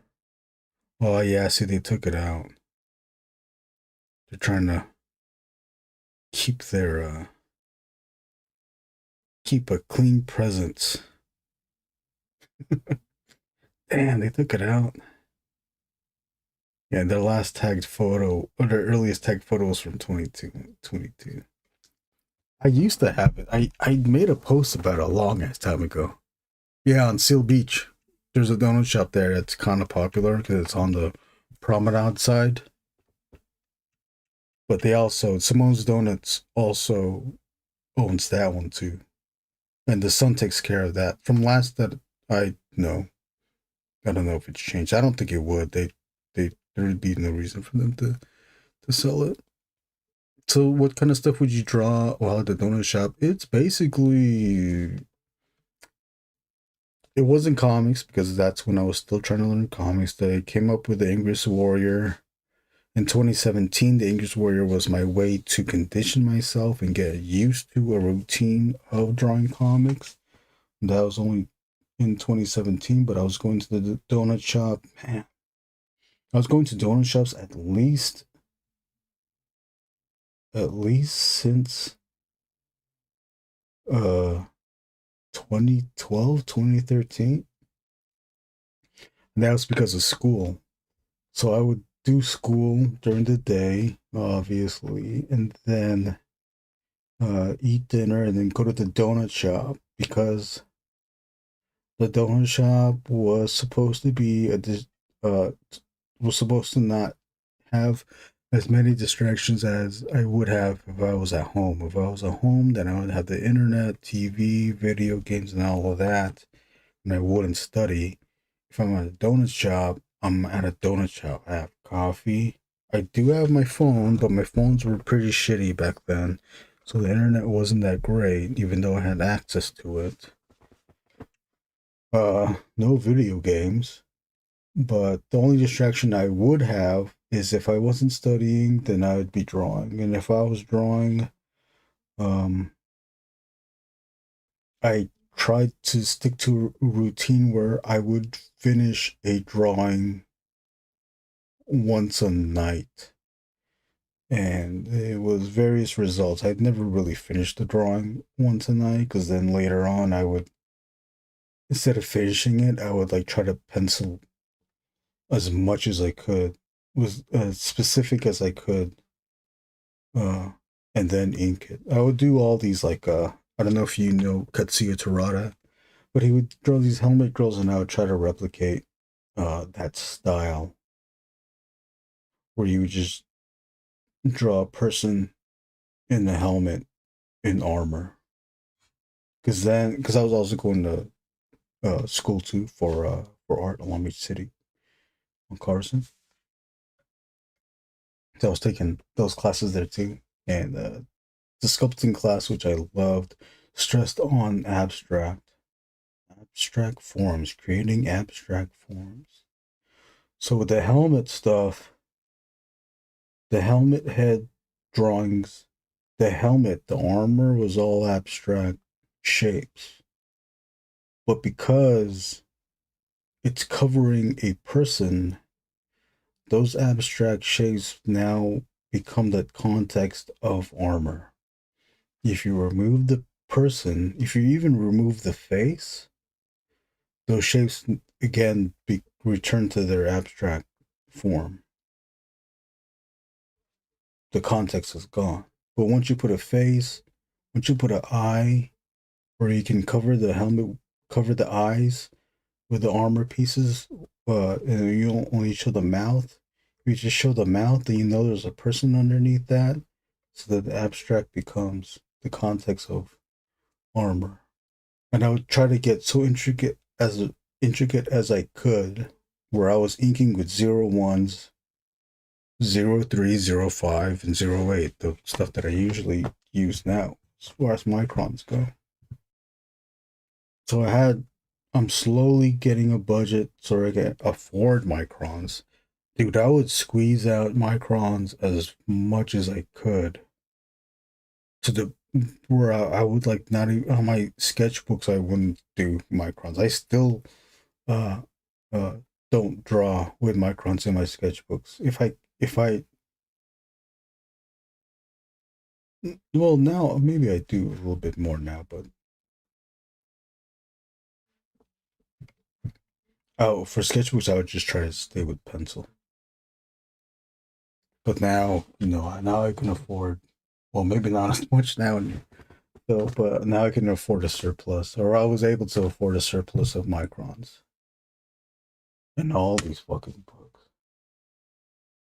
But now I have to hold back because I'm not getting as much work as I used to. They're more finicky, but you can read. There's a donut shop I used to always go to on Sundays during my youth. It was interesting watching their kids studying and going through different stages in life through my Kolachi visits.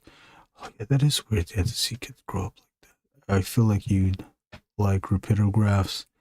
They're more finicky, but you can refill them. Yeah, I just don't like the refilling, and then I don't like the cleaning of it. I'll stick to microns. I'll stick to Tombows, Zebra, and pocket brush. And then every so often go try out the nib again. Man, I just killed another hour, I think. Right. I'm gonna get going. Thank you all for watching. Hey, where's Vicky? Are you guys still going out? The cleaning, are you in Stealth Boy? Oh yeah, Stealth Boys in Houston. The cleaning sucks balls. It's incentive to at least run them dry so I don't have to clean them out so intensely. Oh, that's pretty clever. They're actually designed with those sonic cleaners in mind. They're sonic cleaners. You should buy one, yes.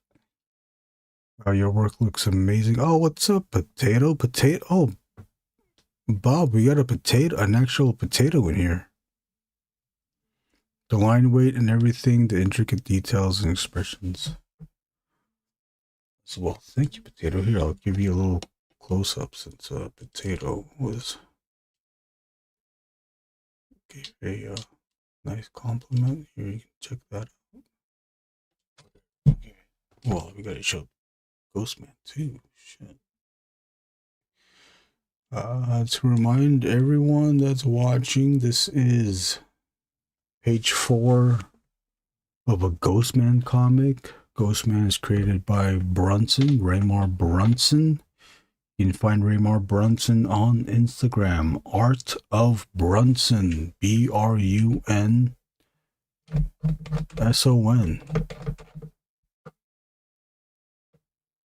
I am Brunson. I am Brunson. I am Brunson. What's up, Brunson?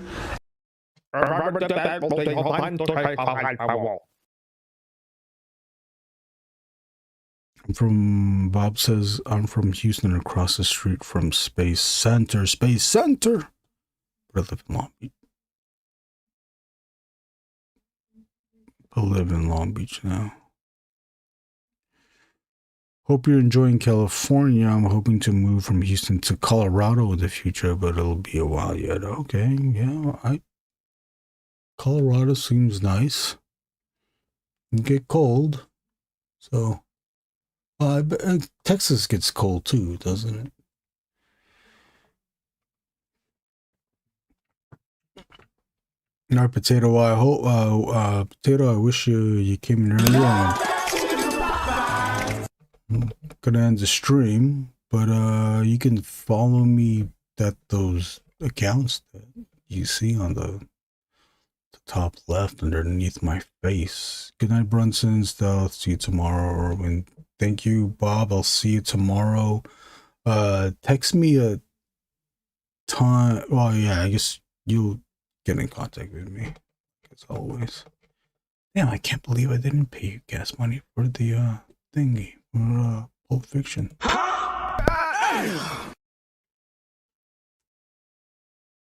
Text you ETA. Okay, yeah, cool. Thanks, Bob. Thanks, Bob. Runs says 9 Bobberton. We need to head to Bobbertown. When are we all gonna go to Bobbertown? Bobberton, Wyoming?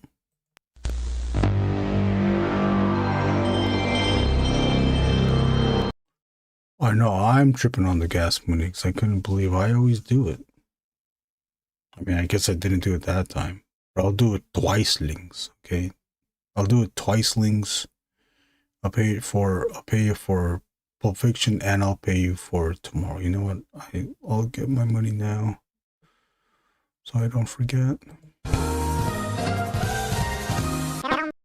I can't do it. Put me in the beat like her. Good night, everyone. I'm Big Bird, and I went poo-poo in my panties. Do the job! How dare you? That's aggressive. Do re mi fa sol la ti do.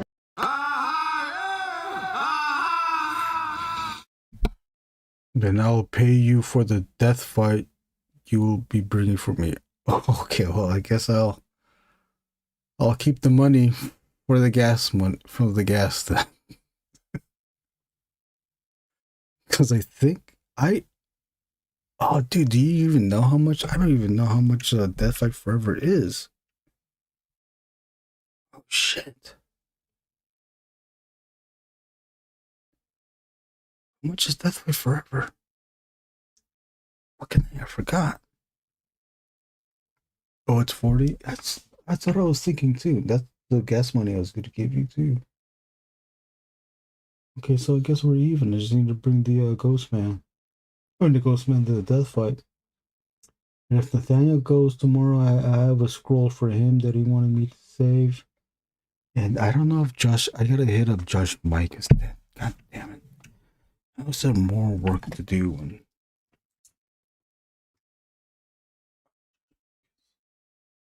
here, his name down so I know. He's going tomorrow. Because he wanted to buy one too.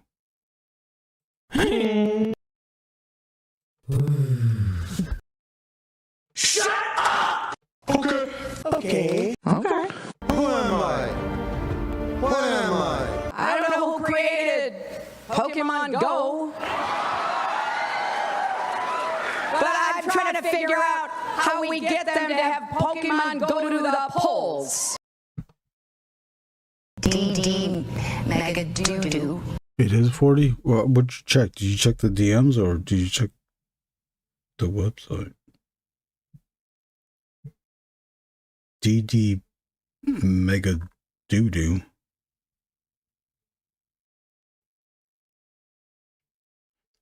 Hey, Bob, were you getting a bunch of messages about AI art? My text message. Okay.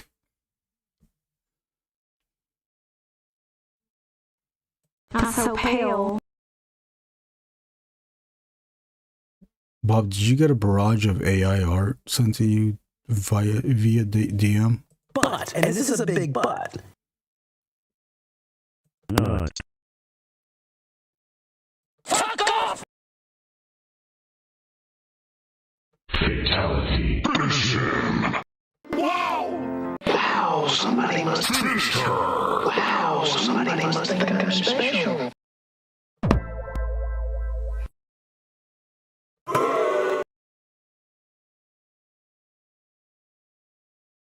Can somebody suck my ball there?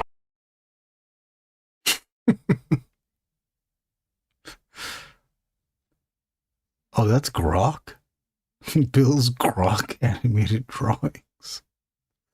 If so, yes. What did he send you? Did he send you Potato Mummy once? It's like, where is this coming from? Where is this coming from?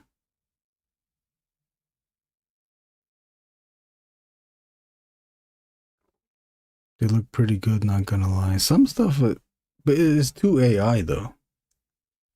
This shit too AI though. It's too AI though.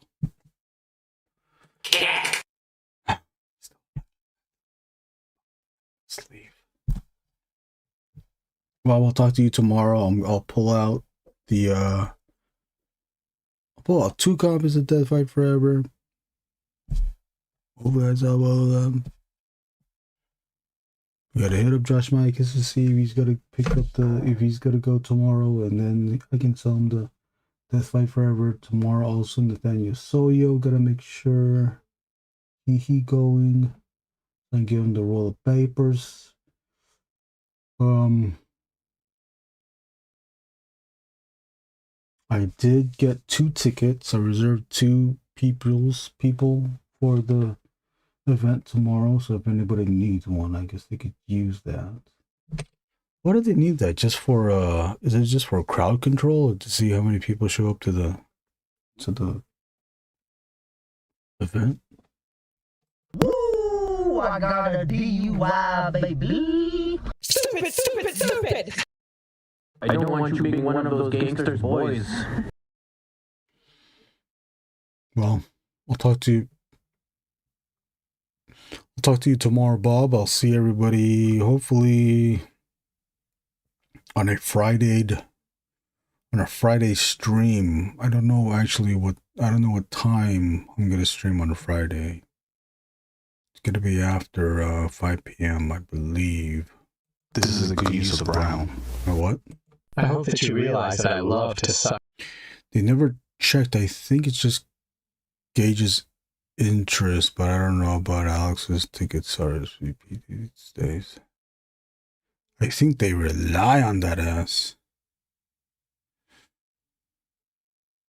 Gauges? Like earring gauges? Like Roshi's big ass earring gauges?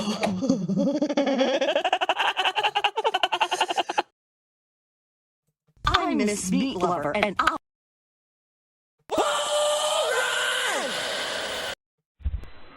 Hi, son of a bitch.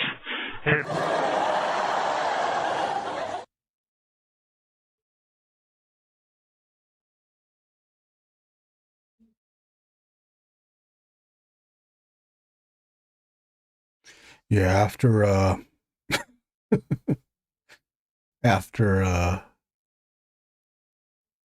tomorrow's event, we're gonna have to really push the Alex Bar event. They're only giving us that one night, so they're gonna see if they want to keep us. Bound.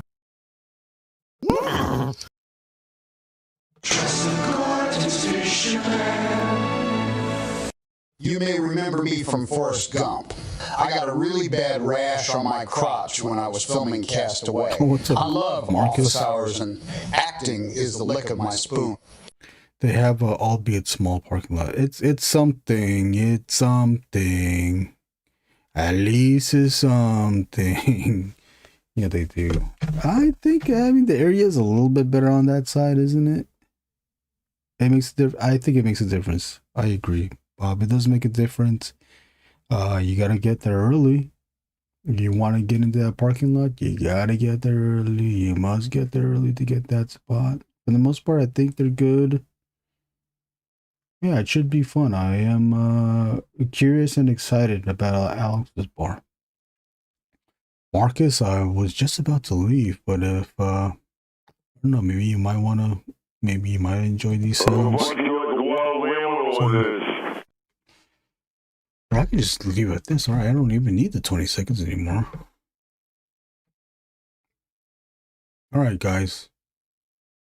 I gotta go bye-bye. I gotta go eat now. As long as we can get all the tables in there and they put on the house lights, which they said they would. But they said they would. According to text messages, they said they would.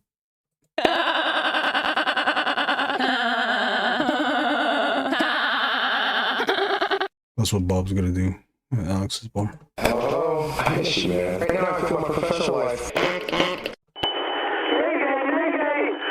Bye. Okay, bye everyone. Bye. Bye. Bye. Bye. Bye. It is delicious.